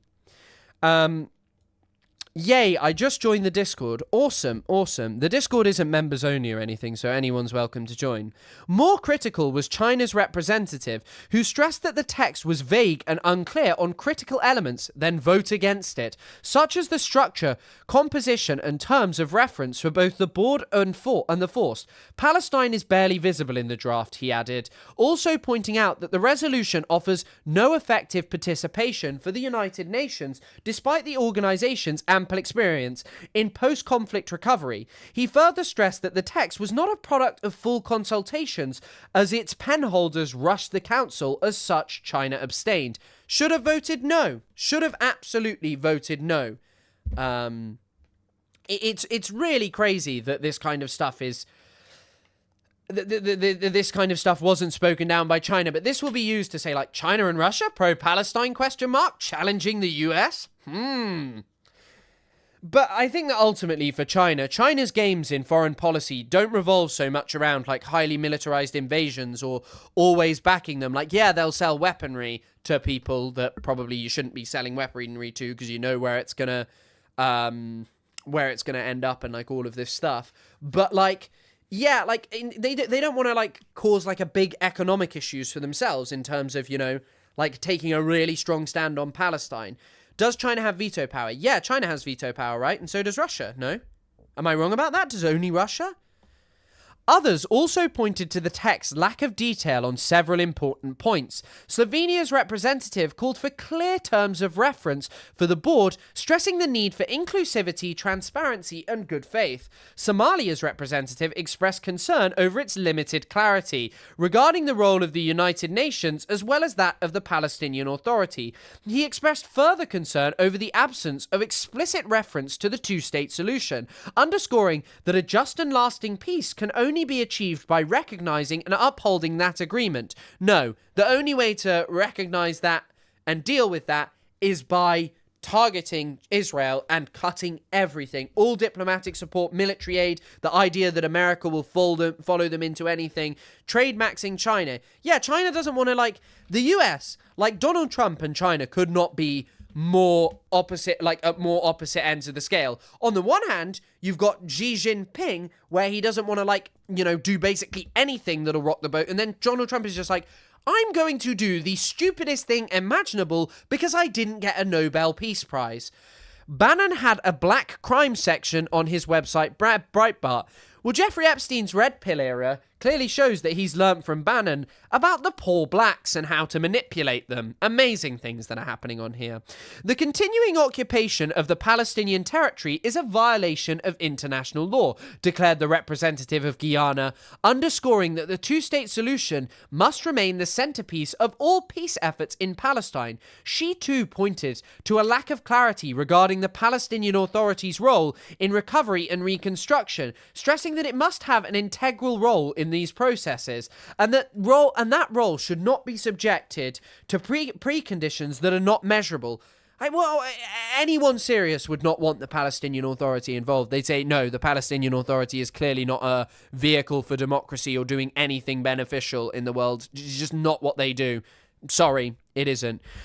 The UN is practically greenlighting the step-by-step ethnic cleansing of Palestinians. Yeah, Shilla, Pamuk, I really agree with you. I mean, they're kind of just greenlighting it because they aren't taking a serious stand. They aren't taking a serious stand. And then, like, just listen. Just, guys, don't worry. Show your concern by talking about the two-state solution. We will win. France's representative stressed that the implementation of the text should be framed in a clear political and legal context that includes the implementation of the two-state solution, the swift return of a reformed, strengthened Palestinian Authority in Gaza with the support of the international community. What, more strength so they can just, you know, go and kill activists? More strength so they can crack down on their own population? The exclusion of Hamas from any government's role and the unity of Gaza and the West Bank. To that end, any demographic or territorial changes to the enclave or any occupation of Gaza are excluded, he says. Well, then why the fuck are you not vetoing it? Underscoring the right to self-determination is inherent and unconditional, and that peace cannot be achieved in bypassing the Palestinians. Pakistan's representative noted that several important suggestions made by his and other delegations did not appear in the text. These include a clear political path to Palestinian statehood, an affirmation of the Palestinian Authority's central role in governance and reconstruction, and clarification regarding the force's mandate. Those are all crucial aspects with a bearing on the success of this endeavor, he emphasized. Like, seriously? Is this really the best that we can get? Is this really the best that we can get? Like a bit of a, oh, I don't like it. Oh, just a quick update, and sorry this is off track. The US House votes overwhelmingly to make Justice Department release the Epstein files. Clay Higgins was the sole vote. Why is bro Clay Higgins just voting no? But definitely, if they're both voting for this at this point now, it's going to be expunged of everything meaningful. But yeah.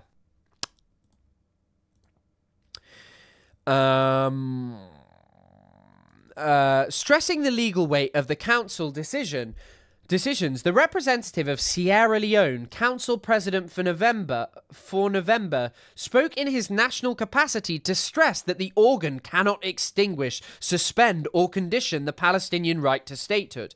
This, he said, exists independently of any peace plan, governance, arrangement, or reform program. Nevertheless, the representative of Greece said that the comprehensive peace plan opens the path to the realization of the two-state solution and the Palestinian self-determination. If you want to realize how made up the two-state solution actually is, listen to what these people are saying. How does any of this make sense? You've got the US government talking about their new awesome historic peace agreement, and it's just not the two-state solution. This is what's going to bring peace and remake the Middle East. Just not a solution. Amazing things are happening.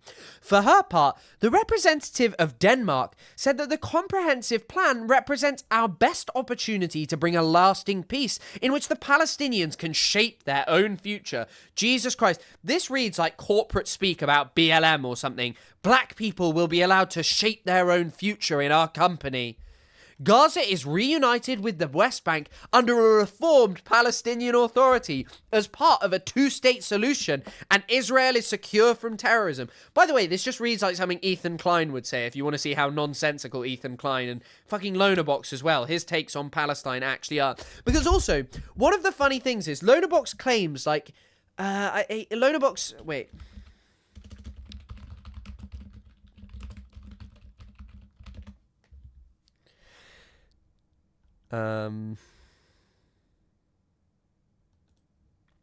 Here's Lonerbox's take on Palestine.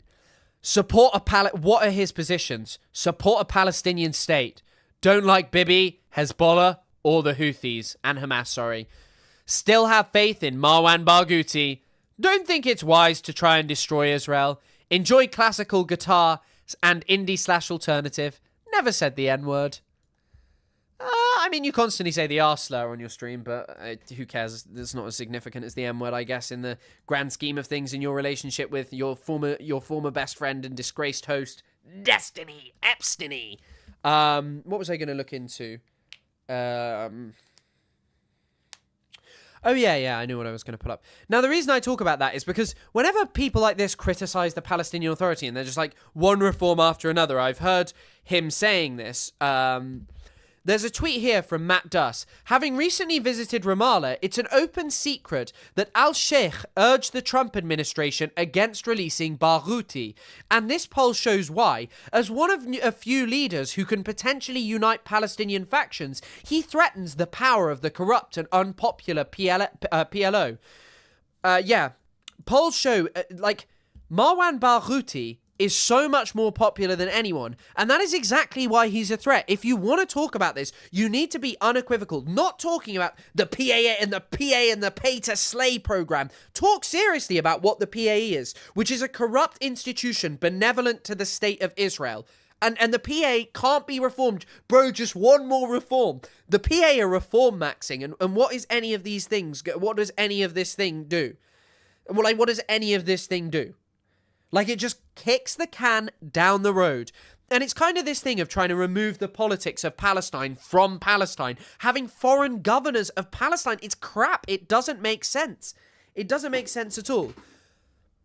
Oh, shit, I think I forgot who Matt Duss actually is. But, I mean, that's just something that I was like, oh, that's not surprising. The Palestinian Authority want the current situation to go on and on and on. Because it's beneficial to the small cadre of, elites that are around them. This is something that's been going on for a while, and I think Palestinians have literally protested against in the West Bank. The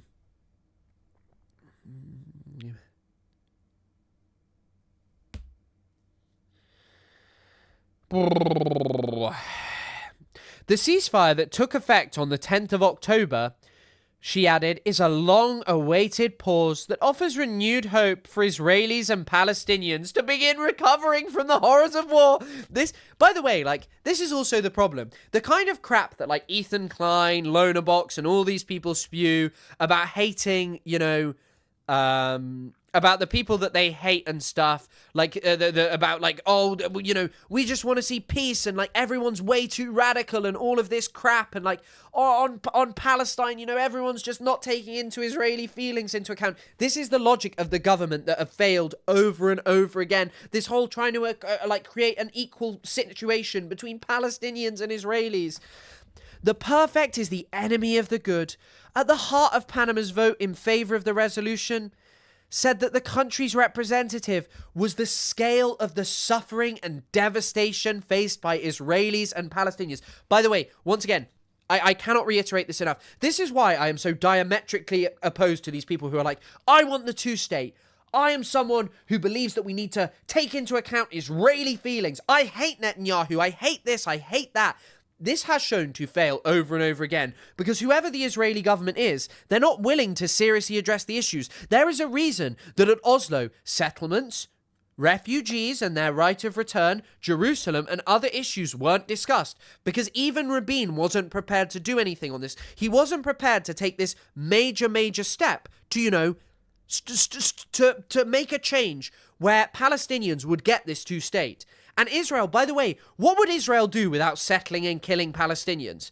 Like, they would fall apart. They don't have the ability to unite. Israel is a really odd country. It's a country made up of European Jewish people from the Middle East, from the inception of the state of the Middle East, and also if you look at the political elite of Israel, Mizrahi Jewish people are generally underrepresented. Generally, they're poorer. They've been treated with horrific racism throughout their history. You also have the fact that there's this massive split in terms of religion. Should Israel be a halakha state? You have these problems of a very rich Tel Aviv bloating with like rich liberals from Western society. And this is present, by the way, in Hila Klein's analysis of Israel. And she's like, oh, they sit around and read Torah. They do nothing. They don't serve in the Israeli military. What if you take away this unifying thing of Palestine? And Israel was already starting to fracture around this, but pre-October the 7th. And it will continue to fracture around this because, as I kept saying, what is a Jewish state? What does that mean? Because it's not clear that there's even a unified belief in what there is in Israel. So Israel will never allow a two-state solution because it needs a perpetual war with the Palestinians. It is dependent on that. Palestinian liberation is not dependent on Israelis. What Palestinian liberation in the kind of approach that I would take is dependent upon is seeing universality and moving forward to a situation where you know, no longer have states that only serve one ethnic group or the nation specifically. As the current situation on the ground demands an urgent response that prioritizes security, integration, and civilian protection, he said that today's text represents a first necessary step to consolidate the ceasefire, reinforce vital humanitarian assistance, and support international efforts towards reconstruction. He expressed a sentiment regarding the adopted resolution that was shared by many. The perfect is the enemy of the good. Brilliant platitudes there. It does make me feel something to always remember that they're still fighting over who is considered in this Jewish state. Yes, it's talked about by Mahmoud Mamdani, a couple of really odd cases around this. There is only a one-state solution with equal rights. Yes, and I think that in that one-state solution, you also have to, like, really re-educate Israelis. Of course, there are going to be some people who have, like, really extreme views anywhere, and there are elements of, like, definitely elements of Hamas and, like, people in Hamas that, like, really quite really extreme. But, like, on the whole, Palestinians as a society have been subjected to violent oppression of Palestinian people, of, like, them. There is no comparison between the violent structure of the Israeli state and Israelis in Israeli civilians being killed in bombings or shootings or car rammings or stabbings. None of that compares. Because you can find examples. Obviously, it's nowhere near the scale of what's been done to Palestinians. But, like, how dare you sit there and compare the two structures of violence and act as if Palestinians and Israelis need to recover from the horrors of war? Palestinians don't have a military occupation over Israelis. Palestinians don't practice apartheid. None of that stuff is happening.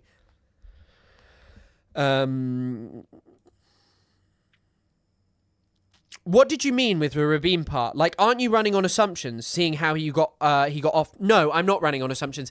Yitzhak Rabin was like a very extreme guy. Yitzhak Rabin had no problem cracking down on Palestinians violently. He said he wanted to see Gaza fall into the sea. What I am saying is any Israeli who was really, really serious at peace would not have chosen the Oslo Accords as an interim agreement. They would also not have made it a 300-page document that is incredibly complex and difficult to understand. They would have made unequivocal commitments, irreversible commitments to say, look, as a state, we are desperate for this two-state solution. We cannot let it fail here. We must work unequivocally to create a state in which Palestinians can live in their state and we can live in ours. But he didn't. He didn't take these steps to move it any way backwards. He didn't. He didn't want to. When I understood the birth rate of Palestinians and Haredi within the Green Line in Israel, I understood the country was doomed. Yeah, I mean, in terms of Israel, the Haredi do have most of the children, and that's like the thing. They pay less taxes, they don't serve in the Israeli military, and they have way more children. This is like really a consideration that goes on in the Israeli state that I think is worth talking about, because Israel can't fix these issues. It's why killing and oppressing Palestinians is the only situation that they can abide by.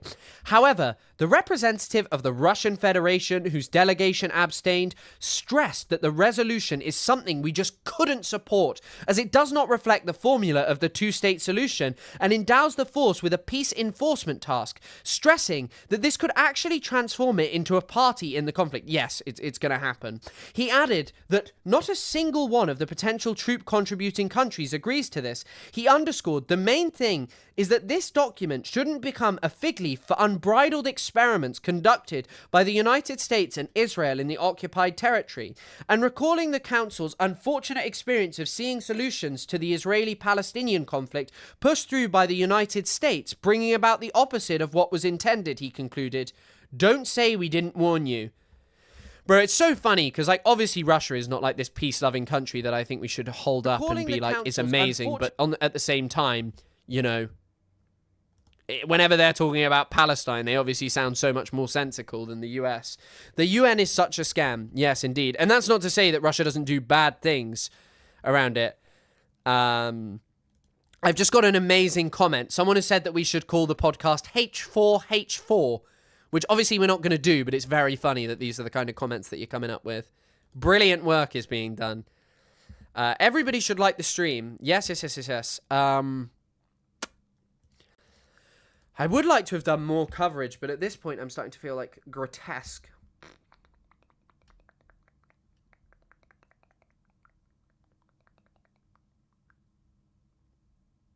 But yeah, I think ultimately, like, even if we take this from the side of, like, Palestinian Authority are going to get good, they are going to enrich themselves, they are going to create an even bigger, more violent security force which oppresses Palestinians and tries to root out Palestinian revolutionary thinking in favor of, like, stability. And what kind of good is a force that stabilizes the unnatural situation of occupation and violent colonial apartheid and a violent colonial apartheid state?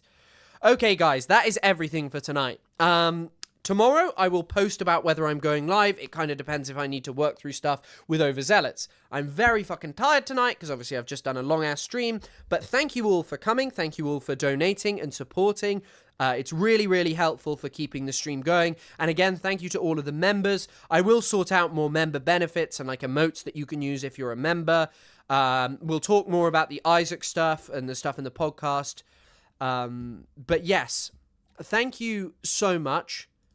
I hope you have a lovely rest of the day. But yeah, have a wonderful rest of the evening and day wherever you are. We'll talk more about the Isaac stuff and the stuff in the podcast. But yes, thank you so much. I hope you have a lovely rest of the day.